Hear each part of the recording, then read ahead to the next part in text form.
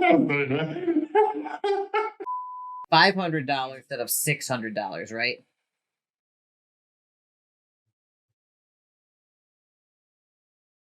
You live there, Artem? What happened? I'm pausing it.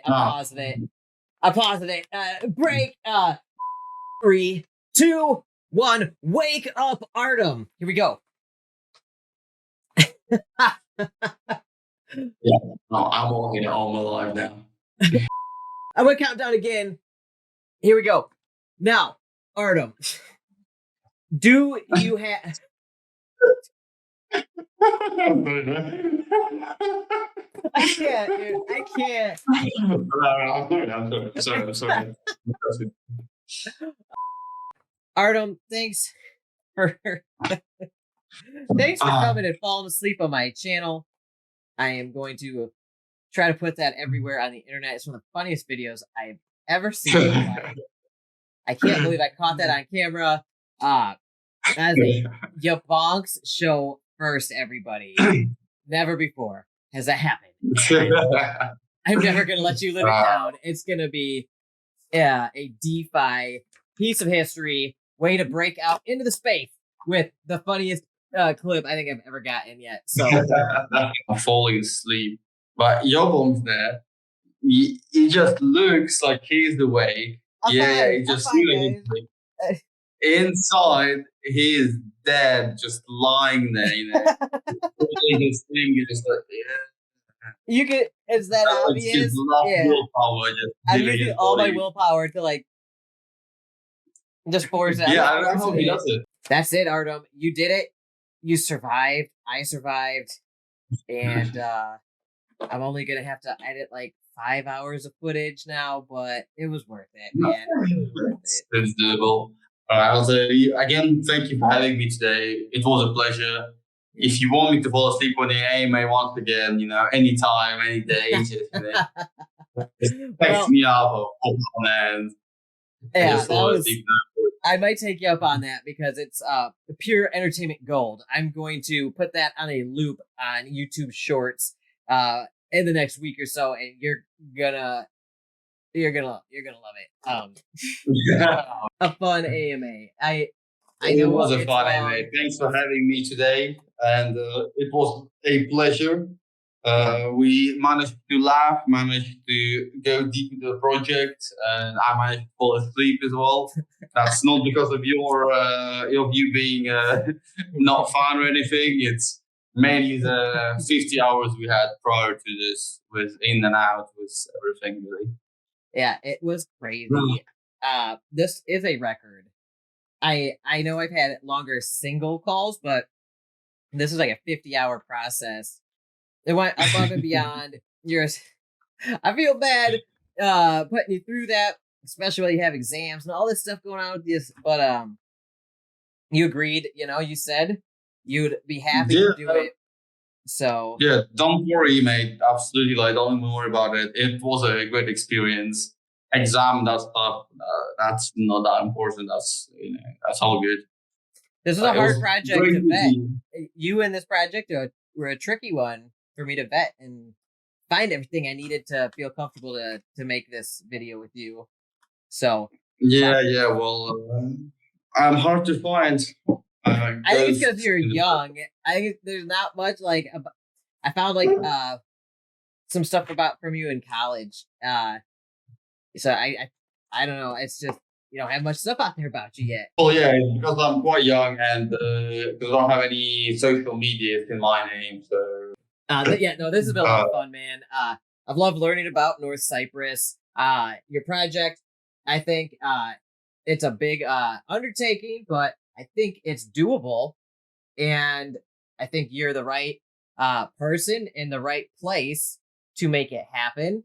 I think you've got the support of your partner, your business partner here, and you've got a quickly building community and a lot of people talking about you right now. So I think there's hope, even the bear market, for this to succeed. And yeah, there's potential for real estate in North Cyprus. Check into it yourself. Know what you're doing if you decide to go do that yourself, hire a real estate agent like Artem here has contacts with that know how to do all the deed stuff and know the lay of the land. So we are going to be doing after mint a giveaway to one of the holders, one property worth up to $100,000 here in North Cyprus. I will win it. We'll meet you guys here. We'll show you around. We'll get the property to you. And this is kind of a way we'll show that we're ready to give to you guys. You will later find out that there is some time that you will have to wait until we'll be able to give you exactly what we promised us.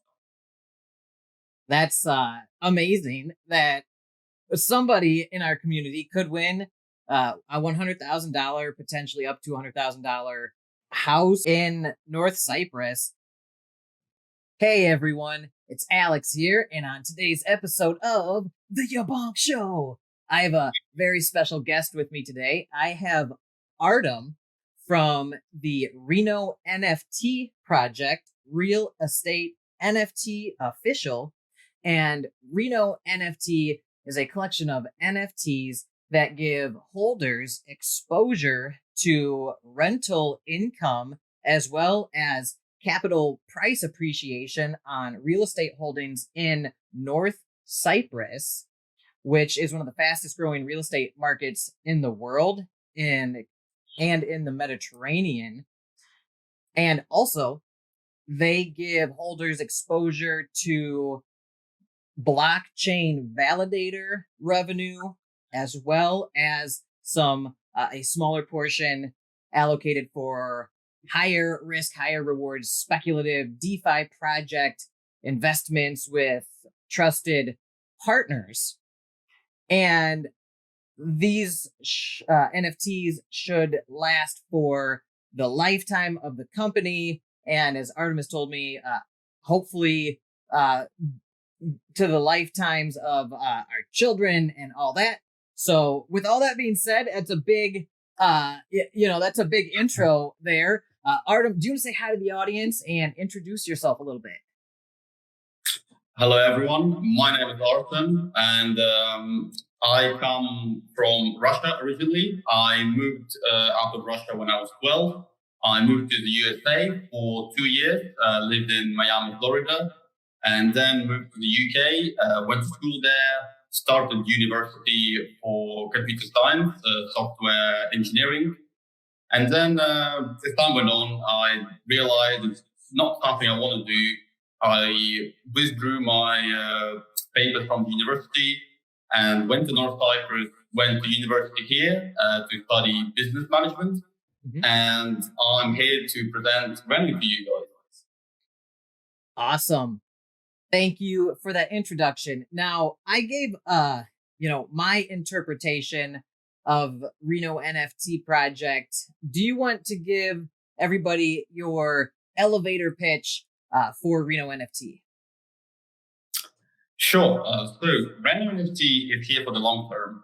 We want to build generational wealth using property investments and a small portion dedicated to a high risk investment into blockchain projects, and obviously a more conservative blockchain stuff like Bitcoin and Ethereum. We are kind of NFT you will pass down to your kids. And once the payout starts, it won't end until Reno is here, and Reno is here until I'm here. And I'm here for a while, guys. So this is Reno, and I'm happy to be here today. Well, it would seem that you will be here a while, as you are quite a young-looking feller, if you ask me. Artem, do you? I know a lot of people in the audience are going to ask this question. So, do you want to share how old you are and why you think you are qualified and experienced enough to run a company like this? Absolutely. I'm 20 years old, which is a bit young. I do agree with this, but I have some experience. For 4 years, I've been in the crypto space. So since I was 16, I was flipping NFTs, crypto trading, futures trading. I was into stocks beforehand. So is my co-founder, Ilya. We'll talk more on him in a bit. So I was really in the space and was minting, flipping NFTs, making some money, losing some money as we all did. Made some money for myself. Not a lot of money. I'm not a millionaire, but I have some.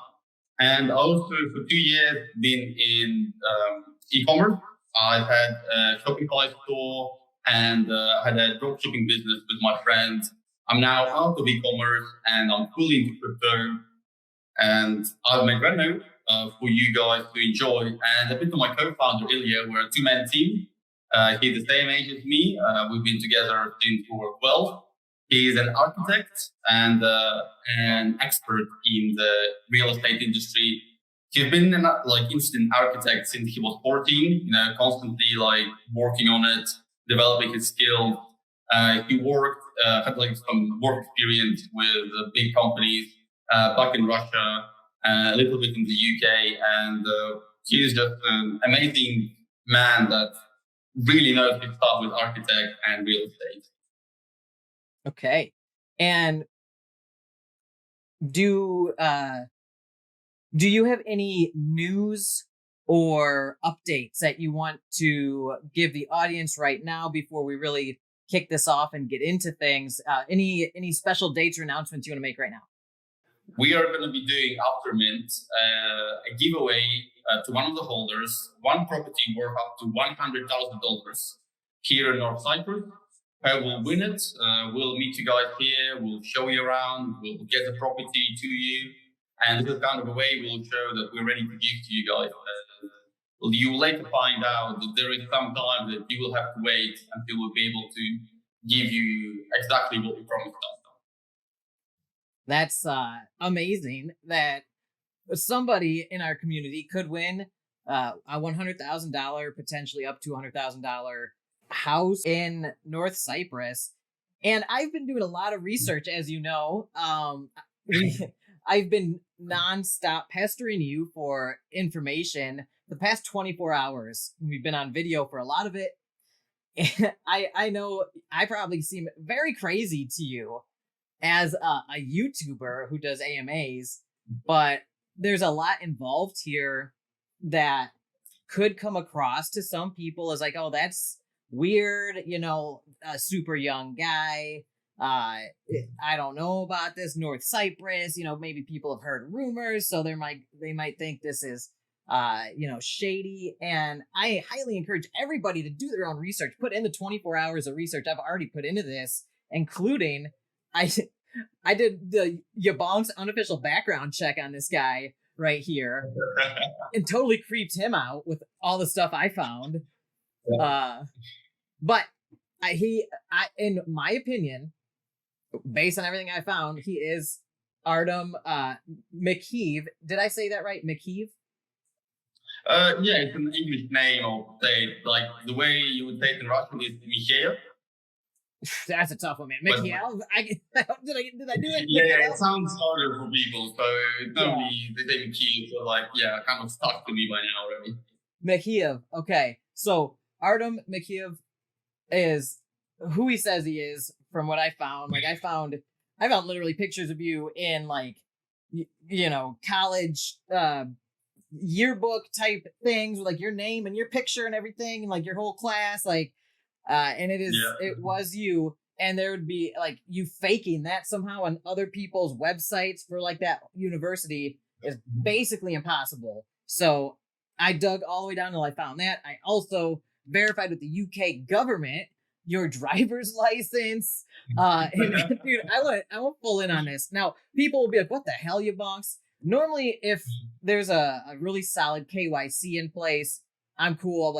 I'll let them take care, handle all that accountability stuff. I don't want anything to do with it.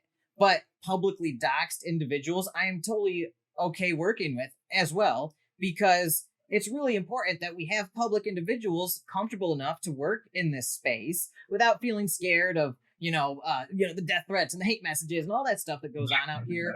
But so when somebody like you says, "Hey, I'm a fully public figure, I got nothing to hide," I still have to do some due diligence to dig in, because there might not be a super high top quality KYC in place, but I can check, a couple hours sometimes it's a couple minutes, but man, you didn't have much of a digital footprint.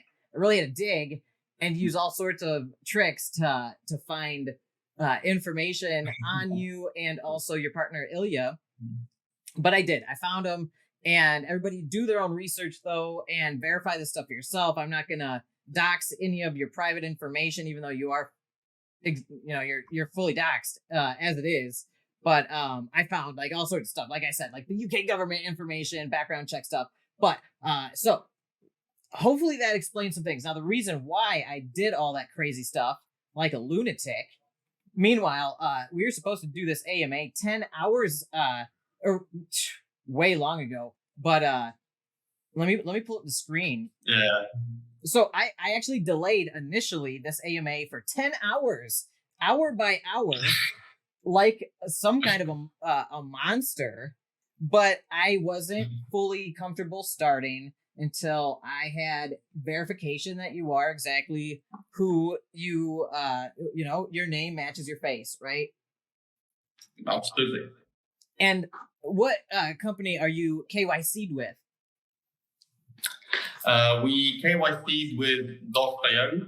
The reason we chose them is when I decided to dox myself, I went on Google, I typed in KYC getting doxed. They're the first thing that popped up. I opened them up. They had their whole team on LinkedIn. They had this nice looking website, and the whole doc thing was done via an NFT as well, which kind of got me attracted. So I thought I'll just put it in my wallet, and then people will also see that some of the crypto stuff I have, like some of the NFTs that I'm into. So I thought it would be a great idea. We kind of went with the doc thing. I think it kind of stuck halfway, unfortunately for us. There are others who are docked with them, fully docked. Maybe just we're unlucky or something went wrong, but we kind of got docked halfway. So we did have a call with them, and they docked our faces and names. But we currently in our wallet have two docked NFTs. One is pending, and one has our names in it and links to real estate NFT project. So if you go on there, guys, and there's two, one is pending, we will try to get that resolved now.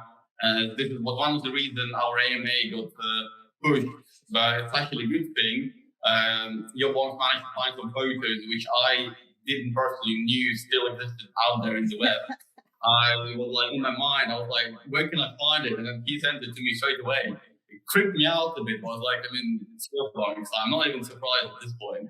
After all I've seen him do, it's normal to me that he can do something like that. Oh man, I had fun sending that stuff to you. I knew you would be like, what? Man, but I spent a lot of time digging just to be sure, because before we're going into this AMA, I'm like, oh, he's doxed, and he has that KYC and the blockchain KYC stuff, like doxed.io, it's all smart contract based, it's trustless. If anything were to happen, that stuff just works automatically in theory. So I was like, oh, wow, this is really impressive. And I hear people talking about this all the time as this is the ideal way to do it, right? So in my head, I'm like, this is the best way, just because that's what people told me and it made sense. However, there's a very manual portion of this for the company to onboard you. And part of that is like a 15-minute interview they do. And for whatever reason, they said, yeah, it was all good and everything. We just need to get this other guy in the team to push it through. You showed me the screenshots, and you just kept pinging the guy like, hey, are you there? Hey, what's going on, guys? And their project just kind of faded away. It seems like it doesn't seem like it's active anymore. I'm on OpenSea, and you can see, well, there aren't many. There's 17 or 19 total in the collection. And Artem, Mr. Mega Man here, if you know his old screen name on Discord, yeah, or that is still his screen name, but in the Reno server, I think he's Reno co-founder Artem now, but everywhere else, he's Mr. Mega Man. And yeah, so he's number 14. He was one of the last ones they did, and they just left it in the pending state for his individual one. However, he does have they did push through the project team KYC right here, which does have his name. It is his wallet, Mr. Mega Man. So the real estate NFT official.doxd.eth project is officially KYC'd with them for whatever that's worth at this point. Hopefully they get their organization up to speed, because we also have Ilya pending his individual KYC as well. And this here is his wallet with it in it. And here are his, the project team one is approved for Ilya. Now, I freaked out when I saw, I'm like, oh man, I was about to start this AMA with you, and I have like really strict stuff in place. And I'm like, shoot, if his KYC is still pending, what does that mean? Is this guy a criminal? And I start freaking out, and I'm like, I can't do this until I know for sure. And so I'm like, I got to make sure this guy is Artem Mikheev.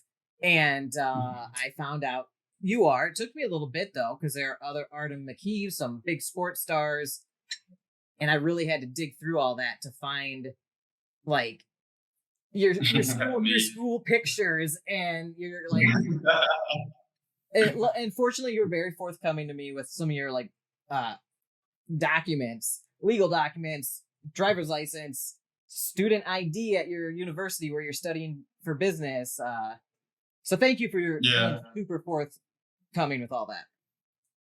Absolutely. I mean, this is what we need in the space. And you even actually checked that I don't have any criminal records. I had like, when I came here from the UK, I got like a paper certificate from the police department that I'm not a convict, haven't been convicted. And YaBonks checked it personally. So guys, I'm not a convict. I've never done any crime, or at least never been caught for this. Yeah, they're, from what I saw, assuming those aren't forged documents or anything, but I mean, they had like the watermarks and like the special things in it. And like, I personally don't believe you doctored any of that stuff. It would have been a real, you'd be a real Photoshop expert to fake that kind of stuff. And I don't see why you would, but it says you're not a criminal when you moved to North Cyprus. And based on my research into the North Cyprus real estate market and becoming a citizen there, I looked into all this stuff.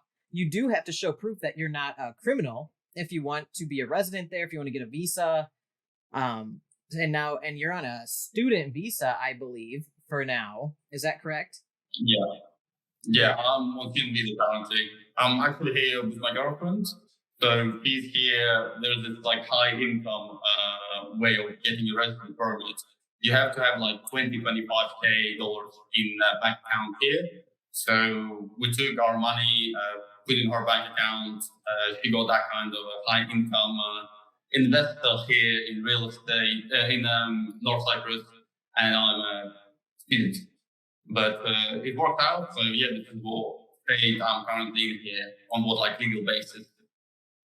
Awesome. Now, this might seem so random to some people because, you grew up in Russia, and when you were 12, you moved around to like the United States, and then you went to the UK for a long time and went to school there, and now you're in North Cyprus. Do you want to tell me how you ended up in North Cyprus and why?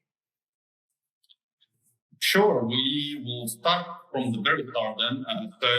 From 12, when I moved, from 12, I moved out when I was around 10. Around 10, that's when I moved to the US. Around that time, my parents were already looking of ways to maybe go elsewhere from Russia. And this is like the first wave, but there's been some people wanting to leave because of the political thing. But we'll get into politics much, but people wanted to leave, a few people. And we went to America because my mom got pregnant. And I had a younger brother, and he was born in Miami, Florida. He's a US citizen. Yeah. And Florida man. And we lived there for 2 years because he was born, and it had to be like at least 1 year before he could travel safely. So we lived there, and from there we went back to Russia, stayed there not for very long, like maybe a few months, and then got to go to England. And from there, it kind of all started out where firstly I moved there to go to a school, like a boarding school. Then my mom, then my dad finished all the work, moved there as well. So we moved as a family there. My mom, my younger brother, and my dad, we all lived there. And we got to the point of getting a UK passport. So we were all UK citizens. My younger brother still goes to school there. And it's been all great and fun. I've been going to uni there. Then again, some politics stuff happened. Some of you may know. And there was been some like anti-Russian propaganda, even towards the Russians who left, like us, who already, were fully established there. Some banks that won't name them, and there was anti-Russian propaganda, where they kind of started blocking accounts and telling you, they never told you like it because you're Russian, but what they would tell you is something like, our investment strategy may not suit your wants and needs. Therefore, may you withdraw your funds in the next month, or they'll be frozen. I mean, it's up to them. There's still ways to stay there. It just became a bit more annoying. So that's when me and my co-founder Ilya, because with my parents, they are not very old, but they are in their 40s and 50s. So they have my younger brother, obviously, who has to go to school. So they just can't go somewhere, like this easily. Whereas me and my co-founder, we were quite young, and we looked at this and we're like, I mean, what the hell? Like, we don't want to stay here. We want to go elsewhere, explore, and North Cyprus came into play actually. When this all unleashed, my father, he bought a property here in North Cyprus. It was a $100,000 property. He bought it like a kind of a side investment, but why that was beneficial is I was able to go with him through the whole process. And that's when I kind of identified the opportunity here that this is a market where I could go in with my knowledge in blockchain. Plus, I have my co-founder Ilya, who we talked with, and he doesn't want to stay in England either. So I called him up. I explained to him what I had in mind, but I had an idea about linking an NFT to real-world assets such as property a while ago. I remember talking to my dad about it, and he's not a big crypto fan, so he was like, well, you can try, like, I mean, you're young, like, if you fail, it's all right, don't worry. We'll take you back if you need to go back. And I had it in mind for ages beforehand, so I called Ilya up, I was like, yeah, bro, we have this golden opportunity, I have this idea about Reno. I talked to him, he talked to me back, we kind of start working on it, and this is where we are now. Real estate NFT official. I've been here in North Cyprus for the past 6 months, and my co-founder is just finishing all his stuff in UK, and then going to be moving here to live ideally next door to me. We all, when we're small, kind of dreamed about having all our friends next door to us. So we all live in a big house, and everyone's close together. So he'll be coming here as well, and yeah, there is I have a haircut there. I haven't been to the barber in quite a bit. It was a bit busy, but we'll definitely get there eventually. I'm not like YaBonks. I can't really. I'm telling you, the hat trick, man. The hat trick's a game changer. So just get a black hat that looks good in any light, and just hang it on the side of your desk. And if you have to hop on a meeting or a video, you pop it on, and you look sharp. And we're not in a boardroom. I think you find something that suits me perfectly, like it does with you, YaBonks. Yeah, and I cut my own hair too. My wife or I cut it, so it's like it's a mess, right? We're not barbers. Yeah. We're farmers, right? Oh, wow. We're animal sanctuary owners. We don't care. We don't leave the farm. Nobody, I don't see people. But hey, this is a really touching story, and for me personally, hearing it, I get kind of, emotional, I guess, or upset because I have other Russian friends, especially now that I'm kind of a public figure in the YouTube and crypto DeFi space. I have, Russian friends living abroad. I have Russian friends in Russia still, and they also have told me that like they are just innocent people, civilians that haven't done anything, and they've experienced prejudice from mostly institutions. And like you said, your family kind of experienced that with banks in the UK, and they everything we talked about. You said they had, they didn't do anything except they were born in Russia. So even though they've been living in the US and then in the UK, but like they tried to take control of your family's money and investments and retirement. That's super scary. Like you told me your parents have a young child as well. Your younger brother, like I don't know. Especially that is kind of worrying. And I would maybe understand it if we were paying like taxes back into Russia. I had some links with Russia, but at that point there was no link. We're paying all the taxes in the UK, which are pretty high in my opinion. But still on top, it is what it is, and maybe it's for better because that kind of led us to think maybe sticking in UK is not that ideal. It's high salary, but it's very high prices as well, and maybe move somewhere else. And well, we're now in Cyprus. I told YaBonks previously as well. Cyprus kind of reminds me of crypto space back in the day because you can find a few shady characters here.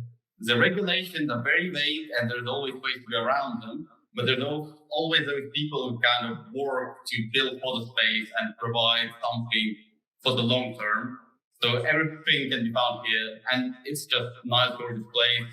And also, guys, while I remember, I keep saying in my MAs that if for some reason you're going to North Cyprus for like a trip or something, jump into Discord, open a ticket, text me. We can arrange a date and go out, or I'll show you somewhere nice, like a nice view or a nice place to eat.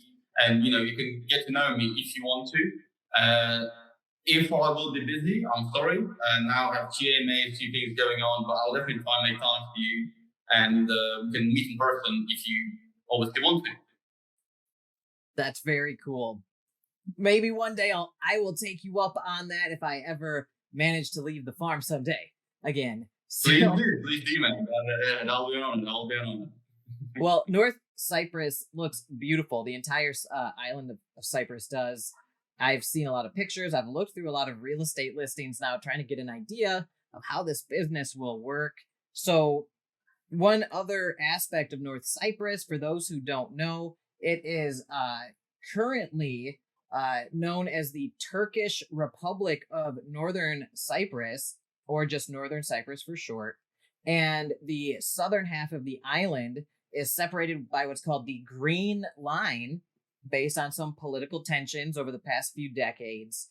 And the southern portion is just called the Republic of Cyprus. And there's a whole backstory to it, and things got real crazy in like 1974 and later on in the 80s. So tensions, it seems, have died down a bit from what I've been reading over the past 15 years or so. Things really have been improving with some new treaties and organizations in place to kind of manage communication, transportation, and all that stuff between the two halves of Cyprus. Now, that's so people might talk about the Greeks and the Greek Cypriots and the Turkish Cypriots, right? And those are just Greek and Turkish people that inhabit the island of Cyprus. Now, one of the questions I had initially for Artem in doing my research is, since you live there now and live day to day, do you see any tension, or what is your feeling and opinion on the Greek-Turkish situation there without getting too political? Yeah, sure. Just for answer that, sorry if you can hear bunny outside. There's construction going on there. I could hear that they just decided to start hammering when we started the AMA. So if there's some hammering, pardon me, I can't hear it. About it. Don't too far away from me. No worries. I've got. I'm running double audio filters. You won't hear it in the end. Amazing. So Greeks and Turkish. If you go into the web and start researching, most of the stuff will be quite thorough to you, as it didn't happen too long ago. The whole division and the whole war actually between the Turkish and the Greek side. And now it's divided with like a borderline. Finland is basically like a borderline. It's just it's also controlled by the UN to kind of keep the peace here. In my opinion, it kind of died out by now. Maybe there's like an older people, like an older generation who experienced it, may still have some of those beliefs, but well, you don't really see it on the streets. I personally go to the south side quite often. Recently I went to IKEA to buy some stuff for the home. And I went there, I bought a bunch of stuff, my car was packed. When crossing the border, they didn't even check anything. They just look at my passport and they were like, yep, sure, in you go, and through you go. So you go through the north side border and then through the south side border. Both are really nice, very easy. There's no tension, you know. Like you would expect them, to pat you down or please check your car. Nothing like that. A lot of people work in the south side and then come to the north side, and it's a normal practice. Some don't like it apparently, but then I haven't faced like anyone who really against it. Some people do it for the fact that the south side is much more expensive. In a way, in terms of prices, it's like the UK. Whereas the north, the housing, the rent is much cheaper here. But this kind of gives us the opportunity to purchase at the lowest price possible with expected growth. And yeah, life here is great. Also, there is nearly 0% crime rate. Of course, something may happen from time to time, but it's not like UK or America. It's a small island. It's 4 hours to get from one side to another. That's purely the north side I'm talking about. And, if you commit a crime, there's nowhere to go, really, for you. So it's pretty safe here. I sometimes, when I go out, I leave my car open. If I pop in a shop or something, absolutely no worries. Especially with cars, it's very safe. You can't really take a car anywhere because you need documentation, you need everything. So it's a great place, in my opinion. It's very safe. There isn't any tension in between. I go there and forth. I know people who live on that side move to this side, still go to that side. So yeah, it's amazing. And of course, I encourage you guys to do your own research and probably go on YouTube and maybe look for some YouTubers that are based here locally that can tell you maybe a few things like pros and cons of being here. But the best be just come for a holiday. Visit. It's not that expensive. Again, apart from it depends on where you're going to go and how you want to spend your time. But there is a casino. If you're really excited, casinos are legal here. It can be found anywhere. So please come and see for yourself. Cool. And it's Mediterranean, right? It has a Mediterranean climate. It looks very beautiful. I would love to see it someday myself. Who knows if I ever will. This might be the closest I'll ever get, Artem. This right here. So well, maybe you're gonna purchase one of our NFTs and you will win the property, and then you will absolutely have to come, to get that property, do the video together and everything. So who knows? That would be crazy. So that would be crazy. I would be so happy. That would be wild. And I'm sure there are. I have a question later about this raffle and like how are you going to make it provably fair? Are you going to use multiple of your own wallets? And if you win, are you not going to tell anybody and pretend it's somebody else? Like I'm super skeptical, right? And cynical. So, so that $100,000 house giveaway or whatever in North Cyprus, are you going to make sure it's like a provably fair raffle and then it's also going to be verified to go to the person that wins it? Absolutely, we'll try our best to be as transparent as possible in that raffle. And when person will come, we'll make a video with him and we will hope he will be Or fine her. being on camera. Or her. Or her, absolutely. Times are changing. That's it, yeah. Thanks for the same. He or her, we hope they're going to be okay. Who's going live with us. We'll do a video with them, show them around Cyprus, get to know them. Maybe they decide to move here, maybe they decide to either leave the property and they decide to sell it, and we'll give a helping hand in that. So we'll sell it, take the cash, and go. So we'll be as transparent as possible in terms of that. Some of the funds that we're minting, there's obviously the 115 of the NFTs are pre-mint, and some of the pre-mints will stay with us. We'll mint them. We plan to use those to partner with other projects and to give away to the community and give away during some events. How we have it in mind, we'll tell you guys how many of those free NFTs were minted, and they will be in a separate wallet. So if this wallet wins, then you will obviously know it's from the free mint, and we'll do a re-roll. And which want to be as fun as possible. There's no point of us cheating with this, as this would literally kill our credibility straight away, and we value our credibility. Awesome. And whoever ends up winning it, feel free to reach out to me, and I would love to interview you on my channel to verify everything went smoothly, because that's the biggest giveaway I've ever heard of since I've been out here at 5. And I would love to verify it in whatever way I can help. So super cool. I hope I win. I look at my world map on the wall behind me all the time, and I've been looking at Turkey and Cyprus and that whole Mediterranean region. And I'm just like, it's maybe a pipe dream, but just looks like such a wonderful place, geography and climate wise, everything about it. Very cool.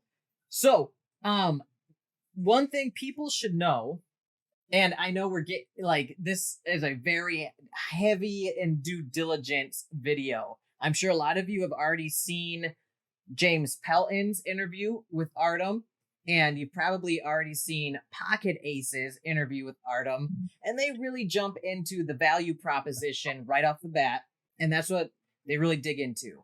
Now, I don't want to be super redundant, and yes, we'll cover that stuff as well, but I wanted to go and learn more about really you, Artem, and North Cyprus, because if somebody is essentially getting a stake in a real estate portfolio in North Cyprus, they're going to have a connection to it, and also they're going to have to trust you to manage that real estate portfolio.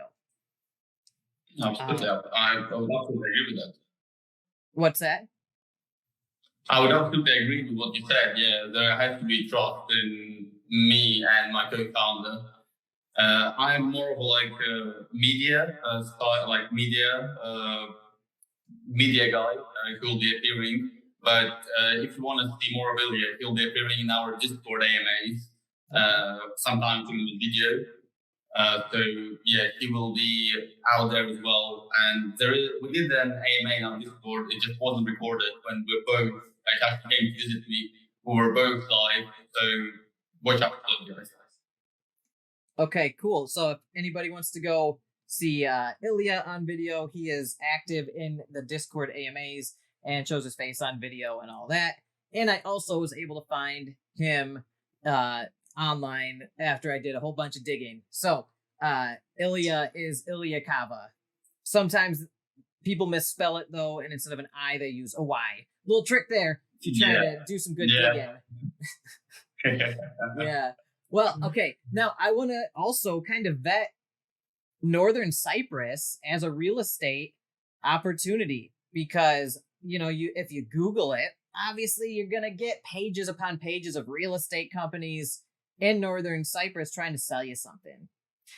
There is a lot of good information though that people should know if they just go there and willy-nilly try to buy property, they might fall into some pitfalls that other folks have run into. And a lot of this has to do with the title deeds for the properties themselves.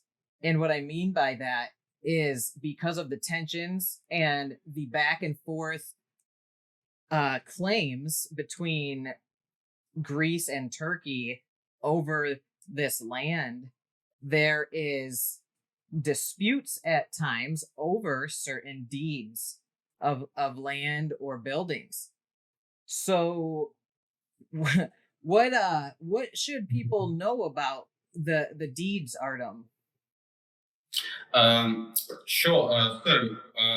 Also, we mentioned that if you want to invest in North Cyprus, then contact us. We'll connect you to the right people who will help you along the journey. And I will now tell you about what kind of things you can face if you try to do it yourself. So, the ownership of land is a little bit complicated thing, as before it used to be a Greek island. Then they started oppressing the Turkish population. So Turkey stepped in. There was like a war that broke out, and so now it's divided. The Greek side and the Turkish side, which we're on now. And the thing is that on both of those sides, there were Turkish and Greece natives who owned land. So some of the land is still in the possession. So on north side, it could still be in possession of town from the Greek side, and the other way around as well. On the Greek side, some of the places are still in possession of town from the north side. This was a very complicated problem until 2006, if I'm correct, when the human rights committee they allocated the decision making in terms of this whole process with deeds to a committee here in North Cyprus, and there's a committee on south side as well. Simply speaking, what you have to do before you purchase any land, you have to address the committee and ask them if this land is fit to purchase, and in terms of is there any other deeds on it. Because if there is a Greek deed on this land, you don't want to touch it, because what they say is that you can still buy that land, and then that when someone from the Greek side will come and try to claim it, the Turkish side will pay out him as a compensation, and he will lose rights to that land. That's what they say. But then there could be something like you losing your land. You never know, because technically he has the rights to it, and then we don't know what will change. So if you do not purchase land that's owned by the south, like the Greece side, just purchase the land that is purely for Turkish, that provides you with the Turkish deed. Then you will be covered, the North Cyprus title deed. There is 4 of them, if I'm correct. Yeah. Just buy the Turkish one. This will cover you legally. So the government here in North Cyprus will be protecting your right for that land. And it's not that complicated to find. You just need to make sure to firstly check all the documentation and make sure there's a permit given out if it's construction, for example. There's a permit given out for this land, because if it's owned by a Greek side, it would have mentions of that in that permit. So obviously check all the documentation, go to the committee and request to do a check on this land. Is it safe to buy, and what the status of it? Also make sure that when you're buying property from a construction company, they don't have much debt acquired for this particular project, because that would mean that technically you could be held liable if the company goes bankrupt or something. So what we do from our side to protect our investments, we're only going for the Turkish deeds to be protected by the government. We're also working with the local realtors and lawyers here to kind of help us with the whole process of things, verifying everything and finding the best opportunities to go for. We are not planning to obviously purchase anything that risky, as we position ourselves as conservative investment built over time, well built over time. And this is our plan in terms of deeds. So you guys, if you decide to buy, make sure to look at the deed. Even more, do your own research more on it, as I might have forgotten something, or you just want to comprehend everything. Do your own research. It's not very complicated, but it may take some time to grasp the whole situation and how is it done. So yeah, please do that before purchases. And obviously we will be working with lawyers and realtors and making sure we make it conservative as possible for your guys' benefit. Well said. Very well explained.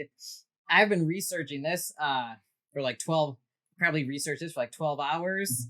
There's a history, and there are different departments you have to be familiar with.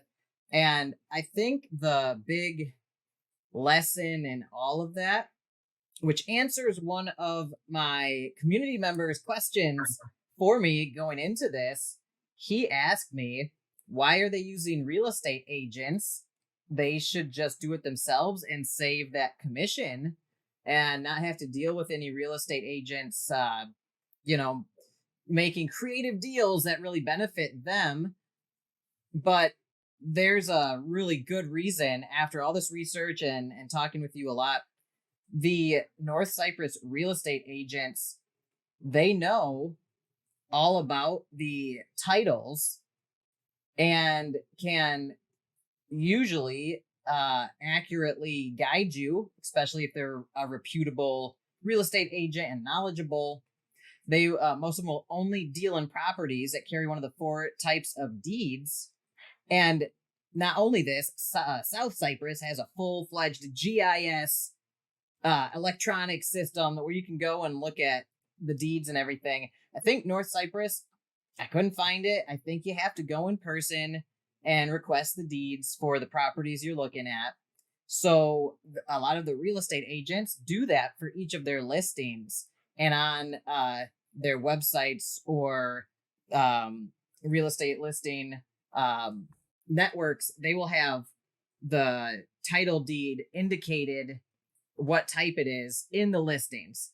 So that's why real estate agents are super useful out here and important, so you don't get totally screwed because you might have overlooked or misinterpreted something about the title deeds. Did I get that right, Artem? Yeah, exactly. I would absolutely agree with you. Yeah, work with realtors because that keeps you safe from any unnecessary mistake that could be very costly, and you may not get any protection, and it's just be a disaster. So yeah, do your own research, trust the professionals. They are here for a reason. And as I said, if you want, you can tell me. I will connect you to someone who can help you, who I know personally, and I will be personally responsible for whatever deal you do with them, as I will be the one who provided you with that service in a way. So while we're on the topic of real estate agents, currently, do you have any real estate agents that you are working with, that you prefer right now, that you are willing to share with the audience? Yes, there is one. He's got to be a good mate of mine, actually. He helped me find this rental property I'm in now. It's a 2-bedroom flat in Mikheev. And we kind of got to know each other. He's a great guy. He has PhD in computer science. YaBonks, of course, did his research on that guy. And I found some stuff on him. Yeah. I mean, it's just impressive how all your KYS behind the scenes, KYC behind the scenes. And yeah, he's a great guy. I know him personally. His name is Mahmoud. And I sent a picture to YaBonks of him just before the AMA. And yeah, he's a great guy, great realtor. If you want to purchase stuff here or rent, he'll be one of the first people I would connect you to. I know him personally, and it's interesting how we were choosing rentals here. So what would you expect is for them to find like 10 options for you to choose from, and then you keep going to different viewings, blah blah blah. the way we did with Mahmoud was actually, he only gave us 2 or 3 listings. And I was like, so why so little? Why can't you find more? And he actually explained it because he's saying he's delivering quality services. He said, like, I know you want quality. The other properties, I look at them, they're not even worth your time. And firstly, I didn't believe him. So I was like, no, come on, you show me, come on. I know this real stuff, like, yeah, you just get better commission on here probably or something. You know, I was skeptical. He showed me the properties, and he was 100% honest about it. And he's a great guy, as I said. I know him personally. I know he has a family as well. He has a daughter, and he's just an amazing person. I'm meeting him tomorrow, actually. We have some business to do, and basically just to meet up. I haven't seen him in a while with AMAs and some uni exams, actually. It's funny how it all unfolded. I have the uni exams, the AMAs, and they're trying to evolve the project a bit. So, yeah, it's been a busy week for me. Yeah. So, he's a great guy, and please reach out if you want. I will connect you to him. Awesome. Yeah, I found him. I found his phone number. I found all sorts of stuff. He is online, and I found he is near you and where you are going to, university to study your study business for your degree, and then also one of the properties that you posted on Instagram that you guys said you were eyeing and would like to buy. I looked at clues in the image, and I was able to deduce where it was on the map in Nicosia, I think it's called, and or approximately. But anyway, it's this one, this building. You guys were saying you would love to add this to the portfolio once you start buying properties. It's got a little bit of everything in it, and I was able, based on this stuff, to find it right here on the map. It's this building, and yeah, it's got a lot of cool stuff. It's got a place called Muggle Coffee. My wife's gonna dig that. And you also went to a very Hogwarts-like university back in the UK. I won't say which one. Oh yeah, that is true. Yeah. So there's a lot of Harry Potter stuff going on here, guys. Muggle Coffee is a great actually cafe. When we came here, my girlfriend wasn't really happy. Just to kind of get you on board, guys. The North Cyprus is developing. It's the fastest developing, but it's developing. So you don't have as much infrastructure as you would want. Like, you have all the roads, you have the cafes, restaurants, hotels, casinos, but it's kind of lacking. It's kind of still lacking it. Like, you can't find it everywhere. So she wasn't happy, and then she went to Google Maps and she found that Michael's company. That was the first place we went to. It's really nice, and it has its charm to it. Like, when you can see there's like 3 men, they're walking there. One of them is the boss, and you can see it's kind of their own business, privately run, and it adds its charm to it. And the cafe is great as well. So if you're here, do check it out. They have great Kit Kat and Mars bar milkshakes. Love all the sweet ones. Dude, this place is great. My wife would lose her mind if I brought her to this place that has like Hagrid and it had the Seeker or whatever. The snitch. The golden snitch. Yeah. Yeah, and it had Dumbledore on the wall. And look at the. Look at that is beautiful. So that's why I keep saying, if you haven't looked at pictures of North Cyprus or just Cyprus in general, outside especially, like, yeah, this is a super cool shop, don't get me wrong, but outside is where the magic's at. The nature around Cyprus and the whole Mediterranean is surreal to me. So I just wanted to show one of the examples that you guys posted back a while ago on your Instagram, saying we would love to buy some of these units and rent them out. And I found that place, and it's like an up and coming place. It's also a short drive from the beach. You just zoom out, and there's Nicosia right here. Nicosia. I don't know if I'm saying any of this correctly, by the way. So I'm butchering all of this. You guys just got to accept it. I'm an American who never leaves, so forgive me. Fair enough. It's actually, places here have two names, all of them, because one would be like the secret, Turkish secret one, and another would be like the Greek secret one. Okay. So it will be, so Nicosia is one of them, and second one is Lefkosia. Nicosia, and what's the other one? Lefkosia. Lefkosia. Lefkosia. All right. Good to know. So learn something new every AMA. And so this is, how far of a drive is this from the beach, for instance? So to get to Kyrenia, that's where will be the closest beach that you could find. It would roughly take you, for me personally, it takes me about 20 minutes to get from where I am. It's the same distance as that place to Kyrenia. And as I mentioned before, it's a small country, very small. So especially if you have a faster car, you'll get there even faster. It's a good road there, and it's not too much cars at the moment. It's getting a bit saturated with cars, but it's very good road, so it's easy to travel around.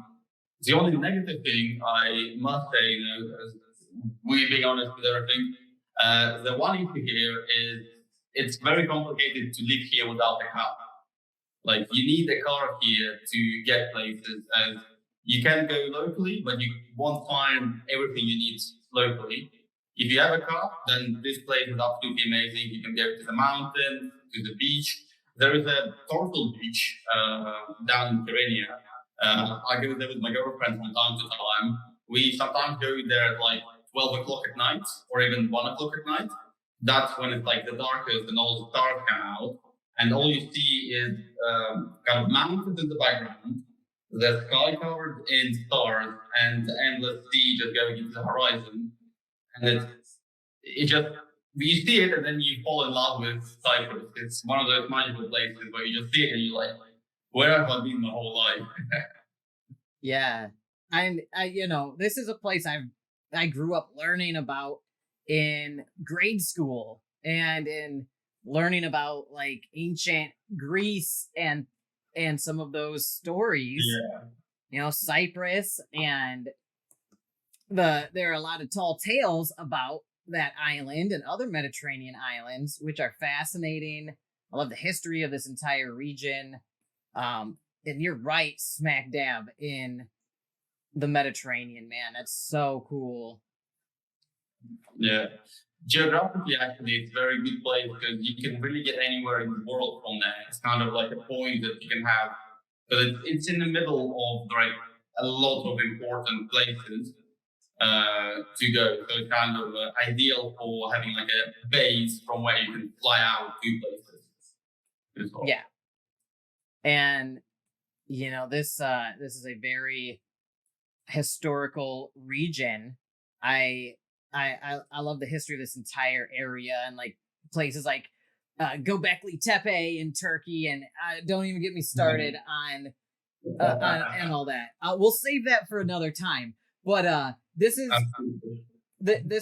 neat, and I really haven't heard much in the other AMAs about what areas specifically in North Cyprus you were looking to buy properties in. I was looking at the different places that they consider higher end, and in your opinion, you've been there over 6 months.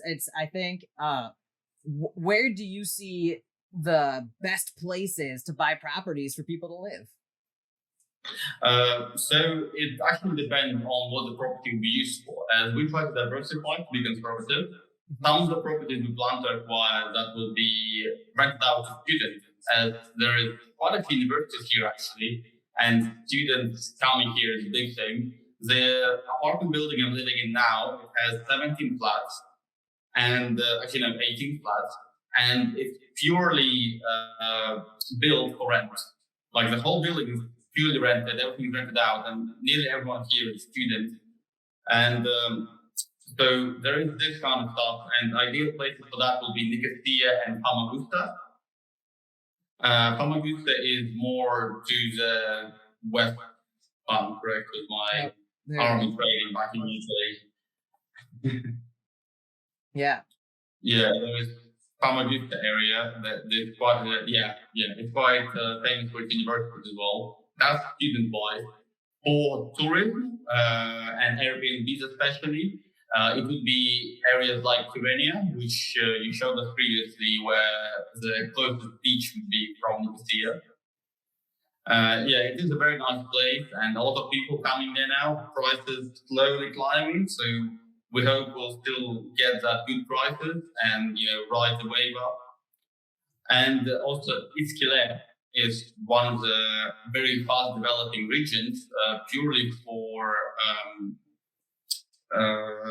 like tourism property and like living there casually. It's located on the very right, just more right than Famagusta actually. It's on the beach there, not that much right. Let me see, Iskele.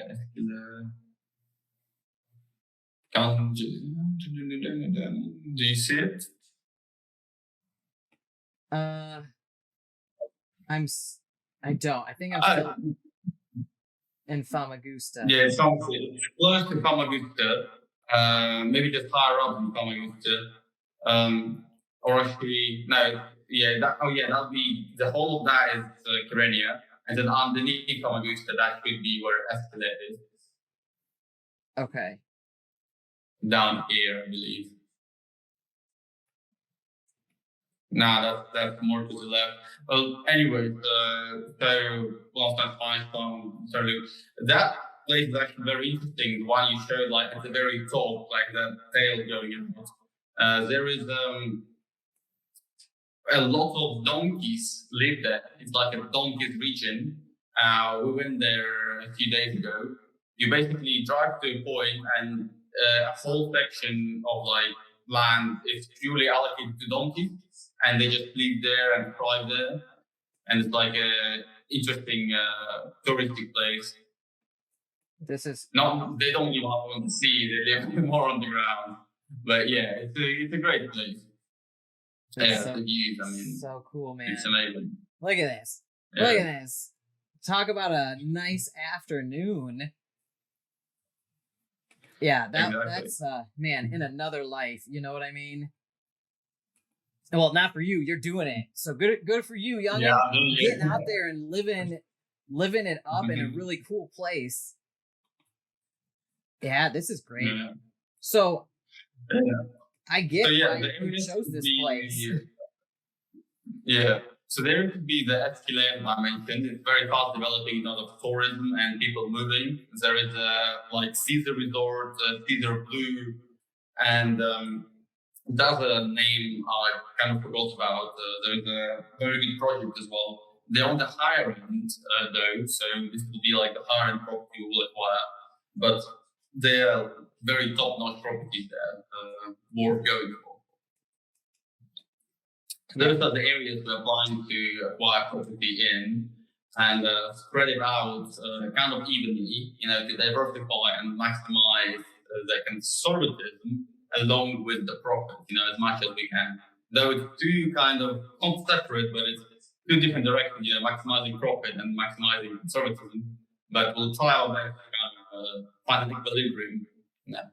And you're looking to get about 5 properties worth $80,000, 2 worth $90,000, 2 worth $100,000, 2 worth $110,000, 1 worth $150,000, and 1 worth $250,000 for a total of 1.4 million? Yeah, 1.4 million. Yeah, okay. That's including the Raffle property. The Raffle property has its own budget allocation. Right. For that. So yeah, that's excluding that. And this is a budget allocation. If anybody's wondering, if they have a full sellout of the Whitelist NFTs, which are $500 and the public launch NFTs, which will mint for $600. If they completely mint it out, they would end up somewhere between $2 million and $2.4 million minus the $100,000 for the raffle giveaway house. And so in the end, they'd probably be in $1.9 million to $2.3 million, depending on the distribution of whitelist and public launch. Is that right? We're minting, we'll mint that if we get the public sale. We kind of look at minting out in whitelist. Well, ideally, our project would love. Well, that at whitelist, it would be $2 million. Yeah. So that's why I gave a when range. We did our estimation and stuff, it's all kind of linked to 2 million, and then if we get more, then obviously we can put more into the properties or the work, furniture, furniture for the property, more money into that areas. Yeah. I see what you're saying. Your breakdown in this pie chart, the examples you have here are based off of $2 million. And that's assuming a full whitelist mint out. And I was given a range because I was doing the numbers earlier. If it was all whitelist, it'd be 2 million. If it was all public launch, it'd be 2.4. So it's probably going to be somewhere in there. People will probably see the whitelist thing happen. And then when it launches, other people will be like, oh, I want to get in on that. So then they'll jump in then, probably. Not, I have no idea how this is going to go, obviously, but the more... What's that? Time will show. Time will show. And, the more that sells, the closer to your goals here you will get. Now, I like to think in terms of, best case scenario, worst case scenario, probably most likely scenario somewhere in the middle. But worst case scenario, let's say for whatever reason, you don't sell enough for most, let's say you only sell a couple. What would you do in that situation? How would you handle it? Depending on how much is a couple, if we're saying, we mint out 5 NFTs, then the only way would be to sit and wait, really, and maybe start getting the partnerships in, because obviously we can't do any property acquisition with the amount of money. If we mint, for example, 500, that already giving us a strong foundation to start acquiring properties. We'll obviously start on the lower end of our property price acquisition, and all the funds will be purely going towards that, as that would obviously motivate others to mint, show that we're doing what we promised, and help us to fully mint out. Their raffle for the up to $100,000 property, that will only happen after mint out. So priority for us is to get all the funds into the properties and acquire them first before we do anything else. And also covering the production side of things. Obviously, we want to be transparent in how much we get and how much, going to go to after the team. We're looking at about $20,000 to cover all the production costs and advertising costs that was spent on the project. And then we will get $40,000 each, me and my co-founder. That will be our salary for that year, and that will be feeding us for that year. From there, we'll be taking, during the scaling phase, we'll be taking 5% from yearly profits to ourselves, and 95% will be reinvested back into acquiring even more property and just scaling to get that wanted ROI. Our ideal ROI is 120% annually, of course, and we plan to get it in 7 years. And also, since you mentioned like worst and best scenario, our best worst scenario, if obviously we don't start losing money and nothing like really tremendous happens, our worst case scenario is to reach 6 million after 7 years. That's like the worst scenario it can go, in my opinion. And the best scenario, there is like a very good one, which is reaching $11 million in. So yeah, actually, we have the graphs here. Is reaching 11 million, and then somewhere in the middle, we're thinking of reaching the 8,300,000 in 6 years approximately. Okay, and I'm glad that you gave a range like this, because a lot of projects always just say, oh, and they just like give the best case scenario. I do have some issues with your income statement, that your projections there, as you know, I already brought this up to you. Also, the scaling phase and payout phase here, this label needs to be switched. I don't want people to get confused here. So the scaling phase is actually this one, this pie chart. That is true. I will actually talk to okay, yeah. So sorry, you should have mentioned it to me before. I would have changed it already.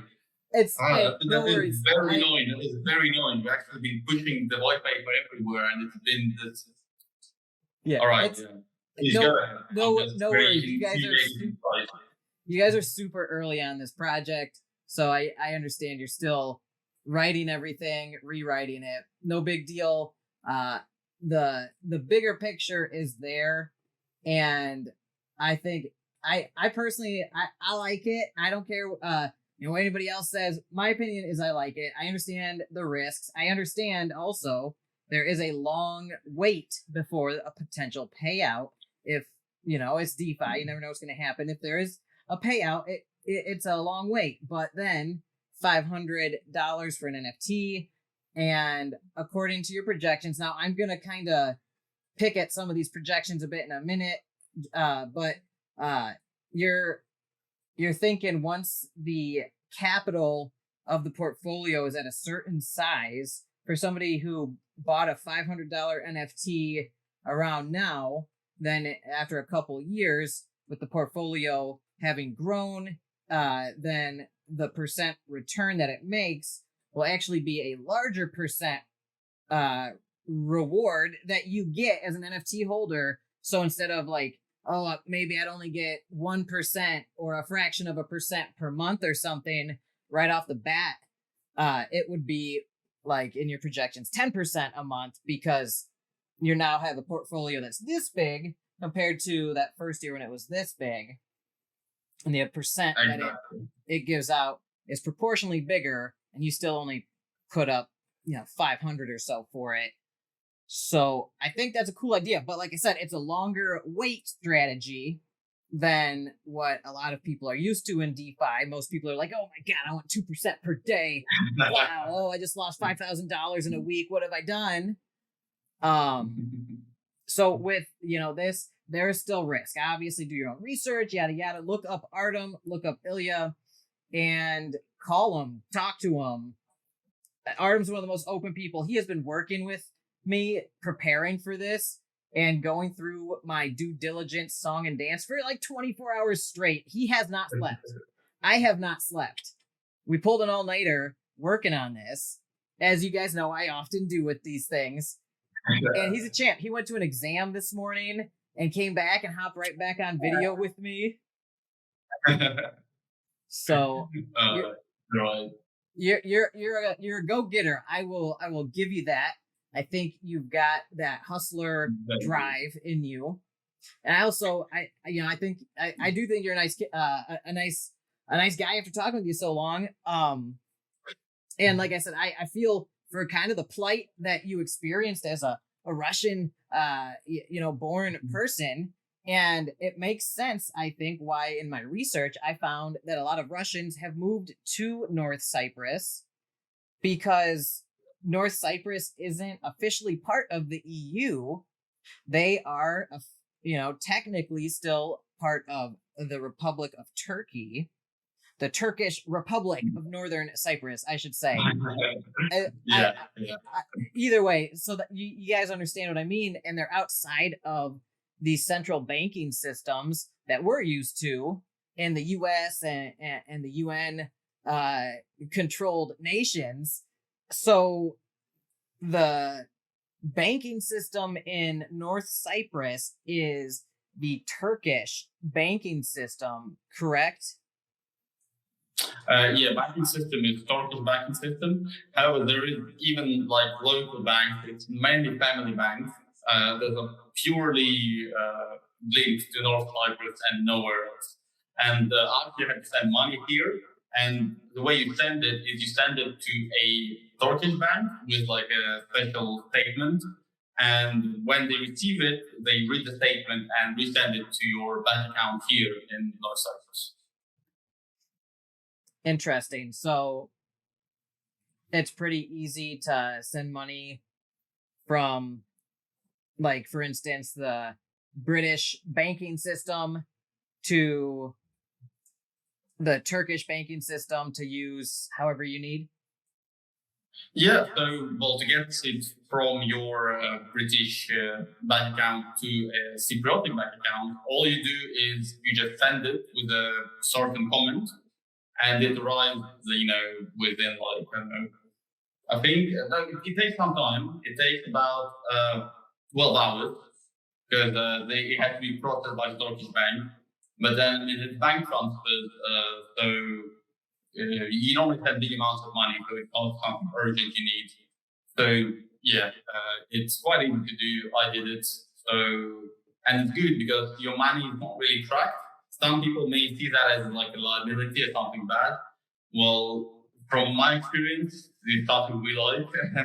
When your money is not tracked, you do what you want with your own money. You decide where your money goes, what you pay for with your money, and you are in control of your money. That's what I really like here.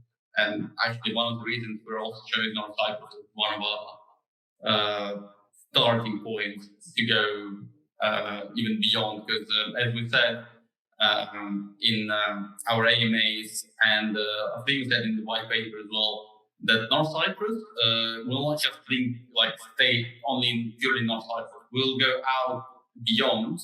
Obviously, not in first, not in second, not in third, not in fourth year, but sometime later, when we see a good opportunity, we might go outside of North Cyprus, potentially going into the south side as well. Once we've scaled up a bit more, maybe elsewhere, where community promotes us, want us to go, or maybe somewhere we collaborate with a project that working in that country, and we may invest in there as well.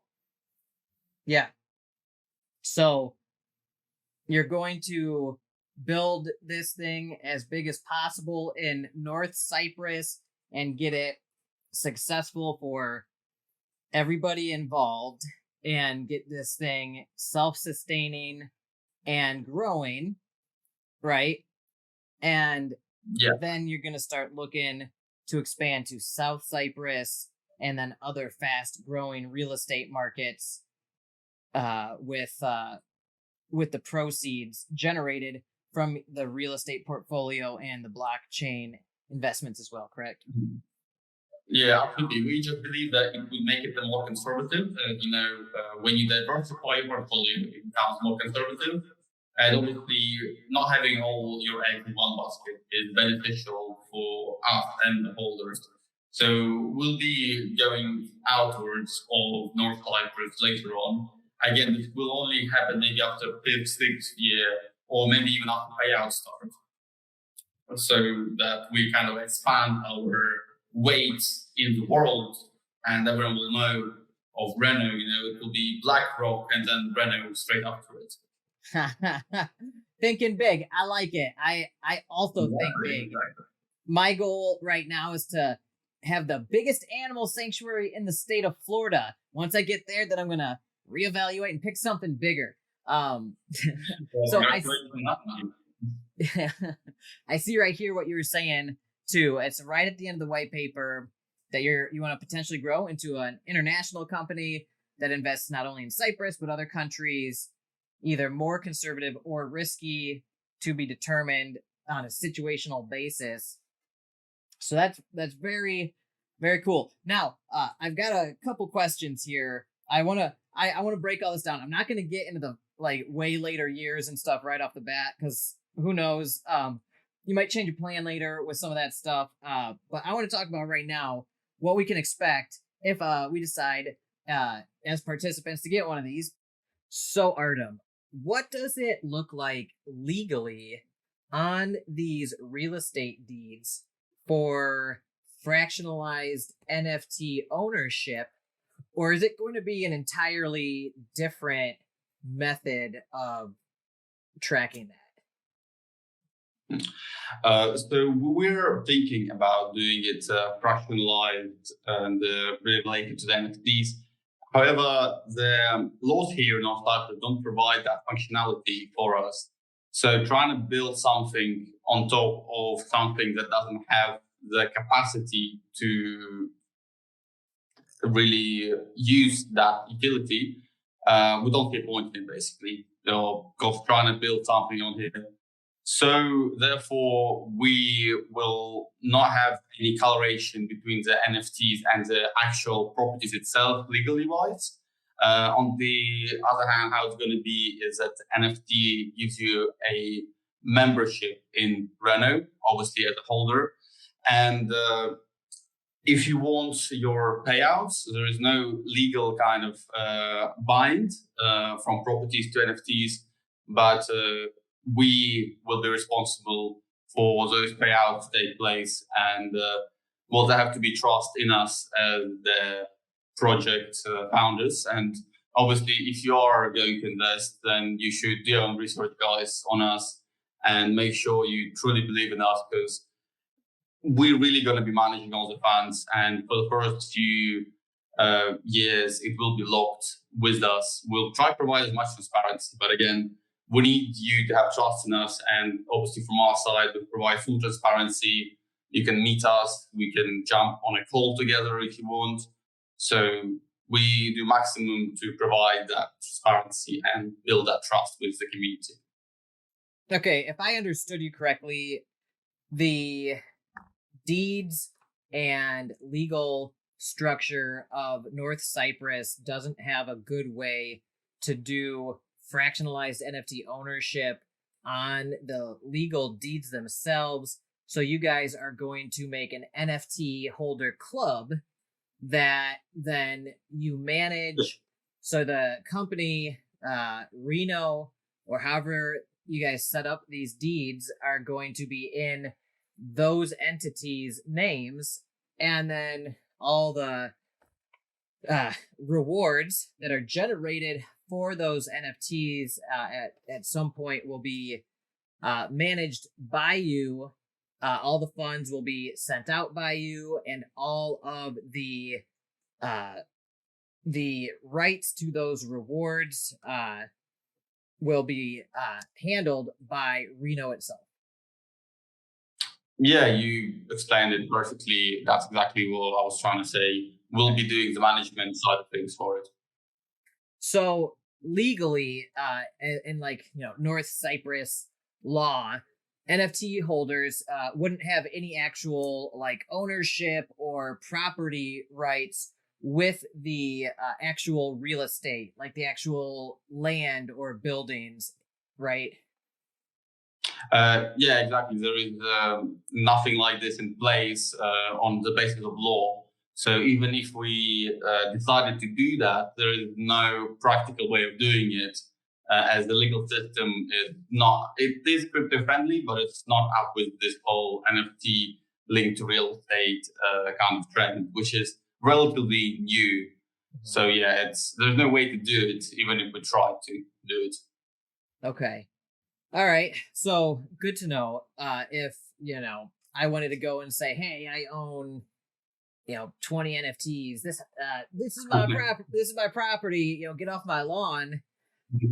I would get laughed off the property by the police, right? So it's all on you guys to manage the properties, own them, and then distribute rewards accordingly. Correct?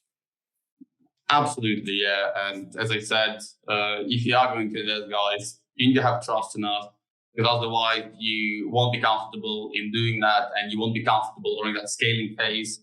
As I said, we provide as much transparency as possible, and please reach out if there is anything you want us to expand on personally. Okay, good to know. And so, do you? What are the expected rewards per NFT per year if you had to make a guess? So what we have planned in mind, and in our opinion, this will be the ideal kind of goal for holders and us as a team, is to get the scaling phase going for 5 to 7 years. This will give us an ability to reach the desired goal where we can provide the 120% ROI annually to our holders. And obviously, we as a team will get a decent portion of money, as you have those charts up as a pie chart we made. The 5% of yearly profits will go towards the team for the support. And obviously, this encourages us to keep on scaling even more and more. And this would increase our cuts in the business. And ideally, as I said, we are looking for 5-7 years. If holders will decide to receive their payout earlier, this will cause for the ROI to be decreased, obviously, as we otherwise wouldn't be able to carry on doing business. This will be determined by the pie chart on the right, well, my right, and it's named payout phase. So 63% of profits in the payout phase will go towards the payout and distributed evenly among all the NFTs. And 30% will be reinvested back into the property portfolio to still grow it and increase the ROI over a longer period of time, but still kind of work and develop in that area, as we don't want to just start having, giving payouts and it just being like a closed system where all the profits go towards payouts and little bit like for management, and we get like a little cut. We want it to still grow and still grow over a long period of time. As we mentioned, this is NFT. We want you to pass down to your kids. Like I will pass it down to my kid probably, or someone else's kid. We'll see how that goes when time comes. But yeah, that's the plan we have. Okay. All right. Yeah. So the payout phase you said happens probably at 5 to 7 years, or if the NFT holders vote for it to be earlier, they can, except the payouts will be smaller because it won't have as much time to snowball the portfolio and compared to the initial value of the NFTs when they were minted. So the rewards will be proportional. Absolutely. Yeah, absolutely. That's the thing. And also, can't forget to mention, if holders decide they want higher payouts, even higher than 120 annual ROI, then, well, we're up for it. We'll carry on with the scaling phase, reinvesting most of the profits back into the property portfolio and just carrying on the snowballing effect. Okay. And so do the NFTs represent ownership in any specific piece of real estate, or it's just the entire Reno business model? It's just the entire Reno business model. Yeah, you are right on that. The NFTs themselves will be different arts. They are made by my co-founder Ilya, who is working on those. And they will be different. And the only real difference between them is how rare one is from another. If you have a super rare one, you won't get any special treatment or any special rewards, apart from, of course, this NFT appreciating in value, most likely as it's a rare one. But we treat everyone at Reno the same, and everyone will get the same payouts. It's just down to the amount of NFTs a single person have. Obviously, each NFTs provide the same amount of profit, payouts, and the more you have, the bigger the payouts. Right.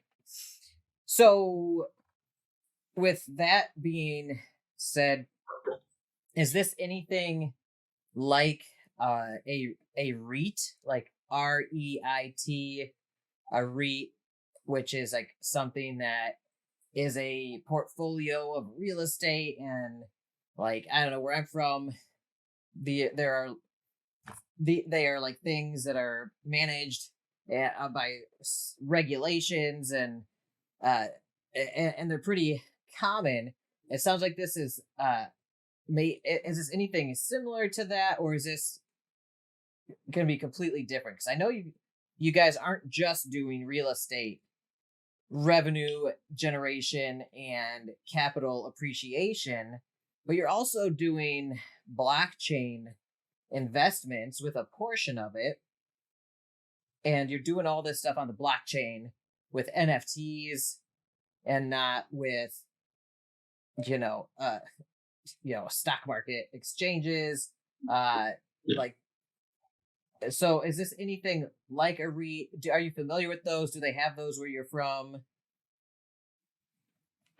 I assume they would have similar things where I'm from. I'm not aware of the terminology, but from what you explained, I assume it's like companies that acquire property and they have their own stocks, which could be purchased by people, and then they will get rewards, dividends on profits made from those properties, if I understand it correctly. And we are similar in a way, and it's only the part of our project that's similar. We acquire the properties and we do the payouts based on the NFTs. So NFTs is kind of a stock here. But also, as you mentioned correctly, we do have investments into the blockchain. And with those investments, we're planning, it will be $160,000 that will go into blockchain technology. We expect it to reach 1 million in 6 years with good management and good partnerships that we will establish along the way. And this will benefit the project massively, as those investments would also be made into other projects that will provide utility for our holders. So utility-wise, the longer we go, the more utility holders will get, as more partnerships are established, more projects we collaborate with, and our main focus is like our main utility is to provide more utility from other projects, if that makes sense. But yeah, this is how we see it going forward. Okay, so this is a very different business model from traditional REITs, from how I understand them. And based on where you're from as a viewer, make sure to look into however things are structured. I know some people use like a Howey test, it's called, to look at some of these things to make sure it's not what, at least in the United States, like we have the SEC and they might be like, hey, is this an unregistered security? But everybody where they're from should look into those factors for their own jurisdictions before participating in any crypto or DeFi project, and make sure you know how that stuff works, and if this is something that makes sense where you're at. Now, in North Cyprus, is there anything like that over there that you would be concerned about, or is this thing kind of is North Cyprus just basically experiment however you want? You're free to do it what you want as long as you don't steal or something. Like, how does that work? So you had a correct terminology when you said about do whatever you want, just don't do anything illegal, basically. And there ain't like big regulations here, especially towards crypto. It is crypto friendly. There are some regulations linked to those companies operating here, but those are mainly companies that provide, I don't remember the exact name of it, but there is a company that you can see them quite often. What they provide is the ability to pay with crypto at some places like shops and restaurants even, where obviously it's a fee of like 2%, I think 1 or 2%, which you have to pay. But there is regulations for that kind of stuff, but it's completely different from us. For us, there ain't any kind of specific regulations made due to us being an NFT project. So there's nothing to worry about from that side. Also, as mentioned previously, we'll be working with lawyers. So if there's anything I personally missed or haven't looked into, and the lawyer points it out, we'll let the community know exactly what those worries are, like what could it mean for the holders, and trying to be as transparent as possible. Because I said, there is not enough transparency in the space currently, and in order for us to be successful, we need trust from the members and the holders, and this is really the only way to be moving forward for us. Absolutely.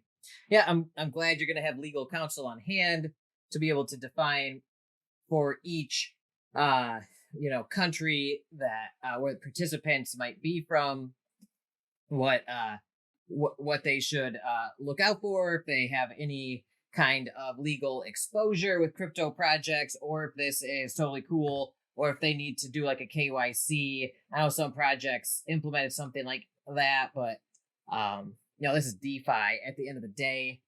These are DeFi experiments. Basically, you can do whatever you want. I'm glad to hear that you will be going out of your way to try to make sure everybody understands any potential legal aspects with these crypto projects. And this all, I don't know. I'm not a lawyer. I'm just asking these questions to get people thinking and making sure they're covering all their bases and learning about how any potential regulations might be developing where they are from, because every country is doing it differently. Every country is developing different rules or taking away restrictions or creating it's different all over the place. So North Cyprus, as you said, has a very free spirit about crypto and encourages that kind of technological innovation and entrepreneurial startup type activity to stimulate their economy. Whereas in the United States, the whole FTX thing just happened, and now they're looking for any chance to get in here and try to start making up rules when that's I won't get into politics and all that, but I just, I think people should just, be responsible and have personal accountability for their actions. And the best thing you can do is have education and do research and anything you get into, and, hedge yourself, diversify accordingly. Not financial advice, but don't put all your eggs in one basket. Again, not financial advice, but just ancient wisdom from thousands of years ago. So, all right. Anyway, now that I got that one out of the way, let's see. So, do you guarantee any kind of returns? We wouldn't want to guarantee. We can say the returns we believe, and we'll do our best to deliver on those beliefs.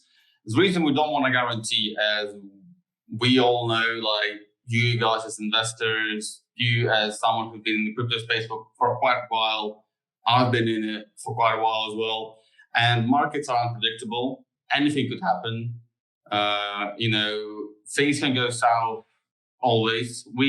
Even if it goes south, we'll still be working and trying to deliver on those beliefs that we talked about. But we don't want to promise you an exact number and then us not delivering on that number and then being looked upon like some sort of liar or someone who doesn't keep their promises. We're being fully honest and transparent that those are just projections, estimates, and beliefs. We'll, as I said, do our best to get those results.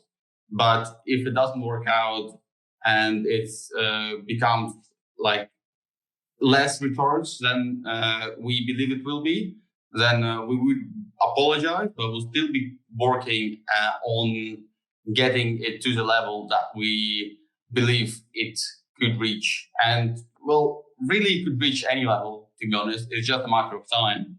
With real estate, it's generational wealth that builds over time. So it could take longer, but it will still get there. Okay. So no guaranteed returns.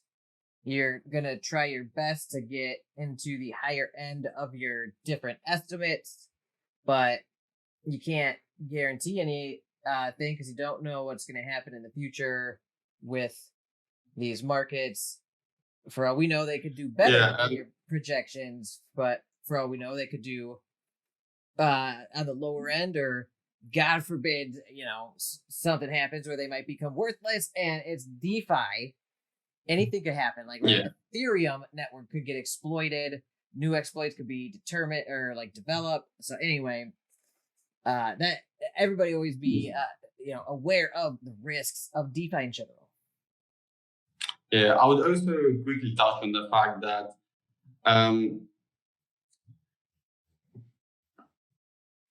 just flew out of my head. I really want to say something. It was on my tongue. I was about to say it, and it just flew over my head completely. Pardon me for that.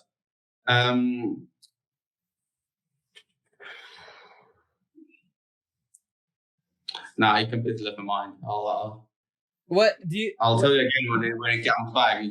There's something we just talked about that I wanted to add. I had it in my mind and it just slipped away. Sorry for that. It's okay. We have been this is our third all-nighter in a row working on this, basically around the clock, between exams and classes and animal sanctuary work and other stuff. But man, yeah, third all-nighter in a row. After this, we've got to get some sleep. But yeah, man, absolutely. There has been a lot of due diligence that's gone into this on my part, and now we're a bit loopy from burning the candles at both ends. Now, yeah, I think we both have sunburns on the faces by now from the light. I definitely I can feel my cheeks on fire currently. Yeah, mine too. Going off. Oh. So, you were just saying that the rewards aren't guaranteed. Anything, could really happen in DeFi. Like, there could be future exploits or vulnerabilities found even on Ethereum network. Now, my follow-up question is related to what I'm going to ask later as well. If something were to happen, if technology were to change, say quantum computing is able to crack the encryption on these networks, and new encryption techniques, stronger ones, end up being used to develop new blockchain networks, would you be a good steward of these people's NFTs and essentially transfer them appropriately from Ethereum over to whatever the new system is? Because you made some statements like, we're going to pass these on to our kids. Now, that could be 50 years down the road. Things change a lot in 50 years. So as you're managing and running this business, and you're a young guy, 50 years, you could still be running this business, assuming it's doing well. Would you steward those NFTs well and port them over to whatever system and honor everybody's stake in this thing? Well, of course we would. And I'm not just saying it because that's the obvious answer, because I don't think anyone, even if they weren't going to do that, would actually say it out loud. The reason would do it definitely is, firstly, it's our reputation. Really value our reputation. We're putting our names, faces out there everywhere. We're encouraging you to meet us in real life, and we're excited to be meeting more people in DeFi. As previously, I was just an investor and had only ideas, and now I'm actually delivering on one of those major ideas. And secondly, because we believe, me and my co-founder Ilya, that DeFi has unlimited potential. It's really limited to the person building something. So if you try to not deliver only promises, hence why don't we want to make very bold claims regarding the exact returns, you're not going to get far, because people will stop believing you, and you can't partner with other projects. If you can't partner with other projects, you can't really grow out from what you have built already. the ideal is to partner with others and just go forward and maximize returns for both parties. And that's what we believe. So, of course, we would move onto another blockchain and just carry on working as we did on the Ethereum, because we're not that linked to Ethereum in itself. As Ethereum is just a tool we use, and the tools could be replaced. It's all about the people behind it that is important to us, and obviously the holder behind it that is important to us. Absolutely. And I have a similar ethos that it's all about the community at the end of the day. Without them, I wouldn't have a job. So thank you, community and audience, for watching the show and being one of the smartest communities in DeFi. I actually pride myself knowing that I've got some of the smartest people in DeFi in my community, and they're smart enough to make their own decisions and everything. So I really enjoy my community. Other communities are maybe a little more wild and things like that, but ours are very my community is very logical, and they have fun with this stuff. They don't get to let's say most of the people in my community came here looking for a DeFi Degen sanctuary, kind of like how I run an animal sanctuary for animals in need. I also run the YaBonks community for DeFi Degens in need that have been hurt out here. So maybe they ran into the middle of the road and got hit by a truck or a rebasing token or what have you. Anyway, or drip. Exactly. You said it, not me. Let's see. So I hope there's no drip fund in your community, but there is always one. There's always one. There are, yeah, and that's fine. I was one of them too, not too long ago, until I looked at the chart. So, one thing I want to go back to the white paper now. I have some questions about your projections. Let me pull that up again. Here we go. All right. So the projections where you break down things by category right here. All right. Projected returns from property investments.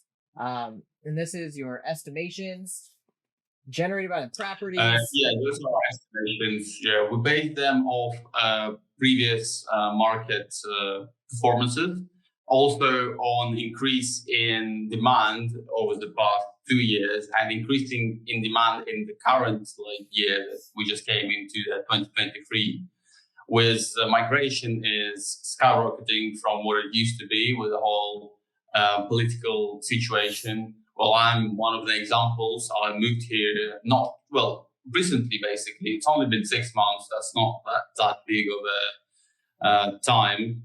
And it's increasing rapidly here. And based on that, with addition to previous market returns, we believe those estimations to be somewhat accurate to extent of our expectations of the market. And we hope to get those returns which we outlined there in the graph. Okay, and you're always updating this white paper. Obviously, it's a living document. Every time I've checked, you guys have made more and more updates to it as you refine it. So I think this is like the 8th edition. If you're watching this and you read it in the past, go download the latest one and see all of the improvements they make to it. So this one specifically has evolved a lot. And it is showing that you're going to have this many different categories of units. So you'd have 5 around $80,000, 2 around 90, etc., and 1 around 250,000, under the assumption that you have minted out, correct? That's if we're not mint out, but we mint enough for acquisition, The minimum we really need for acquiring our first property is $80,000 as listed. If we don't mint out fully, then we'll start from the lower end, working our way up to the higher price category of units, and also using the pie chart regarding the flow of funds from the mint. Obviously, some will have to go for paying like a realtor or someone. Some will have to go to cover a bit of the production that was made priorly. It will all go with according to the pie chart that we provide, and acquisition will start from the lower end of the price categories. Okay. So, as the funds raised here increase, you will be picking these properties off one by one per category. So it'd be, you would get all five $80,000 properties. Then you would go to buying the $90,000 properties, and so on. And do you do that to kind of diversify your holdings and revenue streams? Well, the reason we do this spread is obviously from what we mentioned before, and from our own research, we identified that the most profitable is middle class properties. That'll be 2 to 3 bedroom housing for long-term rentals for people who come here to rather study, change their kind of lifestyle for a year or 2 or 3, and people who like freelancers who just moving here to live for like 5 or even 10 years. This is what we're kind of like our target audience in a way. And we'll be acquiring the properties one by one to obviously provide a quality report on it, have very deep research into it and into the market. And again, if there is an opportunity, like a golden opportunity to get a property that's, let's say it's on discount because someone wants to get rid of the property quickly because they need the funds for something, or like there's that sort of situation where we could really get something that's actually worth far more for a lesser price, then we would go for it, obviously. Again, after chatting to our realtors and legal team on all the inside and outs of the deal. And this is the plan, going forward. And we tried to diversify location-wise as well. So there'll be a few locations where we will be acquiring properties like Nicosia and Famagusta, where we mainly would be targeting the students. And those students will be renting long-term mainly. I'm a student myself here, so I know exactly what I'm talking about regarding those rentals. And as you can see there on the map that YaBonks has pulled up, there's the Nicosia. It's 50 Greece side, 50 Turkish side. Pardon me. There is the Cyprus National University nearby, and another one as well down in Girne. And in Girne and Eskile, it's another 2 regions.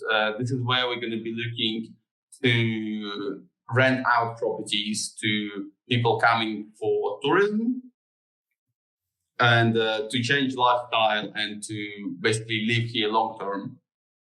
And that's going to take place there. We also will be doing Airbnbs, very limited part of it, probably like the higher end property. We'll be doing the Airbnb for, as that would maximize the returns and would be relatively easier to manage as it's just one property of that class in a chosen area. Okay, so you're mainly going to focus around Nicosia, Famagusta, and up here Eskile and Girne. So it's like 4 locations, our kind of main focuses. I won't even attempt to say those. I'll let you do that. So, and from my research, it seemed like those were some of the top. Those were all in the top 10 most desirable places to live, as well as the ones with the most real estate value growth. if I remember correctly, looking at all these realtors websites in North Cyprus. Now this is a Mediterranean climate, and I believe the school systems there operate similarly, where kids are off for summer and most college students as well. Now, are you in your projections going off of any estimates of how booked out in a specific season or a specific year any of these units might be?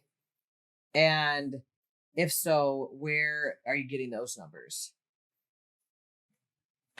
So, can you repeat the question again, please? Yeah, so like this yearly revenue per unit, I'm assuming, based on your white paper, some of these units might be an Airbnb, for instance, where you, what is it? You own and let, or whatever they call it over there, instead of rent. They say let, so you can let somebody use it for 3 nights or whatever, or a night or 2 nights. Now, a lot of countries I've heard book out in the summer months. Basically October through like, I don't know, May or June, people are in school, like, but then you've got like June, July, August, September, and like those 4 months or so are usually like where they have the highest amount of bookings, and then during the winter times less so. Now you're in a Mediterranean region, so maybe that's a little different there, and I know you guys have a lot of tourism, so maybe that's a factor as well. Do you have any estimations or projections for booking, how booked out these units might be to get this revenue per unit, or is this just assuming it's booked out year round? This is all based on assumptions. It's booked out year round. Yeah, that is correct. And the strategy we will use to do that is firstly with long-term rentals, as that will be our main focus. Mainly, the minimum you can rent out is a year. I was lucky to be able to rent out for half a year. So I only have I think it's a month left here of rent before I'll be moving on to another property. But you can really only rent for about 1 year, and this will also obviously provide us with a stable income for that year. And then once it's coming to an end, we can be looking for another tenant to come in basically like 3 days after the previous ones leave. With the Airbnb, that, as you correctly said, that will be a bit more complicated. From what I've seen when I was renting my Airbnb, it's mainly booked out about 7 months in a year. It's booked out because I remember I was booking 3 months in advance, and there was only one property I managed to find which I could book for like 3 weeks. It was, I booked it, and it was weird. Probably someone cancelled actually, because before that it was fully booked out with maybe like 1 or 2 days gaps, and after that it's also for another month it was booked out. And we will not only focus just purely on B&Bs in terms of that property. So as time goes on, we'll obviously be able to identify when is the most profitable season for the Airbnb and when it's not the most profitable season. And when it's not the most profitable season, we'll be looking into short-term rentals, but not Airbnb style of rentals, but providing the few months of rentals, which is actually quite lucky here. Because sometimes people come and they don't want to go to an Airbnb and book for 2 months, because even they give discounts there on like long-term stay, but it's still higher than you would normally rent. And they obviously don't want to go for a 6-month rent if they're only going to stay for 2 months. So we'll be looking at using our property for that kind of stuff, or potentially the 6 months rental agreement, which is also an option. That, of course, depends on the demand throughout the year, which will be determined upon us seeing the situation and experiencing it personally. And so, yeah, those are expected. This is estimated on the properties being constantly rented from us by tenants. Okay. So your main methodology is going to be trying to rent them out in yearly contracts to people who want them for a year straight. And you'll probably try some out with the B&B market and see where that goes and how it compares. But you're mainly going for year-long rentals to simplify things and make make less work on your part, right?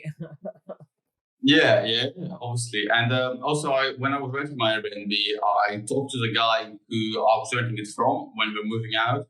I kind of asked him a few questions like, so how profitable it is? Because then that's when I started thinking and developing the whole Reno project with my co-founder. And from what he said is that the profits he gets annually is higher than he would have got from just long-term rentals. Yeah. And that's despite being seasons and no seasons. In the long run, over a year, it outperformed the long-term ones.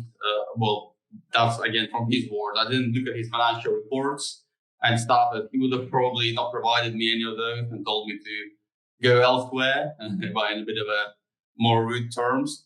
But yeah, so he didn't provide any of that. So I can't really say, I'll promise guys that this is real, but this is what I've heard from people who are actually renting out here. And he was a Turkish Cypriot who owned the property. Okay. And for those who don't know, there are more expenses with a Airbnb compared to a year-long rental in most cases, right? You could always get a terror tenant that trashes your place, but you have more rolls of the dice on that with an Airbnb, albeit there is some more accountability from the platforms and to prevent that from happening. However, people do some crazy stuff in Airbnbs, so I've heard they're infinitely entertaining stories online about that stuff. But I wanted to say there are fees. So Airbnb takes fees to, from the person who owns the property and rents it out. So you would have to pay them a fee. And also you would probably have to have a cleaning crew or a property manager of some kind, or yourself, go and reset the property, clean it from top to bottom after every single person that rents out the Airbnb. And that could be every other day, every 3 days, after every week. You don't know. It could create a lot more work and expenses that way. Do you have anything to say about those expenses? Yeah, sure. Well, firstly, I'd like to mention again that it's just going to be one property that we're going to be putting towards Airbnbs, and it's kind of testing out the ground in a way, because if it works out great and we see a lot more profit from there, then we can allocate another 1 or 2 properties towards that market. And if not, then we'll ditch the idea of Airbnbs and move purely to the long-term and even more conservative strategic plan with the properties. Mm-hmm. Regarding the expenses you mentioned, we have an allocated budget for expenses. It's a refurbishment and expenses on the properties.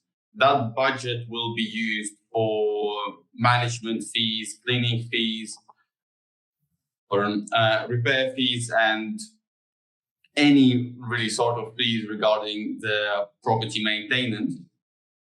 Some of the maintenance will be done ourselves, as we're local here. I'm aware of quite a few things, like I can rewire a socket to repair a few things, obviously change light bulbs, paint the walls. Like if that's needed, it can be done by us, as it's not some complicated like repair, like cabinet or something. It's easy thing to do. Anyone with straight hands and the right tools can do it, which we'll be trying to do ourselves, obviously, to save some money, especially once we start off. And another important fact to mention is labor cost here is very low in compared to US and UK. And this will allow us to really minimize those expenses, especially for maintenance and cleaning fees, because they are low and they will be easily covered by that budget. For 2 years, I can guarantee you it will be managed, just the maintenance and cleaning fees. 3, 4, 5 going into those years, that will have to see Apple's situation, because if there's a lot of repairs that have to be done in the year 1 and 2 for any reason, then obviously the budget would be lower. If there is not, then the budget could purely cover it up to 4 years, I believe, easily, if we're just talking about maintenance and cleaning. And that'll be regular cleaning, not just like once a year or anything like that. Okay, so if I understood some of the main points here, you have an initial percentage of the funds raised, I think over 6 figures, that would go just into furnishing the properties, maintaining them, doing any necessary work on them, and then the cleaning fees, Airbnb fees and expenses, stuff like that. So year 1 is most likely covered by that. And then going forward, year 2, 3, 4, 5, etc., you have budgeted 2% of all of your revenue and stuff towards that. 2% goes towards costs to sustain them going forward. But then also, if there's too much, say there's like a, HVAC unit or something that goes out and it's a $5,000 repair or replacement, say it goes over that 2%, you guys would be willing to tap into the reinvestments to the capital scaling potentially, because this would be reinvesting into, maintaining and boosting the capital potentially. Yeah. So you guys manage that accordingly if you had to, but you budgeted about 2% for all the expenses you foresee, right? We do. And obviously, if there is some repair that needs to be done that's outside of the 2%, we'll obviously be looking in to get some of the funds from the reinvestments, and potentially maybe some of the funds that we acquire ourselves. Because if it's not like a big expense for us, we might as well cover it, as Reno is kind of our baby in a way. Like, it's a project we create, we believe in it, for it to go forward. I will stick to it until the end, and the end will be when there will be the end of me. And that's not for a while. As you said, I'm young, I'm powerful, I'm ready to conquer. And I believe in Reno, I truly am. And I believe it will go forward. It may take time, but property is something that builds wealth over a long time. And I have a lot of that time to build wealth for my holders and for myself, including my family as well. For those who are wondering, when I said that about Artem, it was actually behind the scenes. I was having a video conference with Artem and Ilya, doing further due diligence over their business model and over Ilya as well. And I said, Artem's got quite the drive and the hustler spirit, because even while he's in university and building this very involved business in a brand new country that he's been in for 6 months, he was willing to go through the YaBonks AMA process, which, if you don't know yet, is pretty nuts. And I've basically been speaking with him for 48 to 72 hours straight, with many video calls, many recording sessions. And this guy really, he is young, but he's hungry, and he wants to take over the world and become, a land mogul using DeFi technology and the crowdfunding nature of all this. So I appreciate the hustle.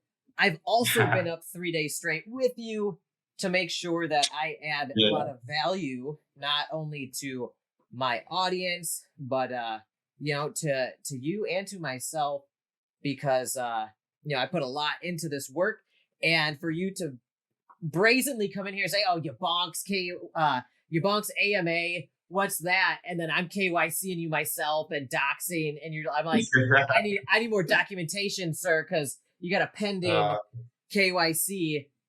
And I was just like, I can't do this job yet. Gonna have to push it back another hour. And then you just start like throwing documents at me. I'm talking this guy throwing passports at me. He's proof of no criminal record, because when he moved to to North Cyprus, and you go to university there, you have to kind of prove some stuff to the locals when you get your visa. And he threw all that right at me. I'm like, hey, I asked him, can I look you up in the UK's driver's license database with this driver's license you sent me? Because I'm like, what if you just smacked your picture onto some guy named Artem's driver's license? And you did that like instantly. You're in the UK driver's license database, but that's not normal. Like, nobody else does that. And I know you've had exams and stuff in this window, and I feel bad that like I'm putting you through such sleep deprivation to make the most I guess diligent AMA that I can do. And you're still enthusiastic even on literally the third day without sleep.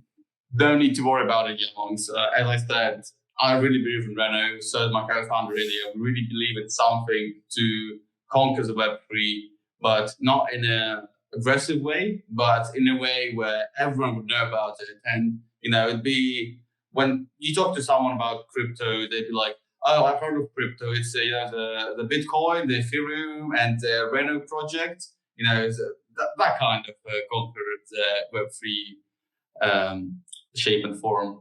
And we really believe in it going forward. And absolutely, don't worry. I love this time. Was actually very entertaining and educational for me as well, as you kind of dug into our project and showed us where we need to have more thought about, or we need to have a better explanation for, which we provided, and that's why we're here now. And it was a great time to have, great experience as well. I normally had two no sleep nights in a row, could have happened, but this is the third one, so it's some experience and it's quite fun. Hey, get that third night. I'll tell you what, that's when things start getting weird and loopy. You know what I'm saying? Things are moving a little bit. But you know what? We're going to stick it out, and we both agreed we're going to get this job done. We went over all my concerns. I'm super impressed. You're you're a go-getter. Even if you don't have all the answers, you're willing to stick it out and work through it, which I appreciate. And also, you didn't hide anything from me. You were very forthcoming, which I also appreciate, that level of transparency, especially when I love talking about DeFi startups and entrepreneurs like yourself with my audience on my channel.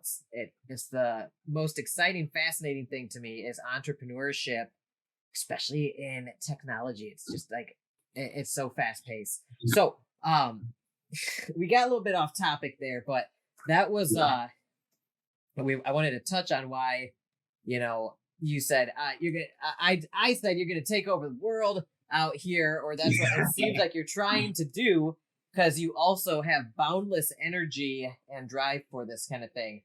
And yes, when I mean take over the world, I mean that in a kind business like manner, where you're going to become ideally a business mogul and a land baron with a large portfolio that potentially some of us are benefiting from as well, in kind of a decentralized crowdfunding kind of way. Yeah, Yeah, absolutely. So I'm putting a lot of faith in you, kid. Don't let me down. Don't worry, YaBonks. You won't be disappointed, and you will visit us here in North Cyprus or the south side. Maybe you prefer the south side, and we'll show you around. So definitely looking forward to that. I don't know yet, but I would love to explore and experience traveling because I haven't done much of that. I'm an old man now, and it's just like me and my animals and my wife. Bless her soul. So, I'm sorry, Kelly. I'm sorry. I'm sorry, but it's just how you remember it at the end. It took you about 3 seconds before you realized how much you messed up there in that sentence. Look, my wife means everything to me. It's actually, for me now, 7 o'clock in the morning. I think I have my girlfriend next wall sleeping, probably woke her up. Well, it's funny, man. She understands because where we are in our little sphere of life here, the animals come first. So it's kind of an ongoing joke that we put the animals before ourselves and even each other. But we joke. I couldn't do any of this without her. So thank you, Kelly. I know you're not watching this. You think this stuff is boring, but I appreciate everything you do. So shout out to Kelly. He really does. We had a lot of conversation. He mentioned you a lot in a good way. So it's an honest answer, I would confirm. She keeps me fueled with cookies and coffee. I mean, it doesn't get better than that. And she keeps me going with chia seed fruit smoothies. She keeps me healthy, but every once in a while she hooks me up with the cookies. She's a good woman. Man, yeah, this has been a wild time, really. It's been a lot of fun. Yeah. I feel like I live in North Cyprus. I have put myself in the headspace of North Cyprus for 72 hours straight. I really feel like I am in it there, and I just want to be standing on the rocks on one of the many coasts of the island, looking out across the Mediterranean with the beautiful Mediterranean climate. And I hope someday I get to see it in person. Definitely, mate, definitely. I only now noticed in the camera I'm proper red right now. Like long hair. Oh, we've been video chatting so long with our ring lights, we're getting sunburnt. And that's a thing. Yeah. I need to think of something, maybe like waffle or something. That's crazy, man. That's crazy. Hey, you know what? You know what's crazy? I keep a bottle of aloe vera gel right here to prevent this from burning my skin. It helps heal it fast enough where I just get super tan. I get a little tan. You should have told me about that. You should have told me about that previously. Like I've mentioned that to you before, and you didn't say word. I mean, yeah, I'll get one now as well. That's the professional YouTubers kind of life hacks. Trade secrets. When you got wild hair like this, keep the hat hanging on the studio light, and keep the aloe vera gel right here because your lips will get chapped, especially. Yeah. I'll get really chapped lips from the lights. Now, back to some of these due diligence questions about your business model. Yeah. So you were saying 20% year after year growth. What are you basing that off of? We're basing that off previous market returns. In the past 2 years, the market rose by 40%, and that's on average rose by 40%. For some areas, it rose even more. And what we are aiming to do is finding those areas where it grows even more than anywhere else. Of course, it's going to be complicated, but the fact that we're located here makes it much easier, as we know what it's like here.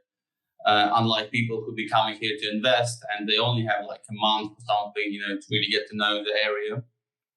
So we'll be aiming at those areas, and we believe that will be able to provide us with those 20%. Also, as I mentioned, increase in tourism over years and increase in migration, which is our target audience as well. Because whoever migrates here will be long-term renting or buying, but we're not into that area just yet. Maybe after 4 years, 3 years, we'll start selling some of the properties for profit. If it's worth it, of course, that will be decided upon in the given period of time. But this is what we're basing it off, all the data that is available to us. And also local realtors who we talked to, who said that this could be accomplished with obviously good management skills, good opportunities, and little pitch of luck, as you need that in anything you do in life. But we really believe that it is achievable. And as I mentioned, if we don't achieve those numbers, it's not gonna stop us from working and carry on to getting to those numbers over time. And we'll be as transparent as possible of how much we're getting, as there's no point for us to lie. As we can lie 1 year, then second year we'll tell the truth, and obviously it's not going to add up. And then if we lie again and again and again, at one point we'll have the actual capital and the third capital will be apart so much, and it will just crash everything. Yeah, we don't want to be like FTX. It was great at the start, but then it kind of all fallen apart because due to actually similar kind of thing as I just talked about. So everything will be out there for you guys to see how we perform and how we're getting to where we kind of set an aim to be at. And yeah, this is what we're basing it all off. And obviously, we believe in Reno and ourselves to really get those percentages. So I looked all over to find where you're getting these 20% numbers. And if you divide 80,000 divided by 55,000, you get about a gain of 45.45%. And that's from the year 2020 to the year 2022. And this is Sun Life Homes, a realty company here, using average price development for properties in North Cyprus. And that's for a 1-bedroom apartment that currently would cost about 80,000. Is this lira here? What is this? No, that's sterling pounds. Okay. So sterling pounds, which is that similar to euros, close to euros and dollars in value? Yeah, that's the currency they use in the UK. And 80,000, so that would match up with your distribution of funds, where you're going to try to get the $80,000 properties first. And based on the data, I verified that, especially from the years 2020 to the years 2022, 2020 to 2021 was like 22.5% approximately, and 2021 to 2022 was about another 21.5 approximately. And that is verified by me. Now, before that, the growth was slower. It was still really great in terms of what I've seen out there. It was trending upwards, but from whatever reason, from 2020 to 2022, prices really just started, like the slope really goes exponential. Hopefully it keeps going for your sake like that, but 20% price appreciation is pretty wild. And from what I've been reading on North Cyprus real estate is that it's only going to increase and go faster because people are just finding out about this, and people think it's real estate's undervalued here still quite a bit. Did I explain the state of the market correctly? Is what I read accurate, or what's your take on it? Yeah, absolutely. It's maybe accurate, as North Cyprus wasn't as well. People knew about it, like some people knew about it. The issue was it wasn't that developed. So when something is not that developed, it's not that attractive to people.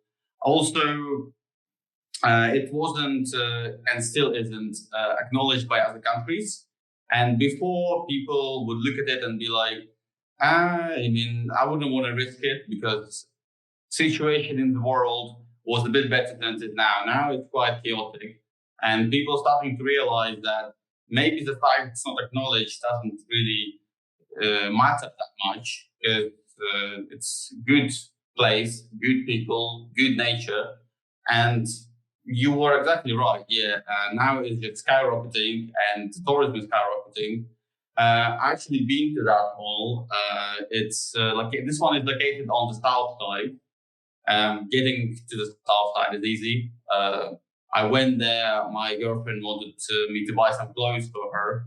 The disadvantage of North Cyprus, I must warn you guys, if you bring your girlfriend or a spouse with you, there is no legal brand shops. Like, you can't find a Gucci shop or Prada shop or Dior shop. Like, none of the brands are like legally available here. It's only like resale.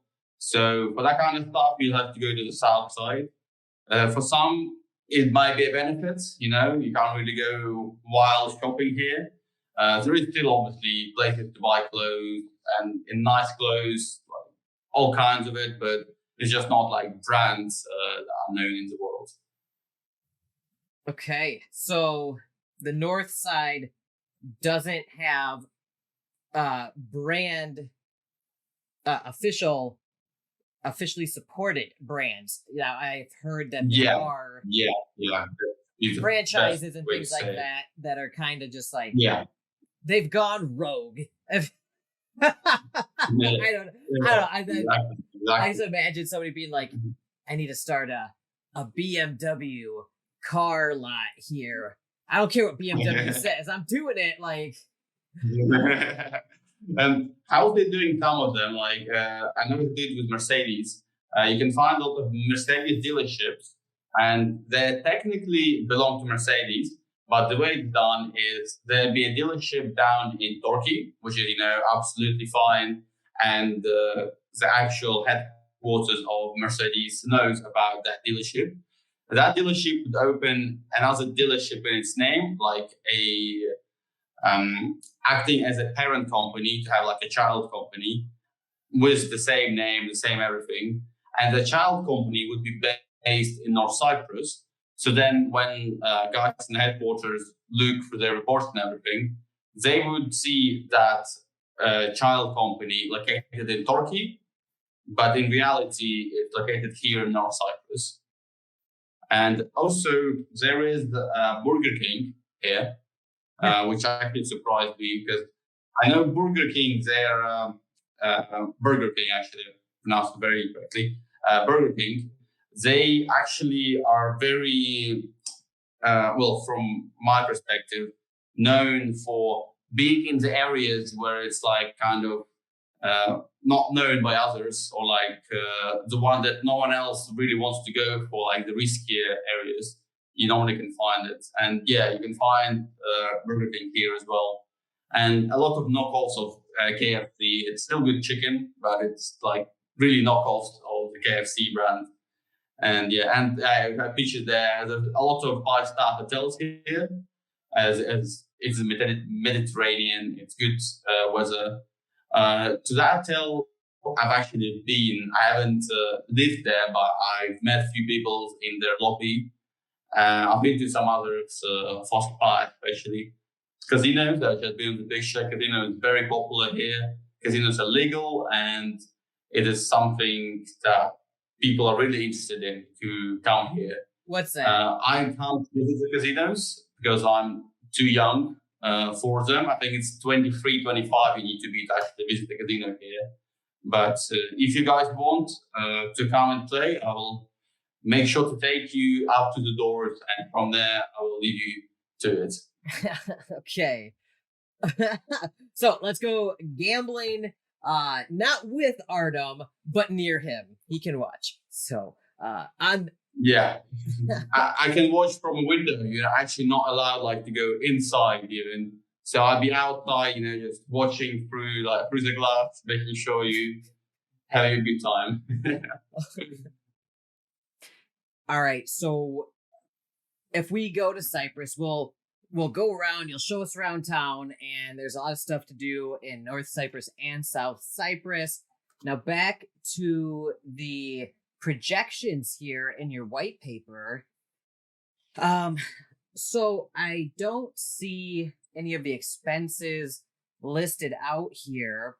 So just to clear some things up, how will you rent out the properties and what platforms will you use?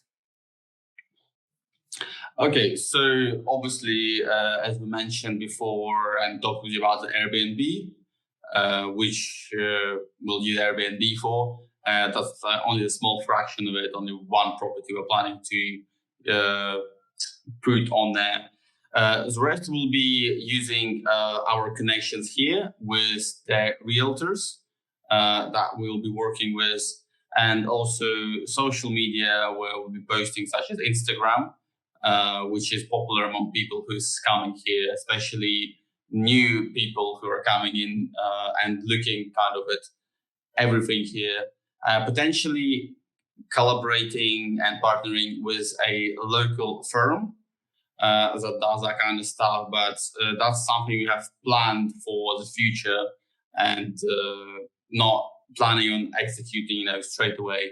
It will mainly be the realtor we work with, online marketing, and I don't know the correct term to use for it, but it's like when you work with someone and to tell a friend, and that friend tell a friend, and this kind of way of people knowing about us. This is the mainly we're going to be using. So like word of mouth marketing. Yeah. That's the correct wording for it. So do you plan to renovate every year? And what are those renovation costs? Sure. So renovation will not happen necessarily every year. It all depends on the individual property itself. Because it may be a bad tenant, if we trash the place or like really damaged it, and we need to repaint the walls, maybe get some new furniture in, or repair the one that is broken.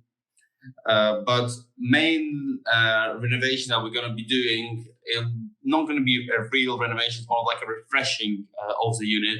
Is obviously repainting the walls, giving it like a deep clean, replacing some of the simple like light bulbs, making sure all the sockets are working properly and it's all fine, all the fuses, all that standard kind of pack, and this is what we're going to be doing regularly. This won't cost much. As I mentioned before, labor cost is quite low, and we'll be able to do it ourselves. As I did before, I know how to do it, and it shouldn't take us very long, to be honest. Maybe like a day or two, really, if we do it. Especially if my co-founder really will join me in on this, we can bang it out easily. And this is how it's going to take place. If there is needs replacement of furniture and stuff, we can't really predict on it exactly, but we have IKEA on the south side, and that's where we're planning to be getting some of the furniture for the lower cost properties, especially as you can get something good quality for relatively cheap price, and that would be ideal to put into the rental properties. As we all know that when someone is renting, they're not as careful as someone who owns the property. So obviously putting some expensive furniture in and stuff is, it's not a good business idea to do, and it's not something we would do. And those expenses will be dealt with when they come. Obviously, we have the allocated budget for it, and we'll do our best to stay in that budget and not touch anything else. And obviously the 2% from the yearly profits will also go towards the renovations and stuff like it. And also the furnishing budget will be used for furnishing a flat if we buy it non-furnished. If there is a good opportunity and we see potential in saving some money by buying it unfurnished and then furnishing ourselves, this is what we will go for. And expenses on this may vary. From what I've heard here, to really put in like the furniture, like appliances, like washing machine, dishwasher, for like a two bedroom flat would be something around £6,000 for like a lower end, which would calculate to $7,000, something like this.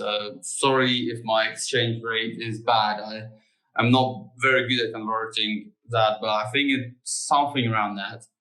And will be £10,000, which would correlate to $14,000 on like a higher end, for getting all of those like sofas in as well and stuff like that. So this is kind of a estimation that we can tell you about, but again, it will all have to be decided up on the spot. Once we see like the property we want to acquire, it's not furnished. Okay, let's draw out the plan of what we need and link it with the budget that we have and the ability that we have in terms of getting those items for the best price possible. So yeah, this is how we have it in plan. All right, so for the rentals every year, you guys plan to do like surface level cosmetic stuff, deep cleaning, painting the walls, making sure everything looks nice, replacing any damaged furniture or appliances and things like that. And that will be covered by, at first, that $100,000 plus that's allocated for all that stuff, for the furniture, improving things, getting all that kicked off. But then year after year, it's going to be coming out of that 2% expense budget for these the surface level cosmetic renovations to get it ready for the next tenant if there's another one coming in. So absolutely good to know. And I guess you actually fixed some of the questions I had here on your financial sheets. So things have changed their labels a bit, and now they make more sense to me. Now you have over here the yearly category, and these are categorized by price. So there are 5 units priced at about $80,000, and that's the $80,000 category. There's a $90,000 category, $100,000 category, etc. Now, in each category, the yearly category net asset value gain is shown here. And this is a combination of the total cash flow of all of the units in the category, added to the estimated capital gain, which is the price. Yeah, which is unrealized, obviously, as we're not selling the property. Unless we sell it, that will be a realized capital gain. But as of now, it's an unrealized estimation of what we're planning to the property to grow by. So this is unrealized estimated capital gain based on the past couple of years. So you're going to use that to assume 20% increase in price, and you're adding that to your net asset value of your portfolio. So with that, you're looking, if everything mints out, let's just look at if everything went totally crazy and all these minted out, and you had the whole $1.4 million to invest right off the bat, then you guys are estimating that your total portfolio's yearly net asset value gain for that first year would be $458,700 approximately, or 32.5% growth in this real estate portfolio, assuming these all get booked out, right? Obviously, that's going to be like, what is that? 5, 10, 13 properties or something. Get them all fully rented out for the entire year. So there are a lot of assumptions. So, give or take this number, and then add in, the expenses and everything. But that's, in the 2%. But that 2% comes out of the cash flow yearly, right? So that would come out of this. Yeah. Okay. Unless obviously we sell a property and then the money we acquired from selling the property, like the profits of it, that also could be used for that 10%. Because then the unrealized capital gain becomes realized, and that falls into the category of funds that would be used for that 2% annual expenses. And I would also say, if let's say there is no real expenses, like it's an amazing year, we had amazing tenants, nothing has to be done, just like some painting. Like I have the one from last year, like the paintbrush and some paint. I do it myself. If we don't spend that 2%, it will go back into reinvestment into the properties. Okay, I see. So the first year, this is assuming this is a full mint out. That's where these numbers are coming from, essentially.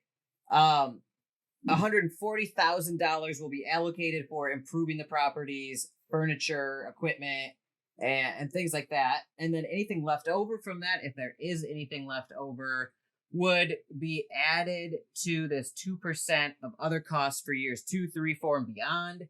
And based off this first number, the first year total cash flow estimate, assuming everything's booked out from the beginning all the way to the end, for expenses, you would take out $4,032 if we're going off 2% of that. So about $4,000 coming out of that for any future renovations. Now, if you're starting with $140,000, if you have any left over, that 2% would just get added to that, I guess. And then or get reinvested, like you said. Then also, is there an income tax on the cash flow, on your revenue here? Regarding the taxes, it's a gray area here. Obviously, if you just Google it up, you will see the income tax. I believe it's something like around 35%, if I'm not mistaken. And that's what's advertised. In reality, you don't really have to pay that tax because there are legal loopholes to go around it. Plus the fact that we're reinvesting, we're not claiming that as profit, but reinvesting it back into the business. So it doesn't really leave the business itself. And there is a fixed tax that has to be paid, which is like a few thousand lira, which is really nothing in compared to the whole turnover and the whole revenue we're expecting to be getting. So regarding the taxes, there is not much to worry about, as it will all be handled by us, and the taxes will be minimized to maximize the scaling process of our operation. Okay. So yeah, I see the 35% you're talking about. If the income is over $60,000 a year, the tax rate on the surface is 35%, but I'm assuming, like everywhere else, you can claim all sorts of deductions and business things to basically get your taxable income to very low. Just like in the United States, if you're running your own business, there are ways to do that. And the annual property taxes I found are like 1 Turkish lira per square meter, and a Turkish lira is about 5 cents US. So if you got an 80 square meter house, that's like $40 a year. And property taxes, that's crazy. Yeah, so that we didn't take into calculations, because you can obviously see it's not a big number that really needs to be stated, because it doesn't really affect the whole business operation or the snowball effect at all, really. So yeah, and that will be covered by expenses like legal expenses and stuff, because we'll be able to be covering that for at least 5 years, in my opinion, with such low taxes on it. Yeah. Also keep in mind that money will be spent elsewhere apart from that. Now, with while we're on the subject of taxes, in your initial pie chart here, I don't remember seeing anything about taxes. So would the 8.5% property taxes that I read about be included in the purchase prices here in the property acquisitions budget? Yeah, it will be, and there is the $150,000, which is one of the fund that be used for legal fees as well. That could include taxes, but mainly, yeah, it was money used to acquire the property. The property price itself would include taxes, and as with many properties, when you acquire it, the taxes come, let's say, inbuilt into the price already. So it's not something you pay separately. It's normally like already there, and you just purchase it with those taxes added. Okay. So, do the NFTs have any other utility or value? Yes, this is what we're going to be working on to provide our holders with. So initially, we'll be having the payout side of things. It's our kind of main idea that we're pushing forward, and one of the main utilities that will we'll start working on from the mint. As soon as we get enough funds to acquire the first property, we'll start working onto that for those payouts. The other utility that we're thinking of is partnering with other projects as much as possible by investing some money in them and having them connected to us, and us being in some sort of an ecosystem. When I had a name with Populated, he pointed out that it's not really an ecosystem, because ecosystem is a bit of a overused term in crypto now and the whole space, as everyone wants to have their ecosystem. What we mean by an ecosystem is various partnerships established with different projects in crypto sphere, where we all share some sort of utility with one another. And on the basis of you being a member of one of those NFT projects that is within this circle, let's call it that, you will be able to get some access to the utility that's only available for the NFTs within that circle. It could be early access to a platform, access to whitelist, access to some educational materials. A good example of educational materials actually would be something like ATCC, for example. They're doing trading lessons, and you can acquire a subscription or purchase their NFT to get access to those lessons. And if there's a project of providing the same utility, we could set an agreement with them where our holders will get free access to those lessons as well as the ones who pay for it. And we're planning to have a full stack development on that starting a year after the mint. During that 1 year, we'll start establishing those partnerships, collaborations, and really getting out there. Actually, one of the projects that YaBonks mentioned to me before, and that we kind of really excited to communicate with, is Domu Finance. They are also in NFTs linked to real estate. They have their own coin, from what I can remember. And it's a lot of things having there, basically similar to us, but the guys are there far more experienced, and we're hoping to connect with them to gain some of that experience from them and provide some help to them in any shape or form we can.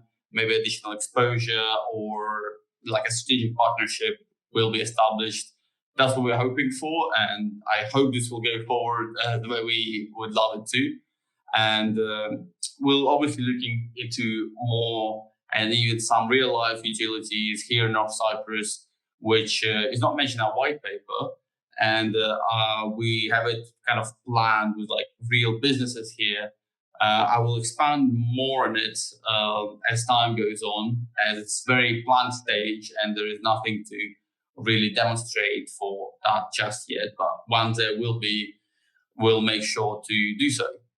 So our utility, like additional utility, is to provide as much utility as we can to our holders by gaining that utility from other projects that we provide help in terms of like financing it, or if it's a coming startup that's just starting up, we could give it exposure to our community, and in return they will share some utility with our community. Cool. And yeah, that Domu Finance, I think they might use a staking coin. Like you stake a coin and everybody who stakes in it, the TVL is used to buy the property, and then they build on it and improve on it. And he's been doing that with his real estate portfolio for many years. And he's a little older than I am. Noah Terminal. A lot of you probably know who he is. And he's trying to get his real estate portfolio, which is all over Europe, to have blockchain exposure. He's also a programmer, so he's doing a lot of this stuff himself. And I know he is managing about I don't want to like tell anybody's private business, but he's very upfront about this stuff. But he's got a similar portfolio that you guys are looking to start with. Now you guys are in North Cyprus. It's a little bit different there than in the rest of the EU, and so it's a little different. But actually, like your expenses and stuff are less, it looks like.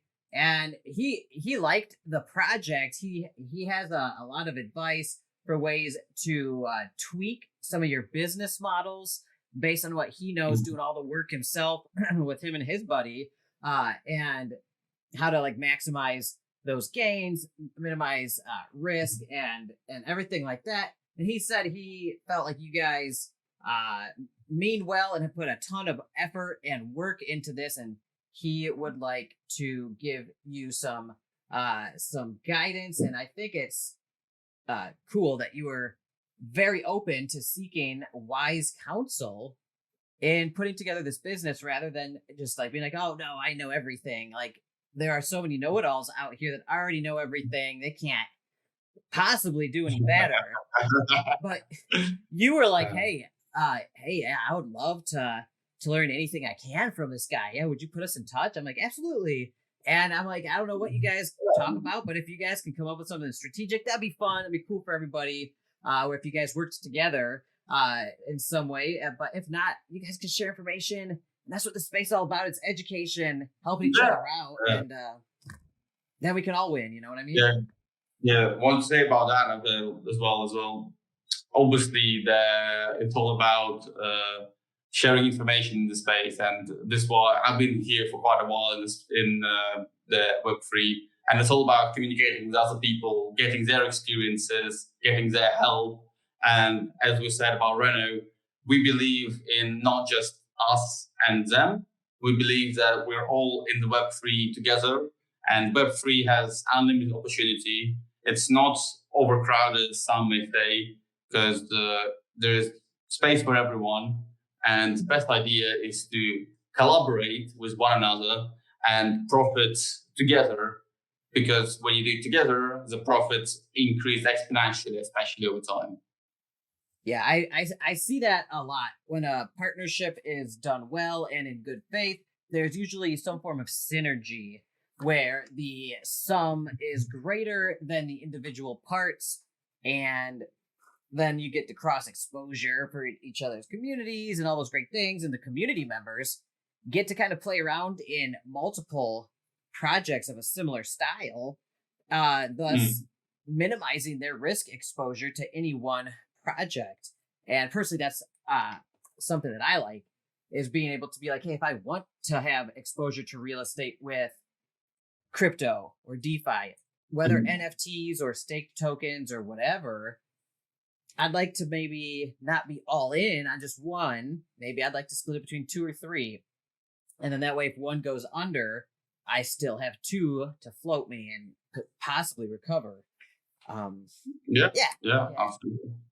So, great. You do have some potential partnerships in the works. Any other partnerships that you have or are looking at? There's none that we currently have, and obviously we're just starting out, so it's complicated without having any weight to yourself to really, get a good deal with a good established project. I'm constantly looking for rising projects that are about to mint or recently minted. Haven't found anything particularly ideal.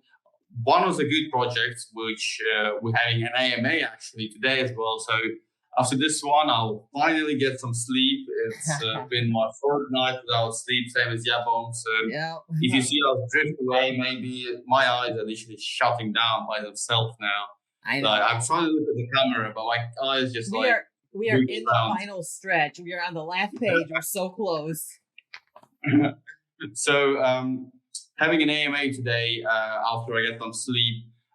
It will be with Bourbon and blockchain. It will be in their Discord server, and it will be at 6:30 CST, if I remember correctly. Pardon me if I'm wrong. Jump into our Discord, and there'll be an announcement about it. So please come along. They're a great project. I've looked into them. Well, they're doing simple kind of stuff, to comprehend, but it's very interesting. And they have the partnership with a real world business, their brewery. So we'll definitely have a good AMA with them, get to know them better, potentially collaborating deeper. We spoke to Nexus Wars. They're also another project. They've been with YaBonks beforehand. I still got to edit that AMA. That's They claimed that they had the longest call with you, non-stop recording, which I can't disagree on. However, I think we've been in the longest communication non-stop that you had before, and one of the best KYCs you managed to do, with fully doxing me inside out. So those guys we spoke to, we agreed to kind of look at each other and then have an AMA sometime later for our communities to get to know each other later on, and just seeing how it goes. So I hope it works out with them, as they seem like a great project to me. A lot of utility there. They're far more complicated. You really have to kind of dig into it to understand it fully, but we're looking at partnership with pardon me, my tongue is giving up, for partnerships with them in future. We're having an AMA with Neo Films on the 23rd. Nice. They are working in the cinema thing, and more details, of course, you will be able to hear on the AMA. So come along. I believe we're hosting that AMA, and the time is 1 p.m. EST. Again, if I'm wrong, jump in the Discord, and there'll be the exact timings there. So this is the kind of partnership. Well, not partnership, but we'll have planned in mind. Some partnerships might come later down the line with those projects, but I'm actively looking for more. But there is not that many that high quality. Some don't have a docs team. Some may have, I don't remember and don't recall names, but I found a project that had 12,000 people in it. They're nearly close to the mint. Everyone's active, everyone's excited, and team is not docked in any way, not even a name or surname, So this always this throws me off straight away. If the team is not docked, then that's a straight no-no. So it's complicated to find good quality projects that will have actual, utility. There are some that provide a trading bot that they're going to be utilizing, which I don't really 100% believe in. I don't discredit actual trading bots. Maybe it's a great thing and it's possible. I'm not expert in like bot trading. I just trade myself. But when you set up a whole project, like, and try to raise a few million just so your bot can use it, I mean, it just sounds a bit off to me. Maybe I'm wrong, and I'm missing out on a golden opportunity in the Web3 space. But yeah, so currently actively looking for all those partnerships and collabs, and those are the ones that we kind of have an AMA plan with, and there's far more to come. So stay tuned, guys. Join our Discord, Twitter, and come to our AMAs where we'll be talking more about all this. Great. And if you need an intro to any project, just let me know. I like the ones that have doxed team members and founders and solid KYCs and all that stuff. I know most of them by this point, and I can easily introduce you at no cost. I'll happily do it if it can create more value in the space. That'd be great. I'll definitely be reaching out to you after we both have some good sleep, regarding those projects. Definitely, we need to get some sleep after this. Now, Neo Masterpiece Films, I got to know Aaron pretty well during our AMA. Check that out as well. Did a great AMA with Aaron. I think they recently just paid out their first sale revenue from their first big movie sale. And it was over $100,000 in total. I think, like, I did the math, a rough math, and even on the cheapest NFTs, like, they got like 15, 20, maybe even 30% back in just that first movie. Not even including royalty deals going forward, and also not including their video services stuff, which is, Anyway, I thought that was really cool to hear.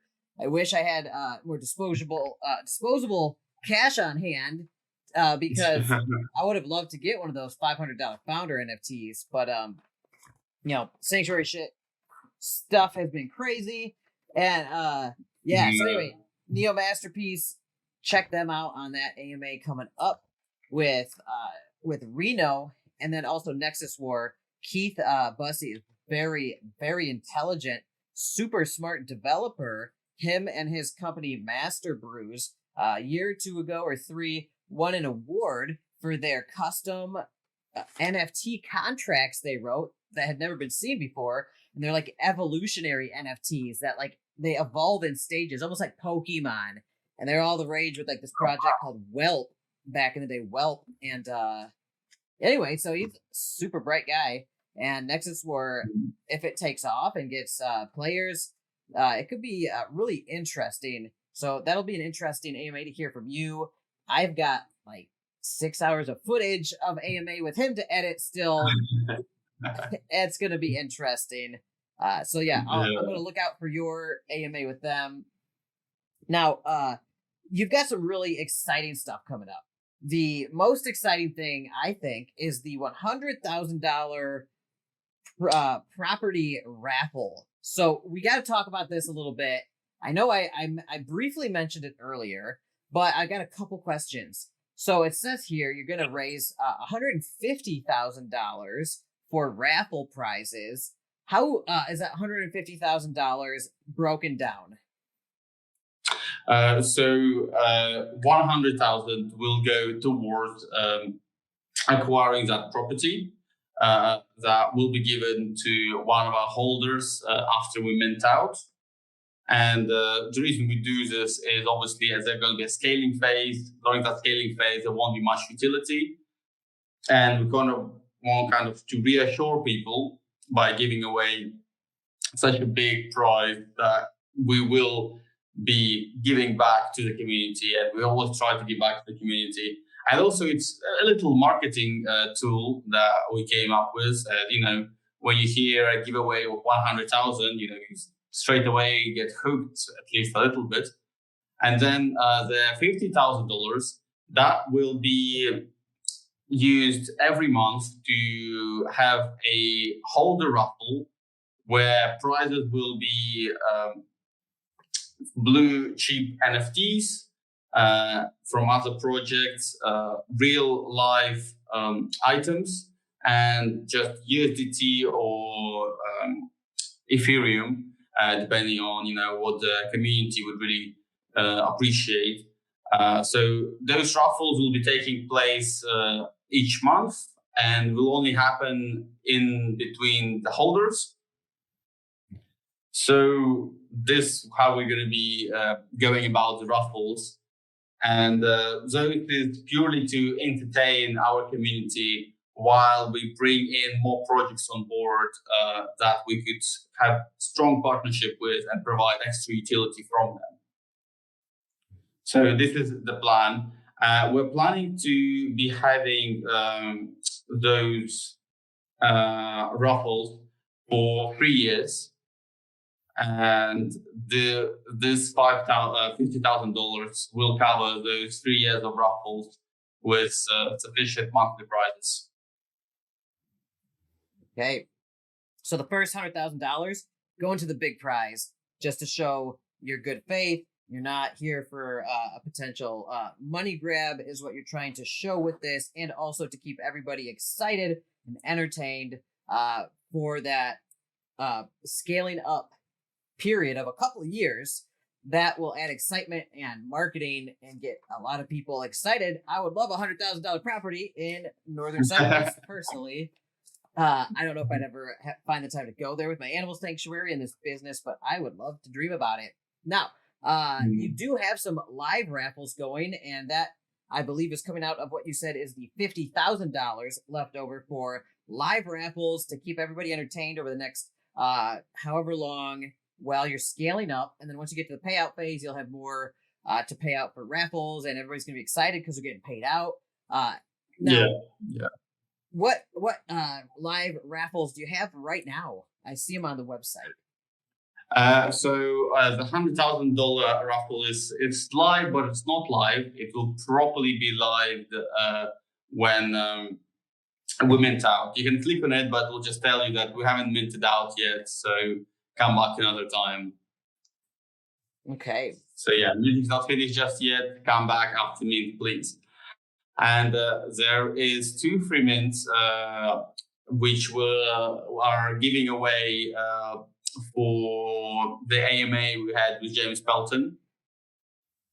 And that I'm not sure if that's still on. You can actually click and see if it's actually 14 hours left. I think by the time the video gets cut and cropped, then it will be over.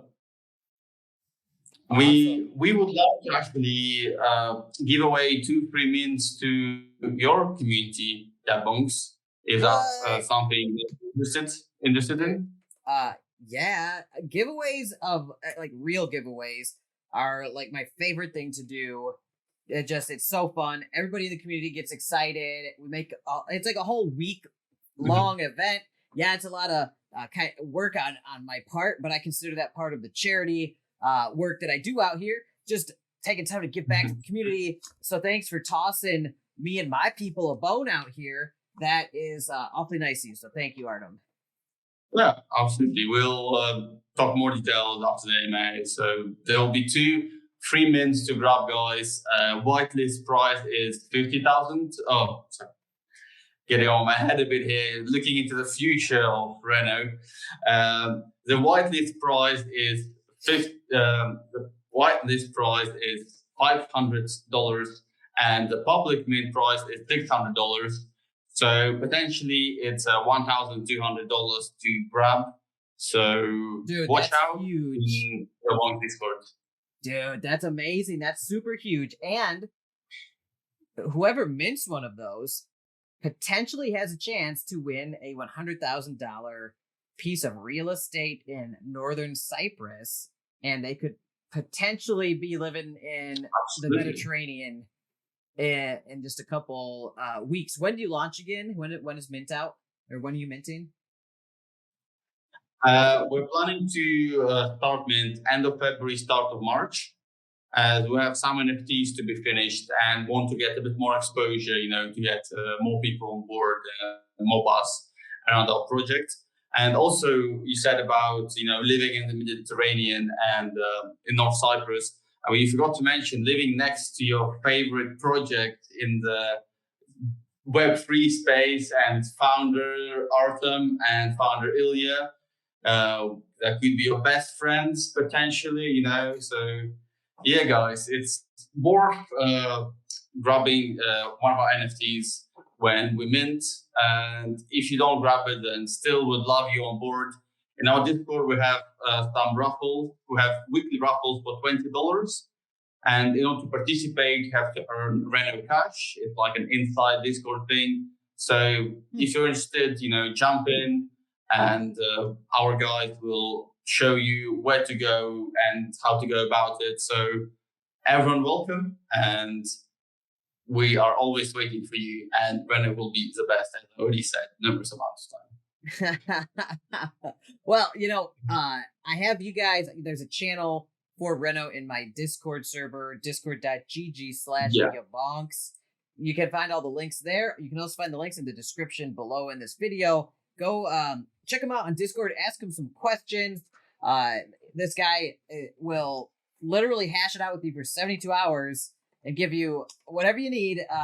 Take it from me. So yeah, this guy's an open book. And that it's nice to know that if anybody wins this $100,000 raffle, that they would have familiar faces in North Cyprus to hang out with. There you go. Yeah. So very cool, man. I think that's awesome that you're hooking us up with two of these mints, and then maybe potentially one of them could win. You know, you have a 1 out of 4,000 chance, essentially, I think, or 1 out of 4,115 chance to win a house in northern Cyprus. Which, dude, could you imagine? Oh my gosh! So, cool, man. I love that. I love that you're hooking up the community. Let's see. I've got a couple other due diligence questions. Let's run through these. Are you planning to allow your NFTs to be rented out in any way to other people? We haven't planned that, no, and I don't see much use of it currently. Once we have more utility that's from other projects, you know, like on-demand utility, because obviously renting them out to get the payouts, that's a bit ridiculous. And we would see sense if they were to be rented out to use some of the utility from other projects, but there is no such utility just yet. First, it must be established, and then once it's established, we will consider thinking about renting out our NFTs. But as of now, there is no such ideas. All right. And do you have any other revenue streams that we haven't talked about yet? We've talked about the rental fees. We've talked about the price appreciation on the properties themselves. Although unrealized, if needed to, they could be realized. We've talked about the blockchain investments you're looking to do in blue chip stuff, and as well as a few smaller amount into trusted DeFi projects that could have mutual benefit. Anything else? Did I miss anything? No, I think we covered everything really, as far as I remember. I hope I'm not forgetting anything, but I think that is everything. Yeah, there's also, as I said, there is some ideas we have regarding use of our of some of the funds in real life businesses here in North Cyprus, and more on that will come later once we kind of get more into it and have the most clear plan for you guys, you know, to understand exactly what we have planned and what we have in mind. But so far, we covered everything that there is to cover. So we covered all the revenue streams that we're trying to establish. I got a little bit more to ask you. So, what do you think is what do you think is the biggest potential risk to participants or holders of the NFT? In your opinion? Well, in my opinion, obviously, selling too early. You sell too early, and then you miss out on opportunity. But on a more serious note, the most really something to worry about, in my opinion, that would probably be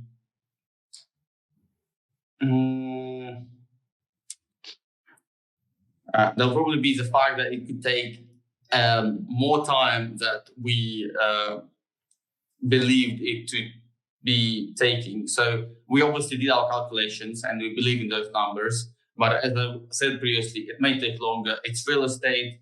Maybe next year or next 2 years, it will grow as we planned, and then demand starts to drop for some reason, and the prices still rise, but not as rapidly. There is still income, but it's not as much.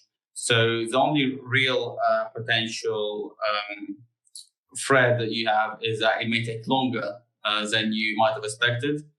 And as always, do your own research. Don't put all your money into us and saving up just enough so you can live 7 years and then just live off our payout. As I say, it may take longer, guys. So just keep that in mind, as well as we'll do our best to make it as fast as possible, as early as possible for you.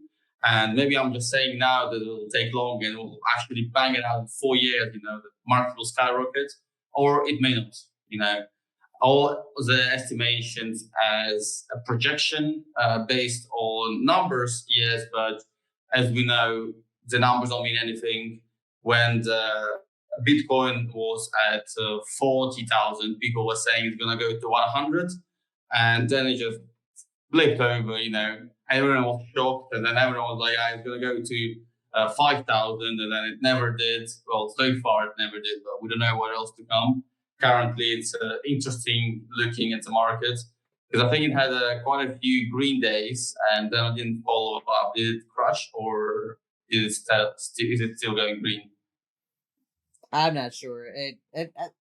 Last I saw, everything was still kind of dipping a little bit. But yeah, so uncertainty and potentially. So you think the biggest risks are uncertainty in the markets, as well as uncertainty in projections, because that's all they are. They're best guesses based on the data you have and how you calculated things. So I think that's very good forthcomingness about the risks. And then also, you made a very, very good point that not many people say. Many people will tell you the exact opposite. And you said, don't go all in on our project, because don't go all in on anything. That's very exactly. That's very good. That's very good. Not financial advice of you, if you ask me.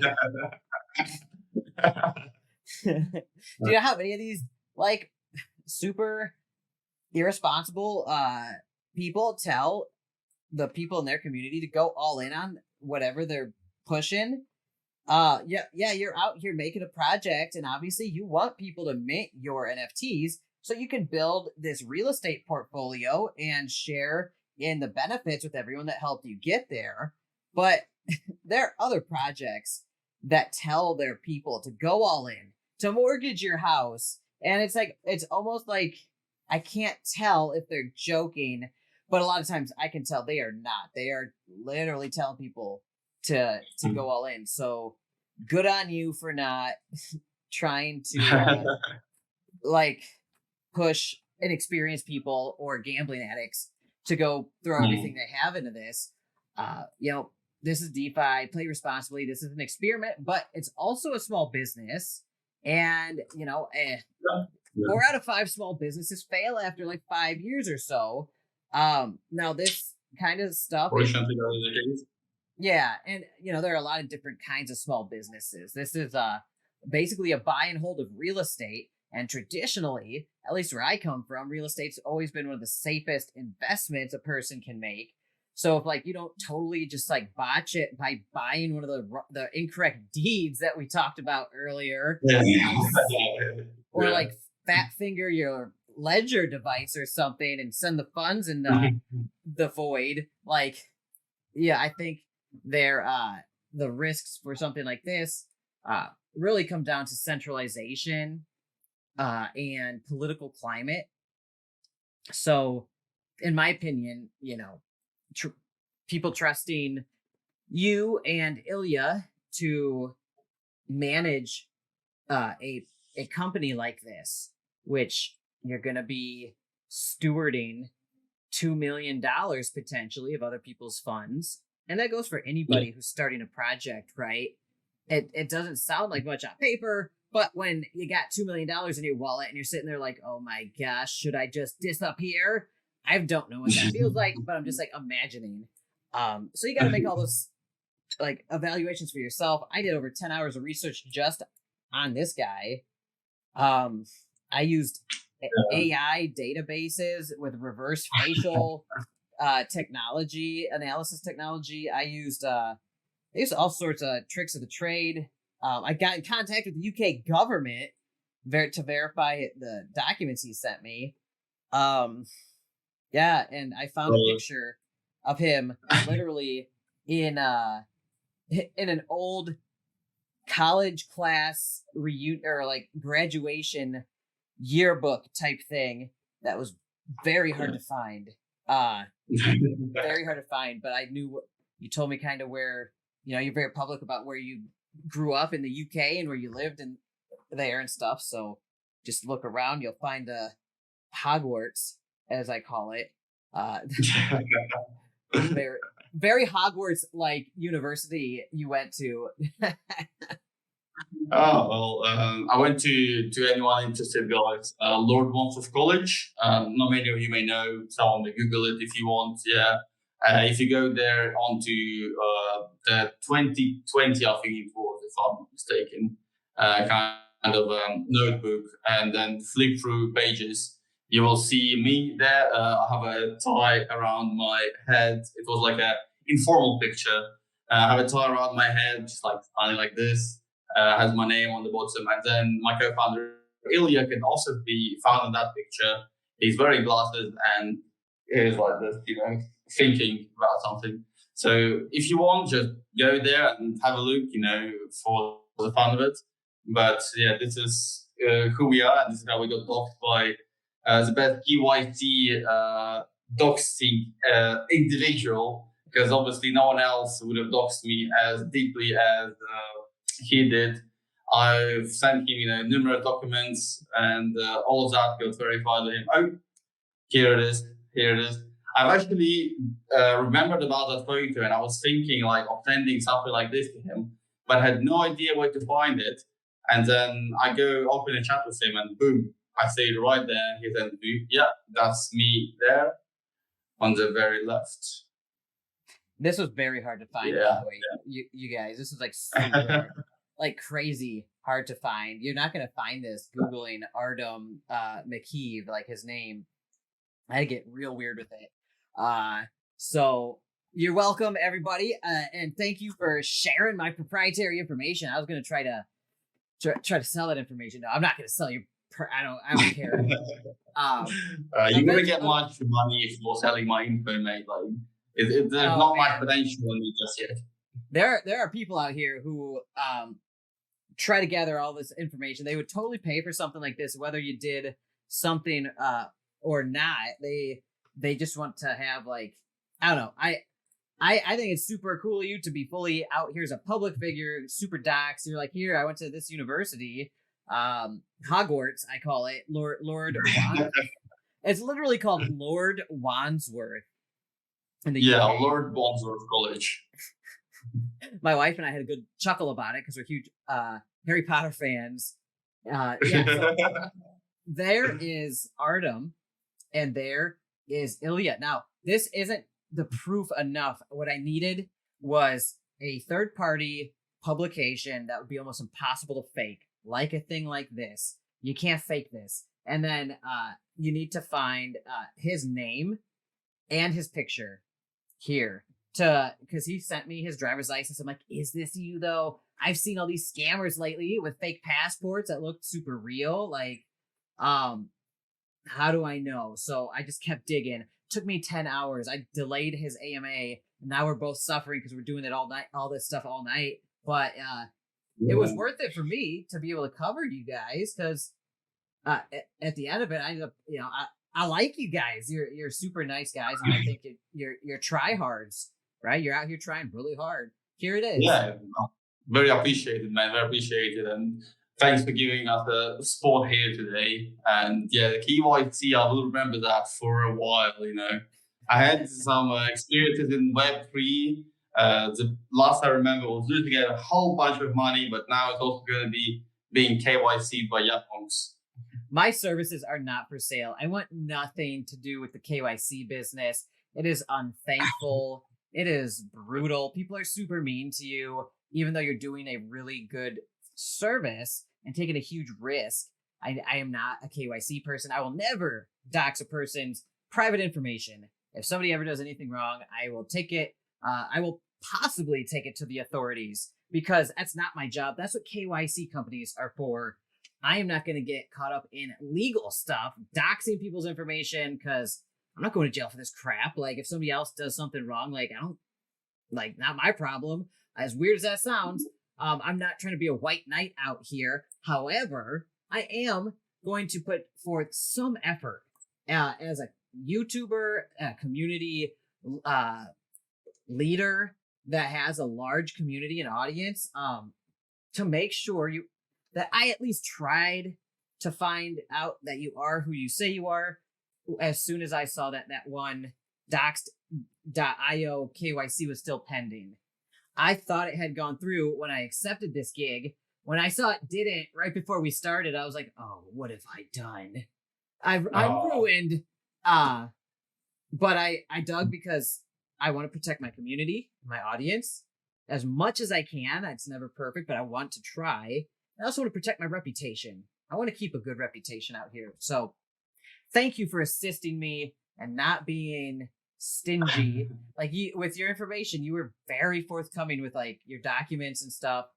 I didn't expect that. Maybe you're just young and naive, and now I'm going to steal your identity. No, I'm just kidding. I'm not. That's crazy. So if that was the case, you would have killed my trust in people. It would have been great harm.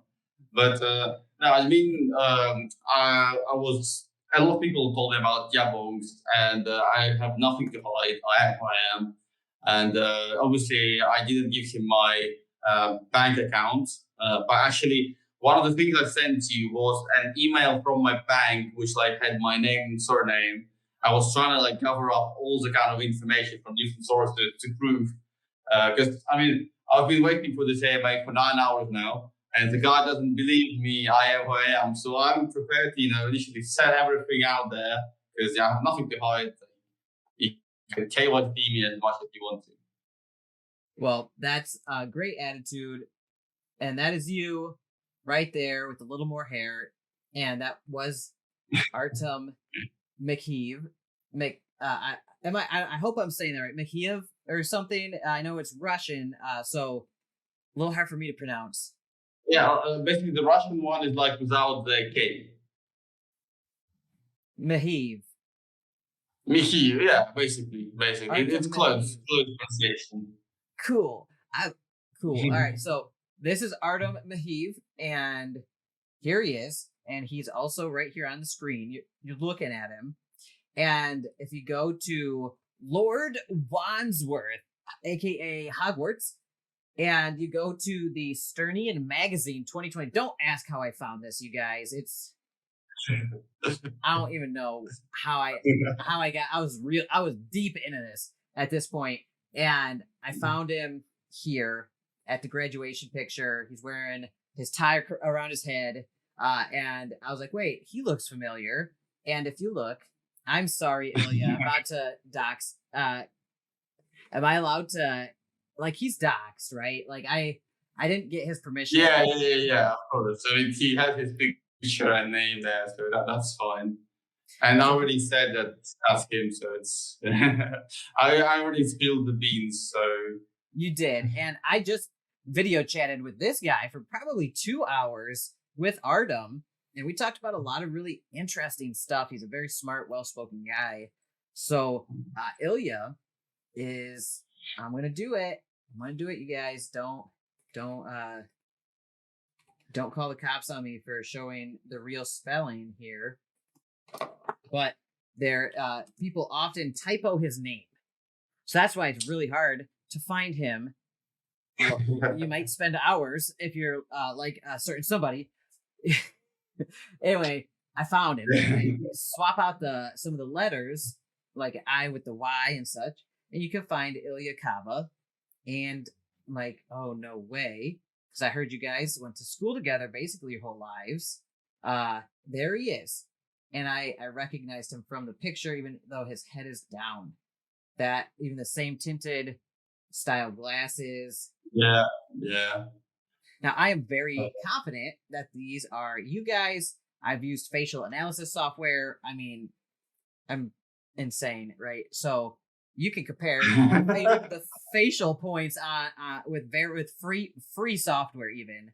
So that's like freely available software nowadays, and you could tell these are the same exact guys. Your names and photos and you on camera match your personal documents. So, do you think that I did a better job than Doxed.io?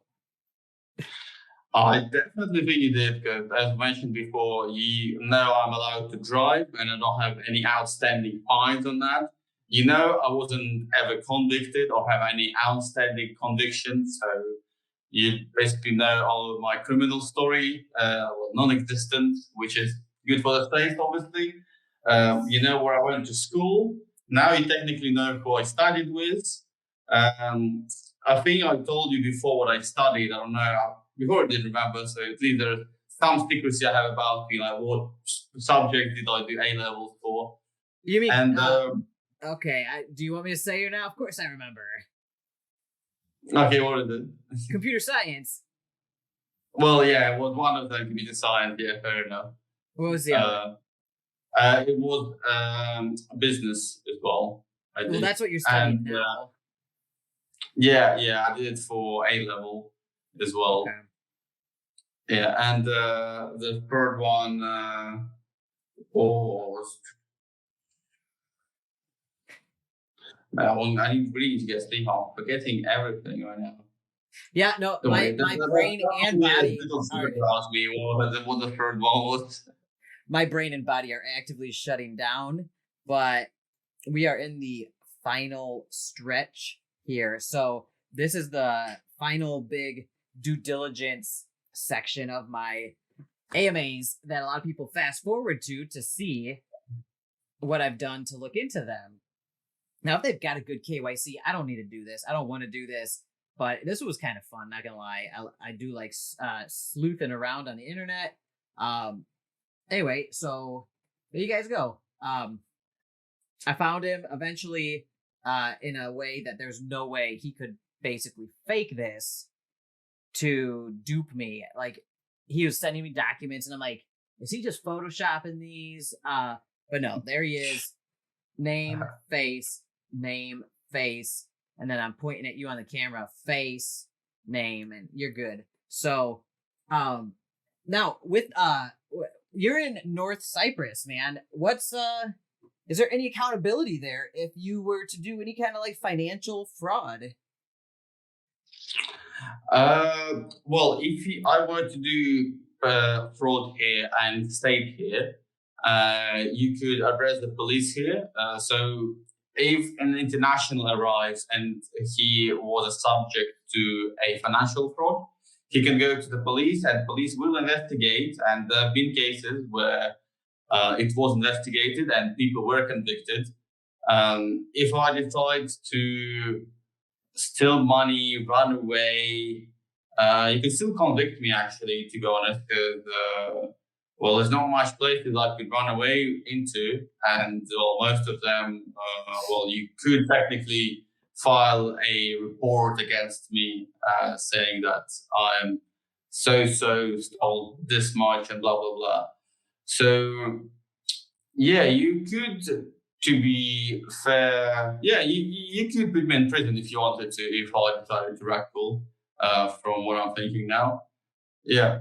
Yeah. There's been a case before where someone stole the funds of like a lady who she came here, and then this fraudster lady, she convinced her to put her money into her bank account because it's impossible to open a bank account. She said it was like a whole big story.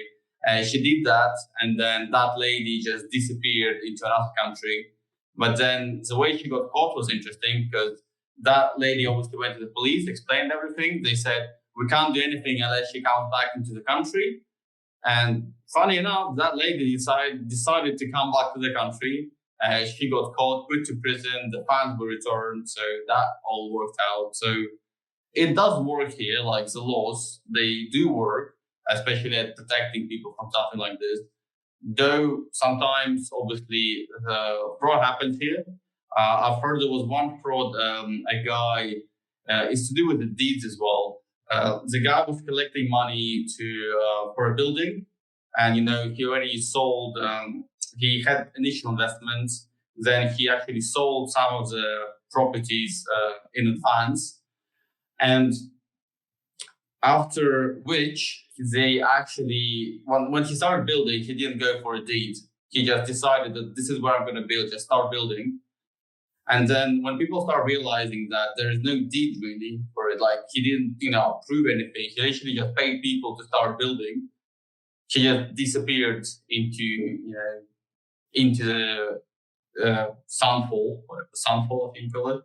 Yeah, just disappeared and was never found. So things like this do happen. We're fully transparent in everything that this does happen. But I don't know his name, don't know his face.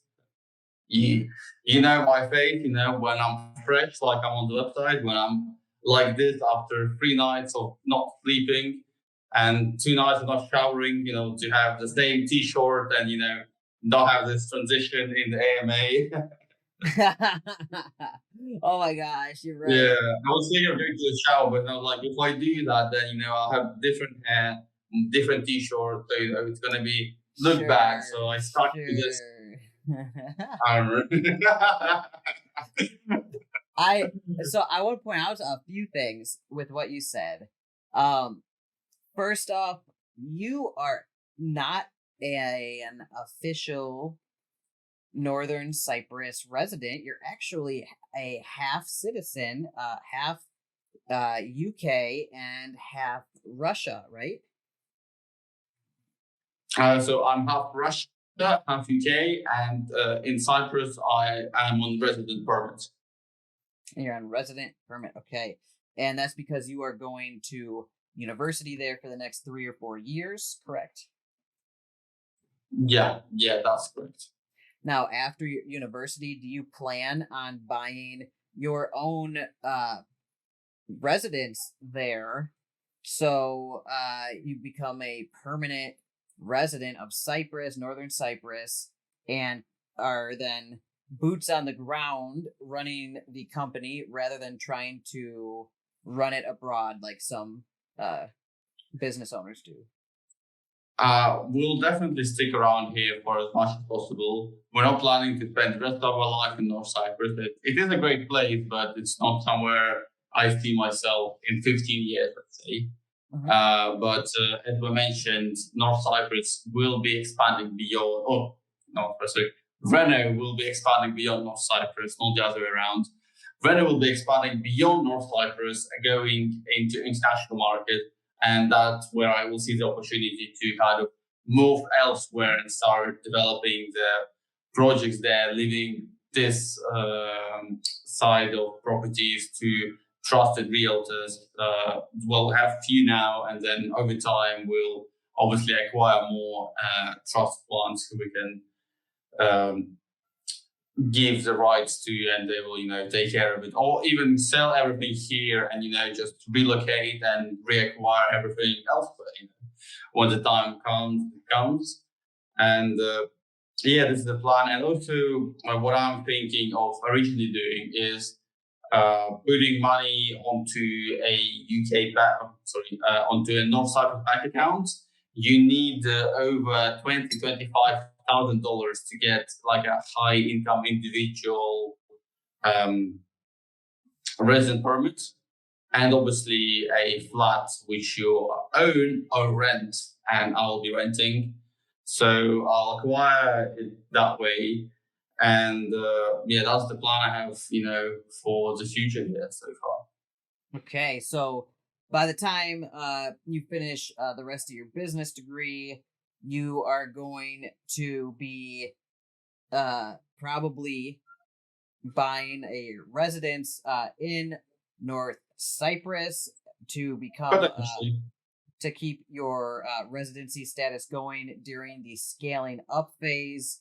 And then after the scaling up phase, 7+ years out, potentially, you will be looking to expand.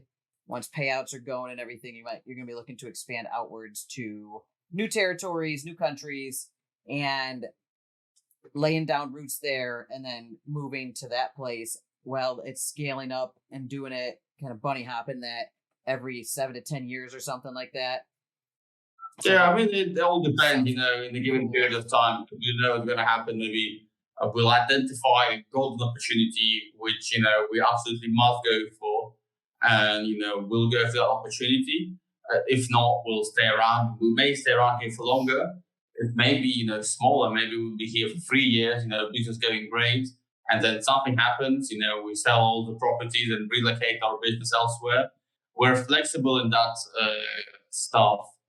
If it's needed, because for us, North Cyprus now is starting point. But then, if it doesn't work out as we want, and there's an opportunity to relocate without losing capital, then we surely will. It will be all the same ideas, but in another environment. But the same people from our side and from the holder side, obviously.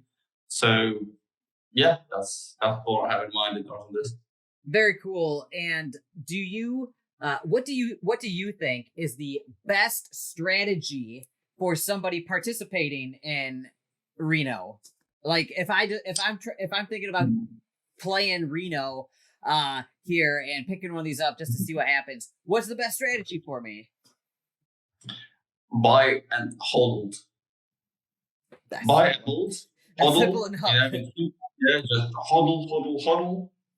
We're all about generational wealth.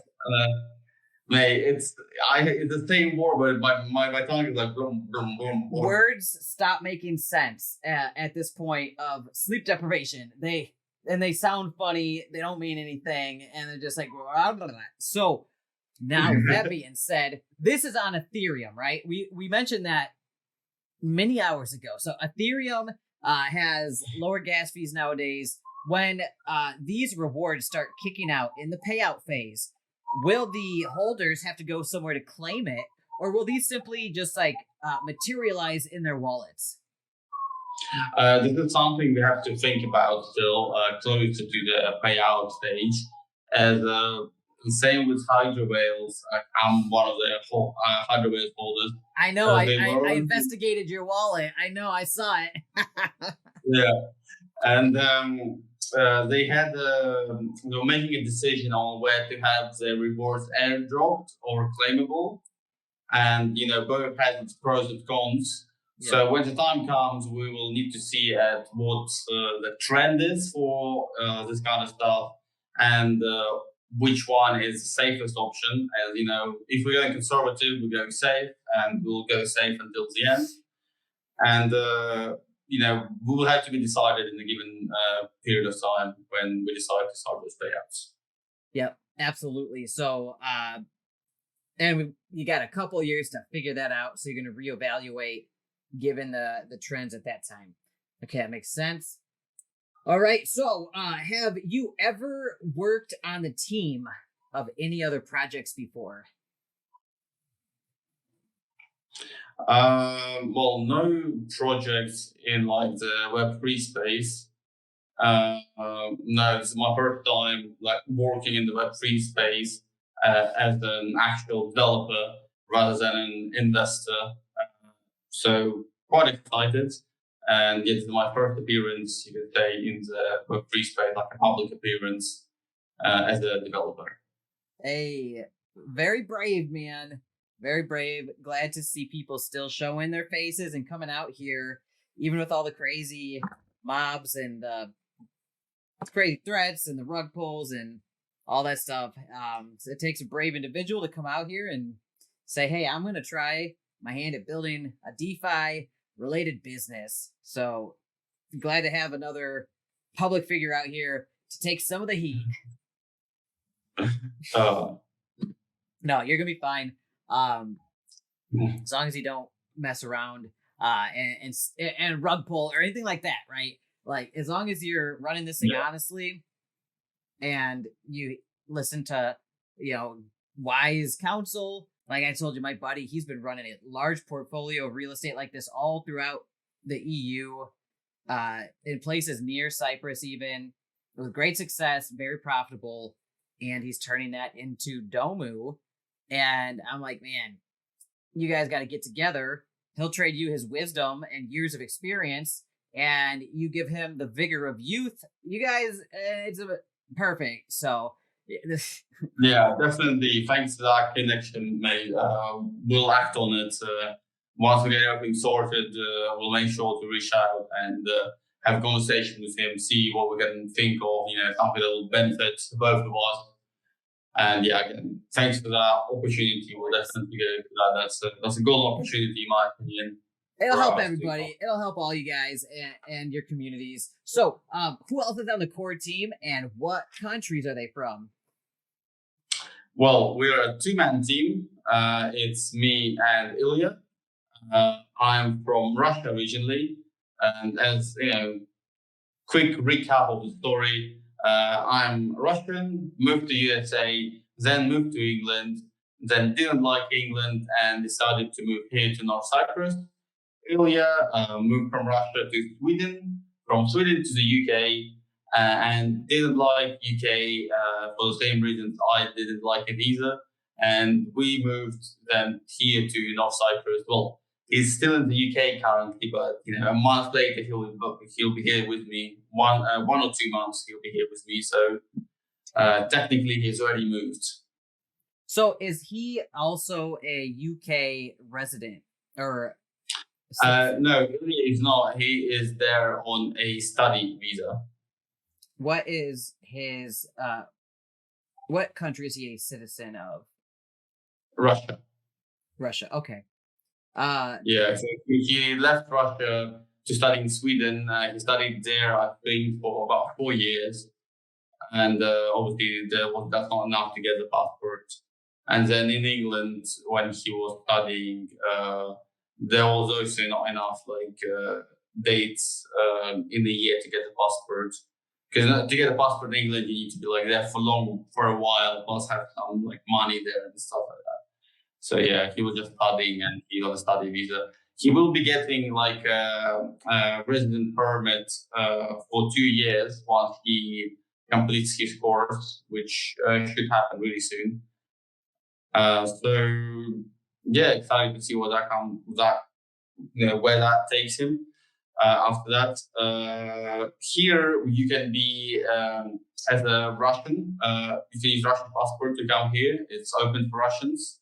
So that's not a problem. Plus, he will also be using the funds that he will get as a team member, getting a resident permit here and being here, all together and working on Reno. Cool, man.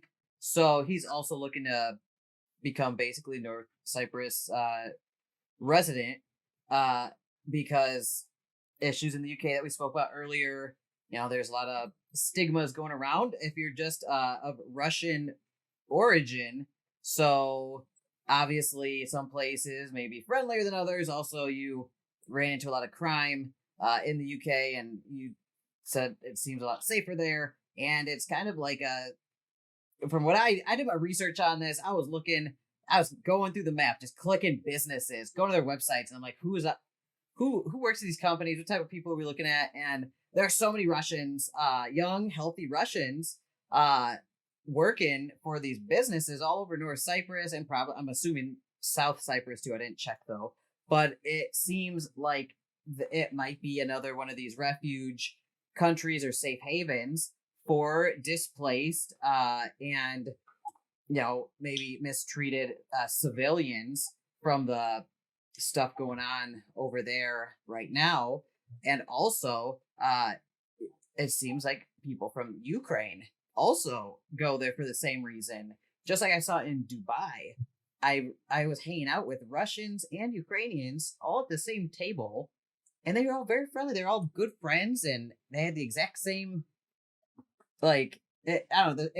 At the end of the day, like, they're all people, and they're in a situation like they're. Yeah, most of people don't really care about the whole situation that much, especially those who don't live there anymore. They meet abroad. It's completely fine. It's not as bad as you would think it is, just by watching mainstream media and getting all that info. But yeah. And then you told us earlier how your family experienced basically discrimination for just your Russian descent at the bank that you had the family had investments and cash in. So yeah, I'll just pick up on that real quick. So it is what it is. Not blaming anyone. Maybe that's what they had to do from their side, because someone else told them to do it. So not blaming anyone. Yeah. But the whole story was that when the whole situation with Russia-Ukraine thing unleashed, obviously the Russian population get quite a bit of hate, which wasn't really justified. For example, my situation was, me and my whole family, we moved to England and been living there for 7 years at that point. Been living 7 years. All of us have British citizenships. We all pay taxes there. I have my younger brother who goes to school there. So, we're fully integrated into society, let's put it this way. And then the whole thing breaks out, anti-Russian kind of propaganda kind of starts kicking in.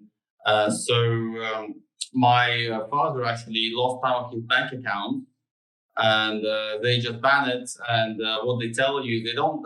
It's not like an open racism, because obviously they just want to tell you, oh, you're Russian, we ban it, so you can't have money with us. Wouldn't look good, and it would obviously be racism, and they could get accused of that.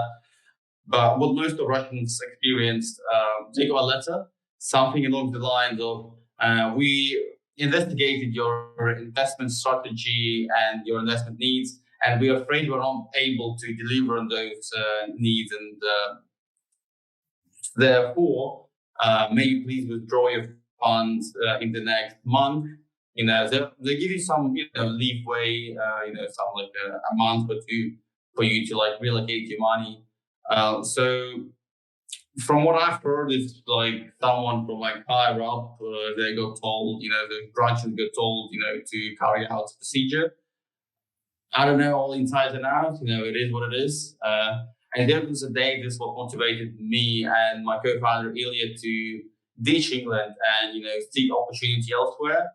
And, looking at Europe now, obviously Russia not welcome there specifically. Going somewhere like East, Middle East, not my kind of style. Dubai, I made some money, but I also lost the money, so not have enough money to be living in Dubai. So North Cyprus kind of came into play, and prior to that, prior to my movement here, my dad purchased a property here. It's like a little investment, like. I think it was only like 5 or 10% from his like overall portfolio, and I kind of went with him and looked at the whole acquisition process, got the hang of North Cyprus, then came here a few times and realized that there is a very good opportunity here, and then obviously remembered about the project I had in mind ages ago with linking real estate with NFTs and connected a few dots. And this is where we are now. I'm in North Cyprus, waiting for my co-founder to move here. We're soon going to mint out. Definitely, we will mint out soon. And we will acquire the property and start working as hard as we can to, in a few years, will be one of the leading crypto projects in this space. Wow, man, what a story. And you ended it on a real happy note, and so I won't go too deep into this, but it's sad when there's any kind of prejudice involved against anyone for reasons they can't control, for things they were born with or places they were born in. So it's unfortunate that that's something you had to deal with and your family too, and Ilya and everybody else who's going through that.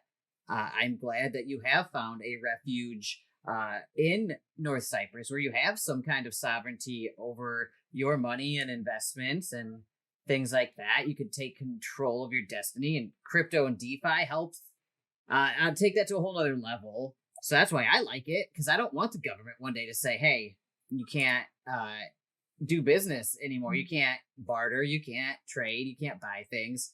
So I'll be like, oh, well, I'm going to go get my ledger. See ya. Like, so, yeah, exactly.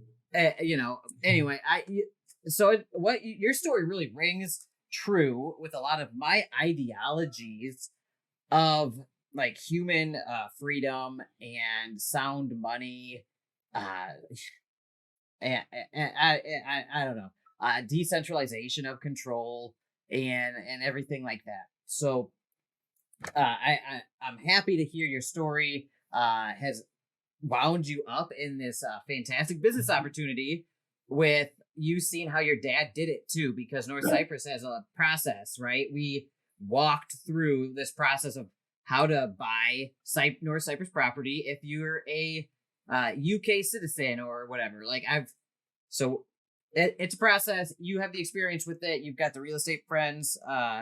That's awesome. And then I'll put you in touch with my one buddy who manages a whole portfolio of places in all these different countries. I can really then up your game even more.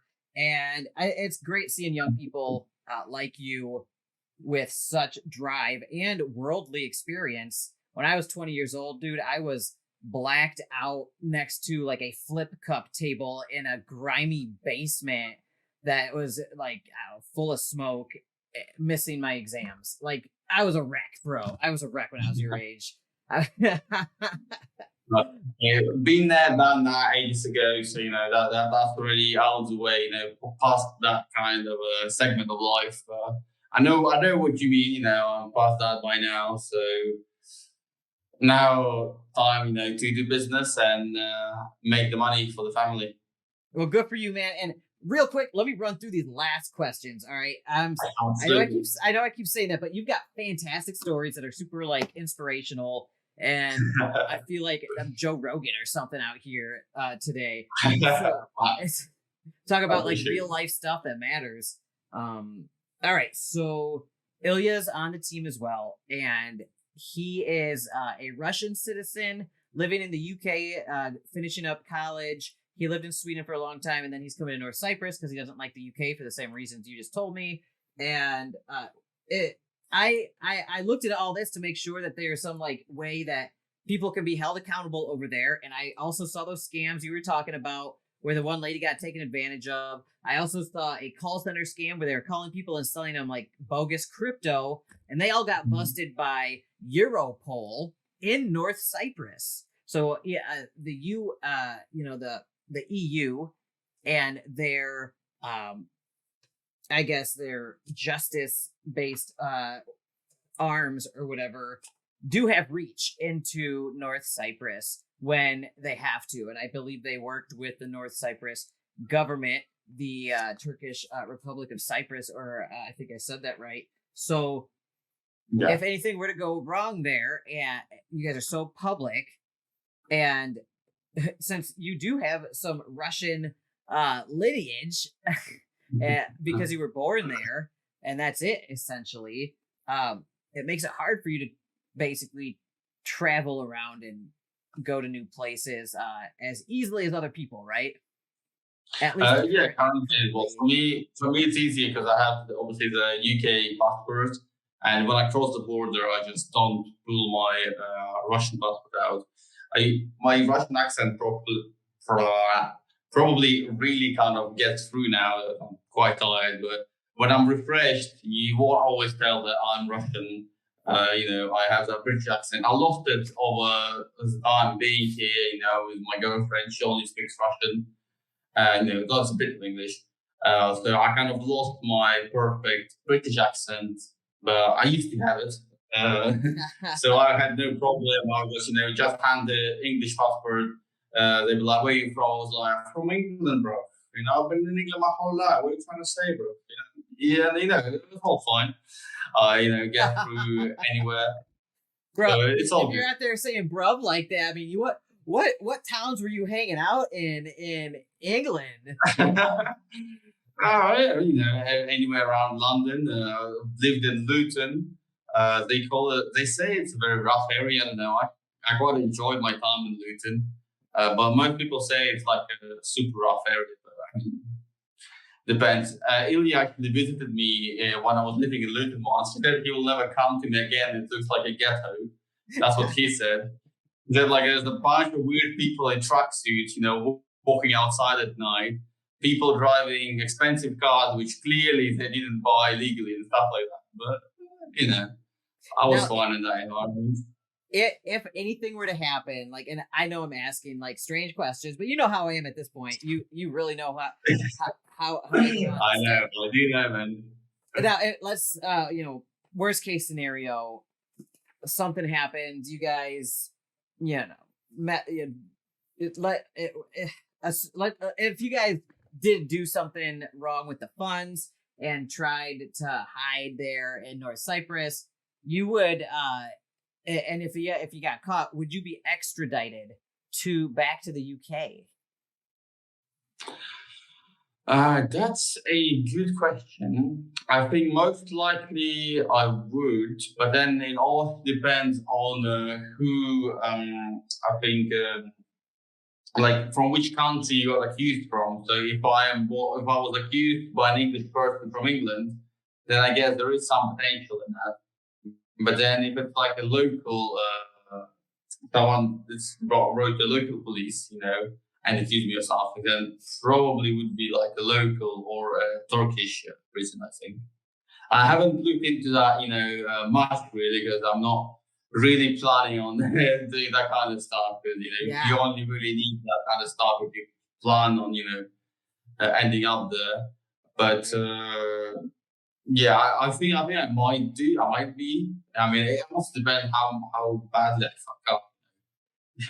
Well, I mean, there's a difference between there's a thing called financial fraud with malicious intent, right? If you accidentally mess up and it's provable, it's bad. It's negligence essentially, but it's not like malicious intent where you're rug pulling or something. So I actually, you probably remember when I vetted you and I looked you in the eye of the camera and I said, Artem, do you give me your word you're not going to rug pull or commit financial fraud with malicious intent with your project Reno?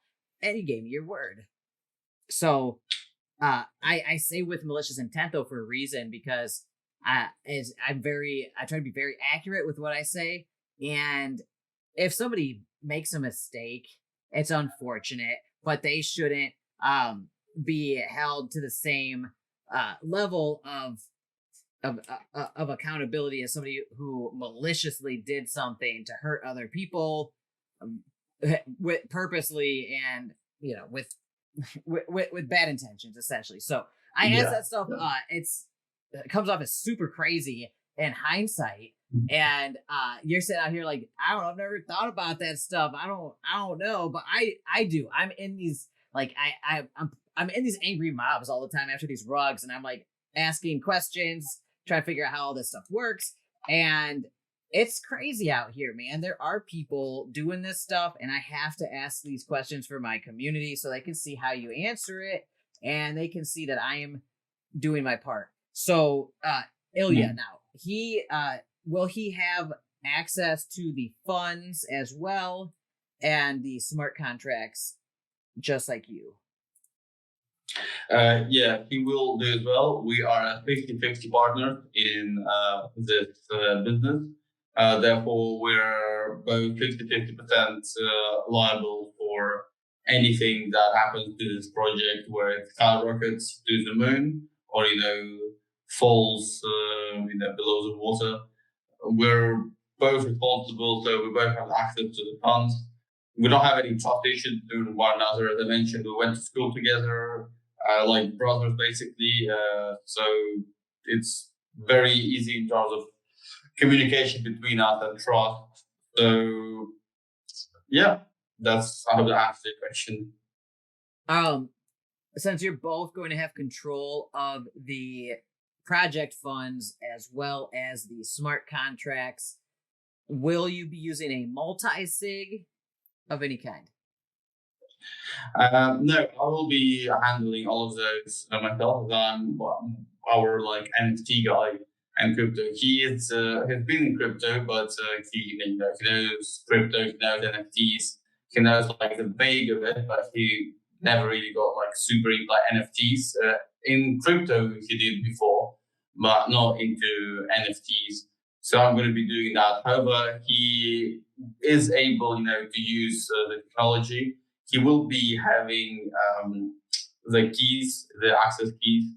So, if there is anything to happen to me, Ilya will be able to use the funds accordingly. And potentially, as time goes on, our team will grow.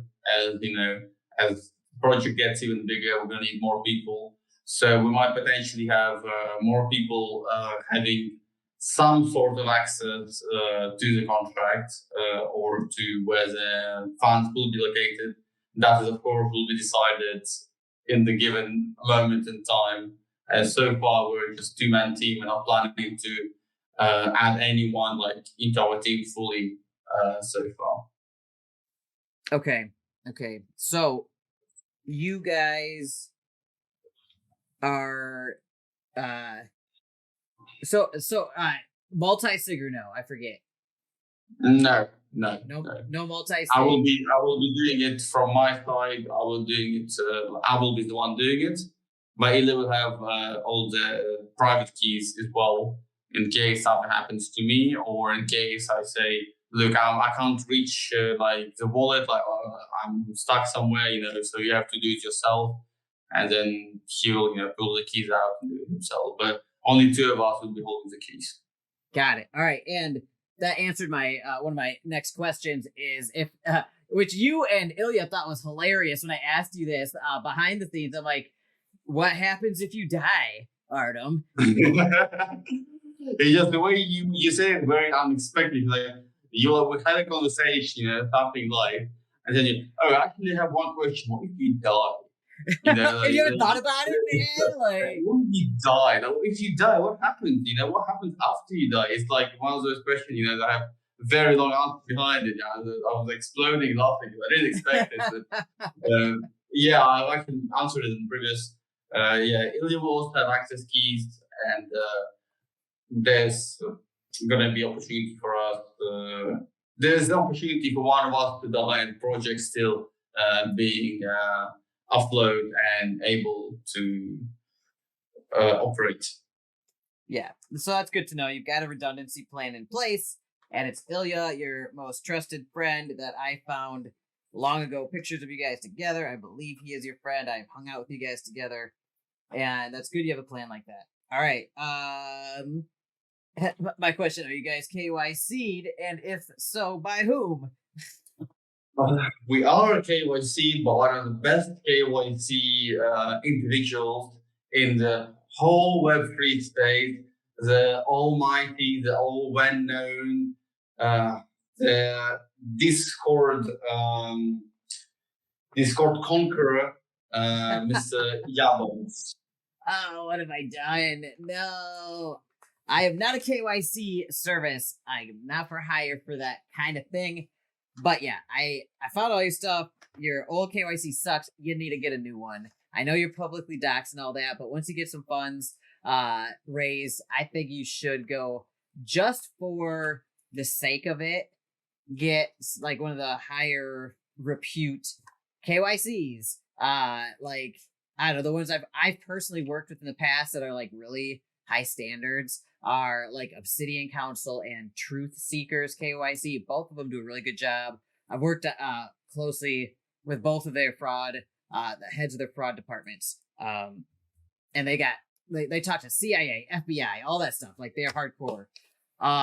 Anyway, so once you get some funds, figure out how to budget for one of those. You're publicly doxed out here. That's one of my alternative requirements. If you don't have a good KYC, but you're publicly doxed, and I can find you and verify that you are who you say you are, objectively, then you're good. And I did that. It only took me 10 hours. So, hey, you got on the show.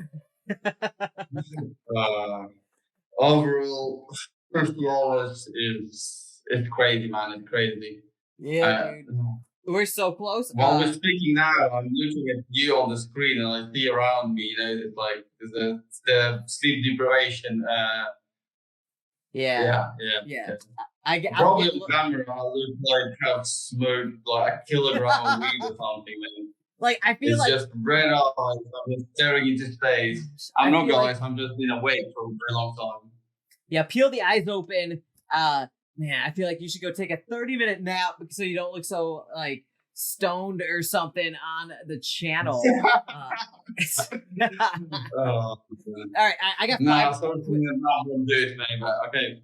I got 4 quick questions left. How is the team compensated by the protocol? We touched on it earlier, but while we're in this section, how are you guys compensated? What do you mean by compensate on protocol?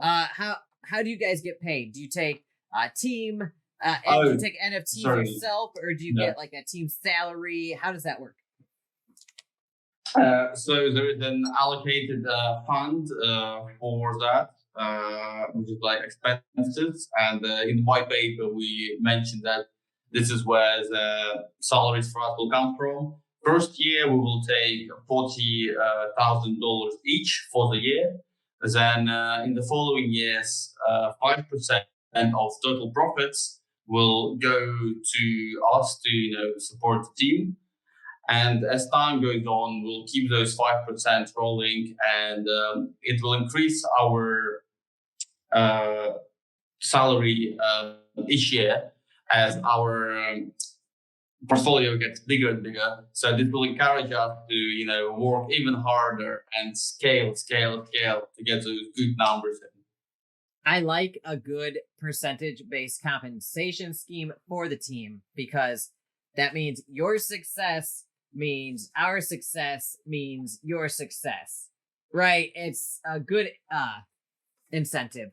So, all right, great. I am okay with that. Now, who developed your smart contracts, or who is developing them? For the smart contract, I was developing it myself.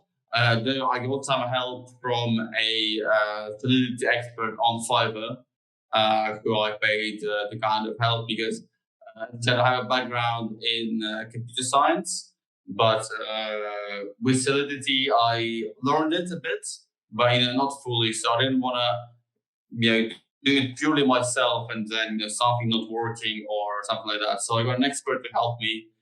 He helped me set it all up. He tested it. It's all good. It's running smoothly on the Relay network, and once I get my hands to do it, we will move to the Ethereum network. Okay, and if you want anybody, well, I guess my next question is, are your smart contracts audited, and if so, by whom? Our smart contract, they're not audited, but again, then when it will be on the Ethereum network, then I guess they could be audited because they'll be available for everyone. The guy that helped us with developing smart contract, obviously he can't be counted as audited. So it's not audited yet, but once we get on the Ethereum network, we'll make sure to get that audited. And it's a simple mintable contract that has pre-mint, whitelist, public. Also, extra utility like locking your NFT and stuff will come later on in separate contracts, and all of that will be taken care of later. Okay, and I get it. It's a simple ERC. What did you say it was? 21 or 20? I forget. Either way, if it's a simple NFT contract, it's still good to run it through some of the official audits out there, just to have it on record and to show like that they.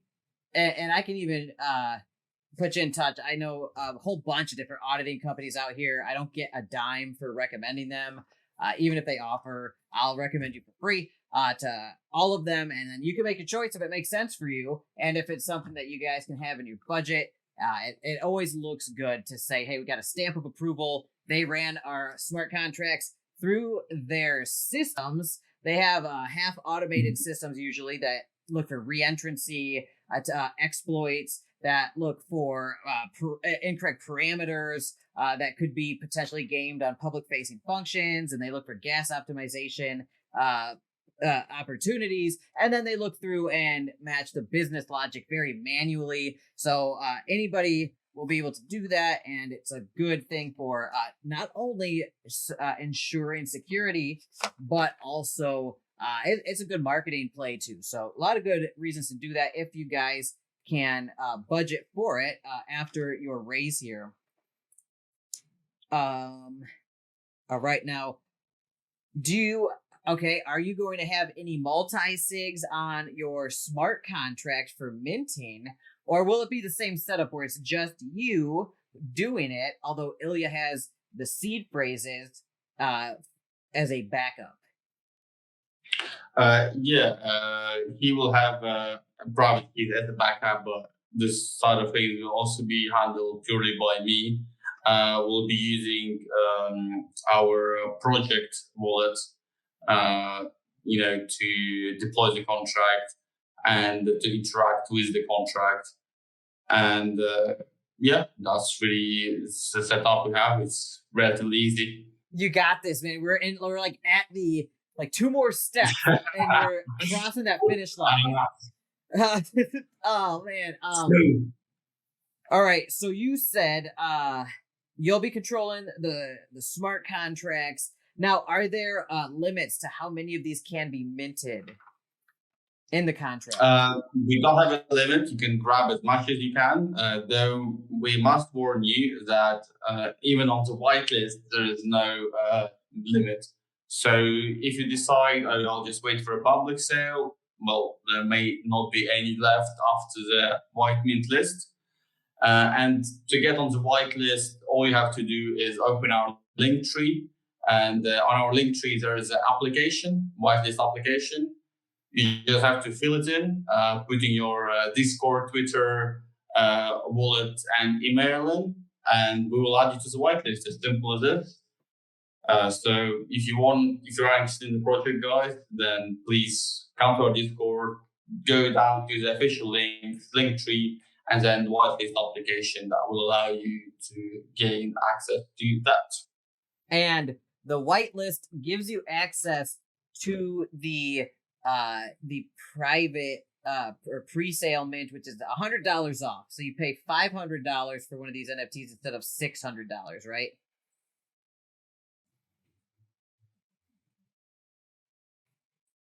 You live there, Artem? What happened? I'm pausing it. I'm pausing it. Break. In 3, 2, 1. Wake up, Artem. Here we go. No, I'm walking all my life now. All right, 3. I'm gonna count down again. Here we go. Now, Artem, do you have? I can't, dude. I can't. I'm sorry. Oh my god, I gotta pause it. All right, I'm gonna start recording in 3, 2, 1. Now, Artem, now that we are wide awake again, all right. Yeah, absolutely. I want to know about this pre-sale a little more and this minting process. You said you're not going to limit the minting. So on these NFT tokens, are you saying there's no like max supply cap at all? No, what I meant by that is there is a max supply, obviously. It's going to be 4,115 NFTs. 4,000 of those are mintable for a price, and 115 of those are free mints, and those are distributed among winners, like the 2 that will be distributed to your community. And and some we will save and mint on a separate wallet. All of our members will know what wallet that is. That will be done to eliminate our ability to cheat in the $100,000 raffle, which we'll have after the mint out. So all the free mint NFTs will be on a separate wallet, that once we mint. And if that's the wallet that wins, then we'll redraw the winners, obviously. The reason we're doing the free mints, it will be obviously to get one for myself and one for my co-founder, and to have on our, all the socials and everything. And the other reason is collaborations. When we collaborate with another project and potentially grab something for our community, we have something to give to them back. Also, about the max amount of NFTs you can mint, there is no limit on that. So you can mint 1 NFT, or you can mint 100 NFT, or if you're a rich man with $2 million, then you can mint out all the 4,000 NFTs if you really wanted to. Okay, so there's no limit. There is no, like for no mint limit, yeah. So as much as you can, or as much as you want, you can mint, and we're fine with it. So that's the situation on that. So, there obviously no whale limits. You're open to whales. It'll only help your protocol, obviously. But what if down the road, say that happens. Say a guy came in, he's like, and he snipes all $2 million worth, and basically gets all of the rewards from your real estate company. Now, with that scenario laid out, stay with me, Artem. Stay with me. Yeah. No, I'm not good. Yeah, I'm just thinking in my head. All right. So, all right. I believe in you. All right. So listen to this. What if, like everybody else in the community who wanted one didn't get one? Would you do at some point down the road another NFT mint, or are these going to be it? Very good question. I have actually considered that in mind, that if there be a lot of people who actually want an NFT and didn't get some, that will be doing an additional mint. This is something that we would want to do, of course. But the thing will be that that additional mint will not affect payouts of the previous one in any shape or form. Ideally, how we'd want to do it is to have it as 2 separate entities from each other, because it obviously would be unfair on all the holders who minted first, to add just like new holders just out of nowhere to the contract. It's just not how it should be done, in my opinion. So it will be 2 separate kind of not projects but systems in place. With their own reward, their own investments. But there definitely is a thought about that if there will be a demand for it. Yeah, so you're not going to dilute the original NFT holders' rewards. You're going to start some other offshoot project or another mini portfolio to manage or something like that, right? Yeah. Could be like a version like the same Reno version 2 NFTs, or something simple. the same strategy, all the same, but it's a separate entity within itself that is self-sufficient and that is self-sufficient. And, that can perform better than that one or the other way around, so they're two completely separate from one another. Okay, cool. Good to know that if this was a smash success and somebody couldn't get one, that there might be a chance in the future to get in at the ground floor with it. What about buying them on the secondary marketplace? Did you say earlier which marketplace these would trade on? Well, it's going to be on Ethereum network, so obviously you'll be able to see them on OpenSea. We haven't really chosen a particular market for it. Wherever you can get Ethereum NFTs, I would expect there to be our one. Mainly OpenSea, of course, the OG platform for all of the minting. And I guess you can just grab it from there. And ideally grab it from our DApp when that's in place. But then, secondary market, OpenSea. And also regarding secondary market, we're having a 10% creator fee on our NFTs. That was my question. Are you guys getting any buy or sell tax from the NFTs? If somebody sells one, do you guys get a commission, like a kickback? We get a commission of 10%. That will go to the team. It's set to 10% for the reason of we're not really encouraging you to sell, because in our opinion, the best thing, as I said previously, with this kind of NFT is the hodl, because it's wealth that will come to you over time. And for the first few years, you're not going to be getting any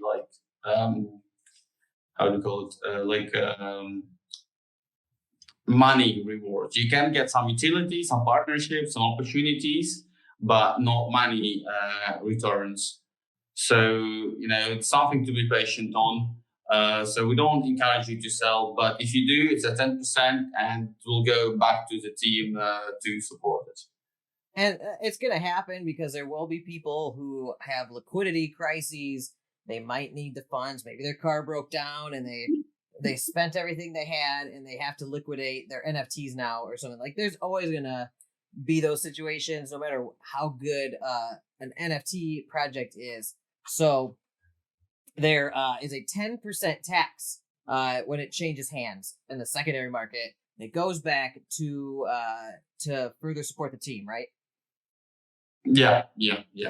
Cool. It goes to us, the founders, and especially it's beneficial for us in the first and second year, and even the third, when the 5% return on profits acquired is not that big, obviously.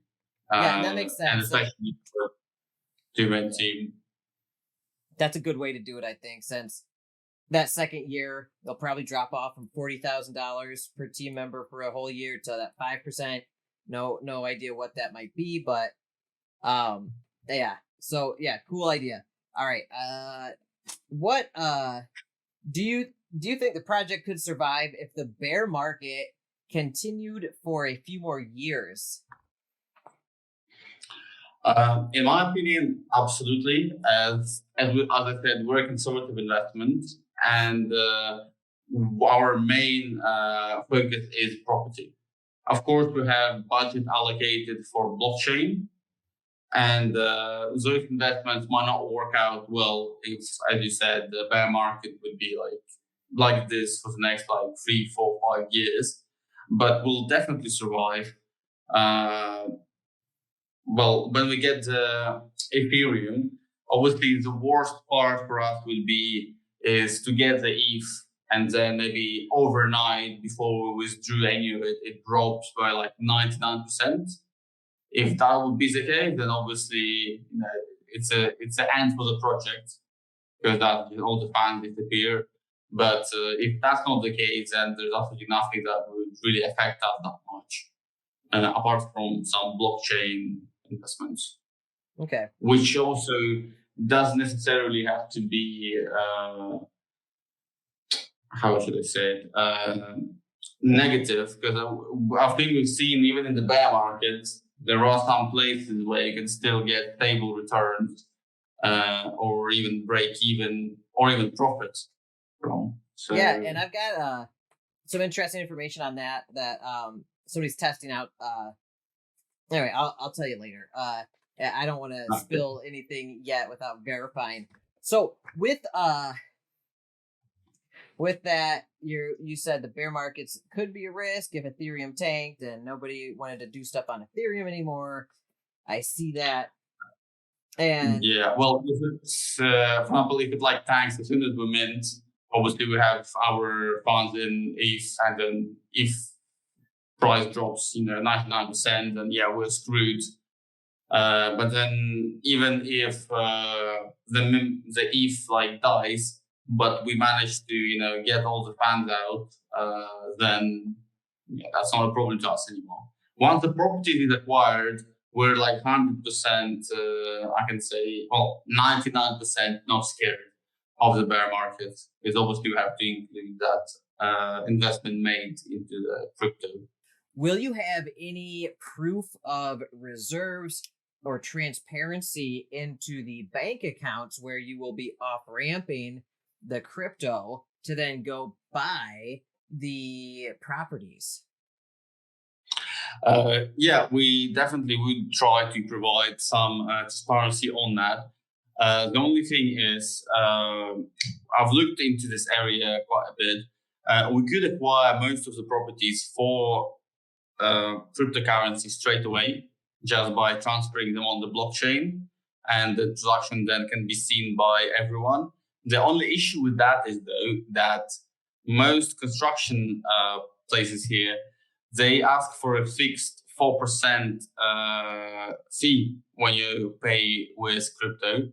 So for us, that's not very beneficial, as it's too expensive. Kind of, it's quite a big fee if you're talking about acquiring a lot of properties. Again, that will have to look into it more if we can acquire a few properties and then just make one big transaction and have 4% on that. But we'll see in terms of that. But what I also found, I found a few local exchanges, because I have quite some money in crypto as well. So I go there from time to time and withdraw it for physical dollars or liras to spend here. And with them, I can get 2.53%. And I believe if I dug even more, there's a guy who knows a guy who knows a guy, I believe, that kind of knowledge. Yeah, there is places where you can get it for like 1%. Oh, wow. Yeah, but that would be a bit harder because you need to know people, or people need to know you for in order for them to do that transaction. Because it could be for public, it'd be like 2, and then if they know who you actually are, then they'll give you 1. So obviously that will have to research into it, because if we're just doing an exchange like this, then obviously there's no statement. And I could put it in the bank, but that'd be just an extra step, But I could buy it for cash and get the better prices for it. So Pay the extra percent, bro. Well, what? Pay the extra percent and don't get pulled into a van. What we got an operation you running here, man? I mean, if you pay cash, you can get the price down. You can negotiate more. Well, make sure you bring a friend for that deal. So remember Mahmoud, the realtor I showed you before that we work with? Yeah. And he's a vet as well. So yeah, so we have some protection from him. No, that's all right. Bring your friend and real estate agent Mahmoud with you. Good idea. Especially if you're doing giant crypto or cash deals in person. Crazy. All right, so So you're going to be offloading straight to cash, you said. What do you mean? So did you say you're not going to be able to show like bank deposits or anything because you're going straight to cash? We'll see when it goes to listing. I guess we could be able to show the actual deed and the contract which we pay upon. So obviously they'll have a contract which we need to pay, which we can pay in crypto, cash, or card. We can just pay it in cash, but then show the actual like statement of how much they charged us, what for, like when, blah blah blah. So that definitely could be done. Obviously, some funds will be locked within the banking system. That's just done with when there's a local company opens up, they lock the funds there for, I think it's like a month. Just like for security reasons, like 50K.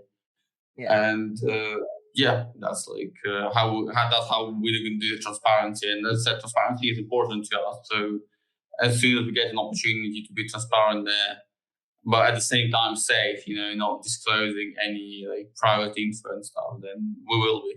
Okay. So you'll probably share bank statements, transfer statements, all that kind of stuff with the community. Yeah. And then my next question, you kind of touched on a bit there. Will you be showing the actual title deeds with the name of the company or however you do it? Will you make those deeds publicly available on like the website for the members to see? And also, would you list all the addresses of the properties? Definitely will. Before purchase of any property, my co-founder Ilya will be providing a full industry standard professional report on each property that will conclude how much is it going for, what are its potentials, what is the area that is in terms of development, what is the area it is in terms of like geographically, what is the material used for the building, like the inside, obviously sizing and the way everything is distributed. It'll be like a full report on all the properties that we purchase that will be posted to the holders, so they are aware of what we're expecting from each property, how much we're getting it for, and how long we want to be renting it out, per tenant and stuff like that. Okay, so if I got you right, you're gonna have the titles available on the website, showing you guys getting ownership in whatever legal entity you do that with, and then you're gonna have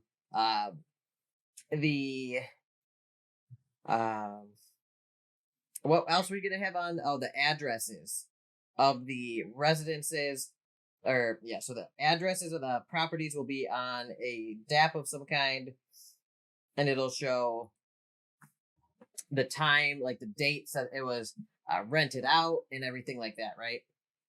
Oh yeah, that will come as well later down the line, where we want to have an app where all of the info will be like accurately distributed, so then everyone can see it. Okay.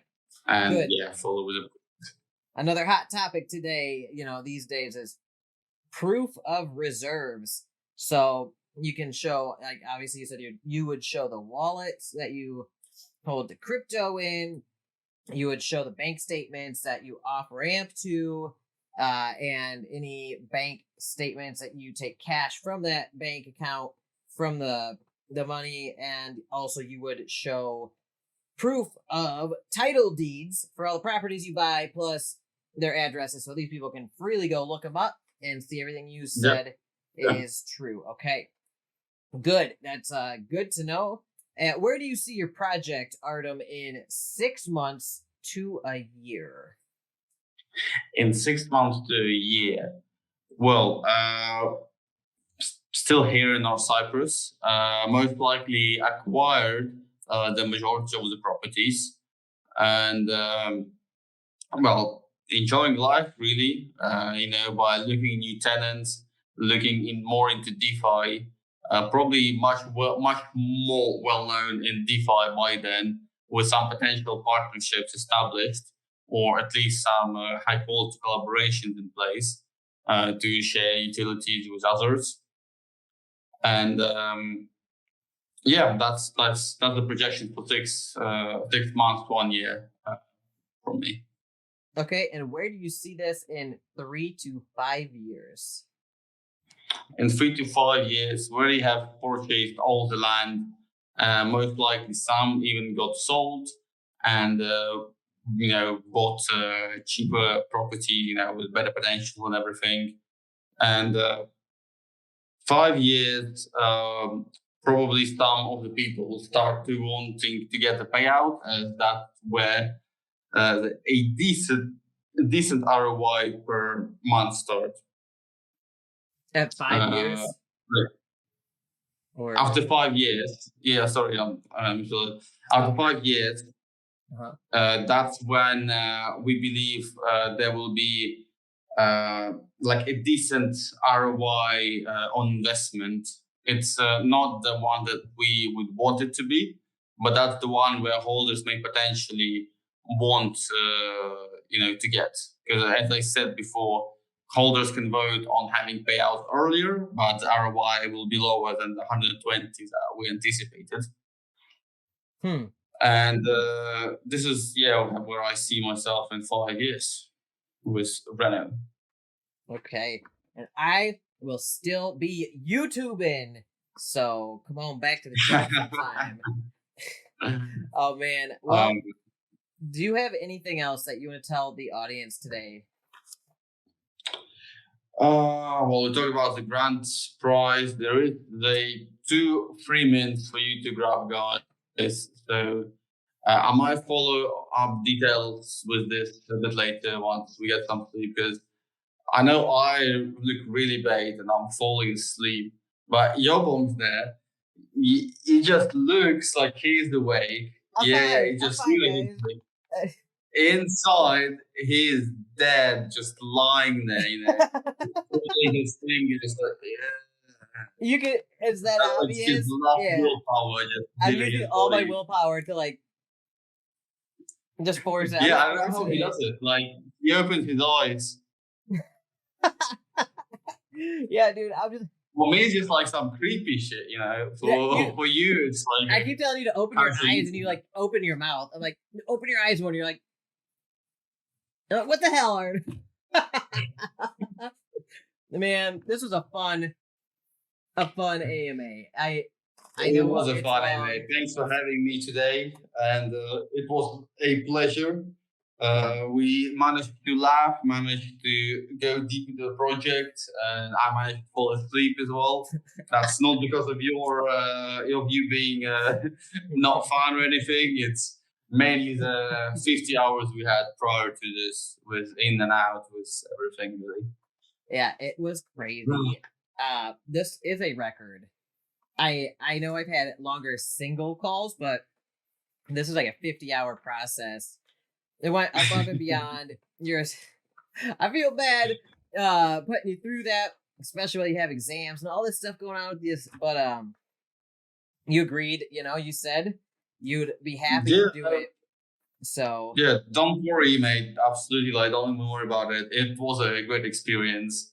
Exam, that stuff, that's not that important. That's all good. This is a hard project to vet.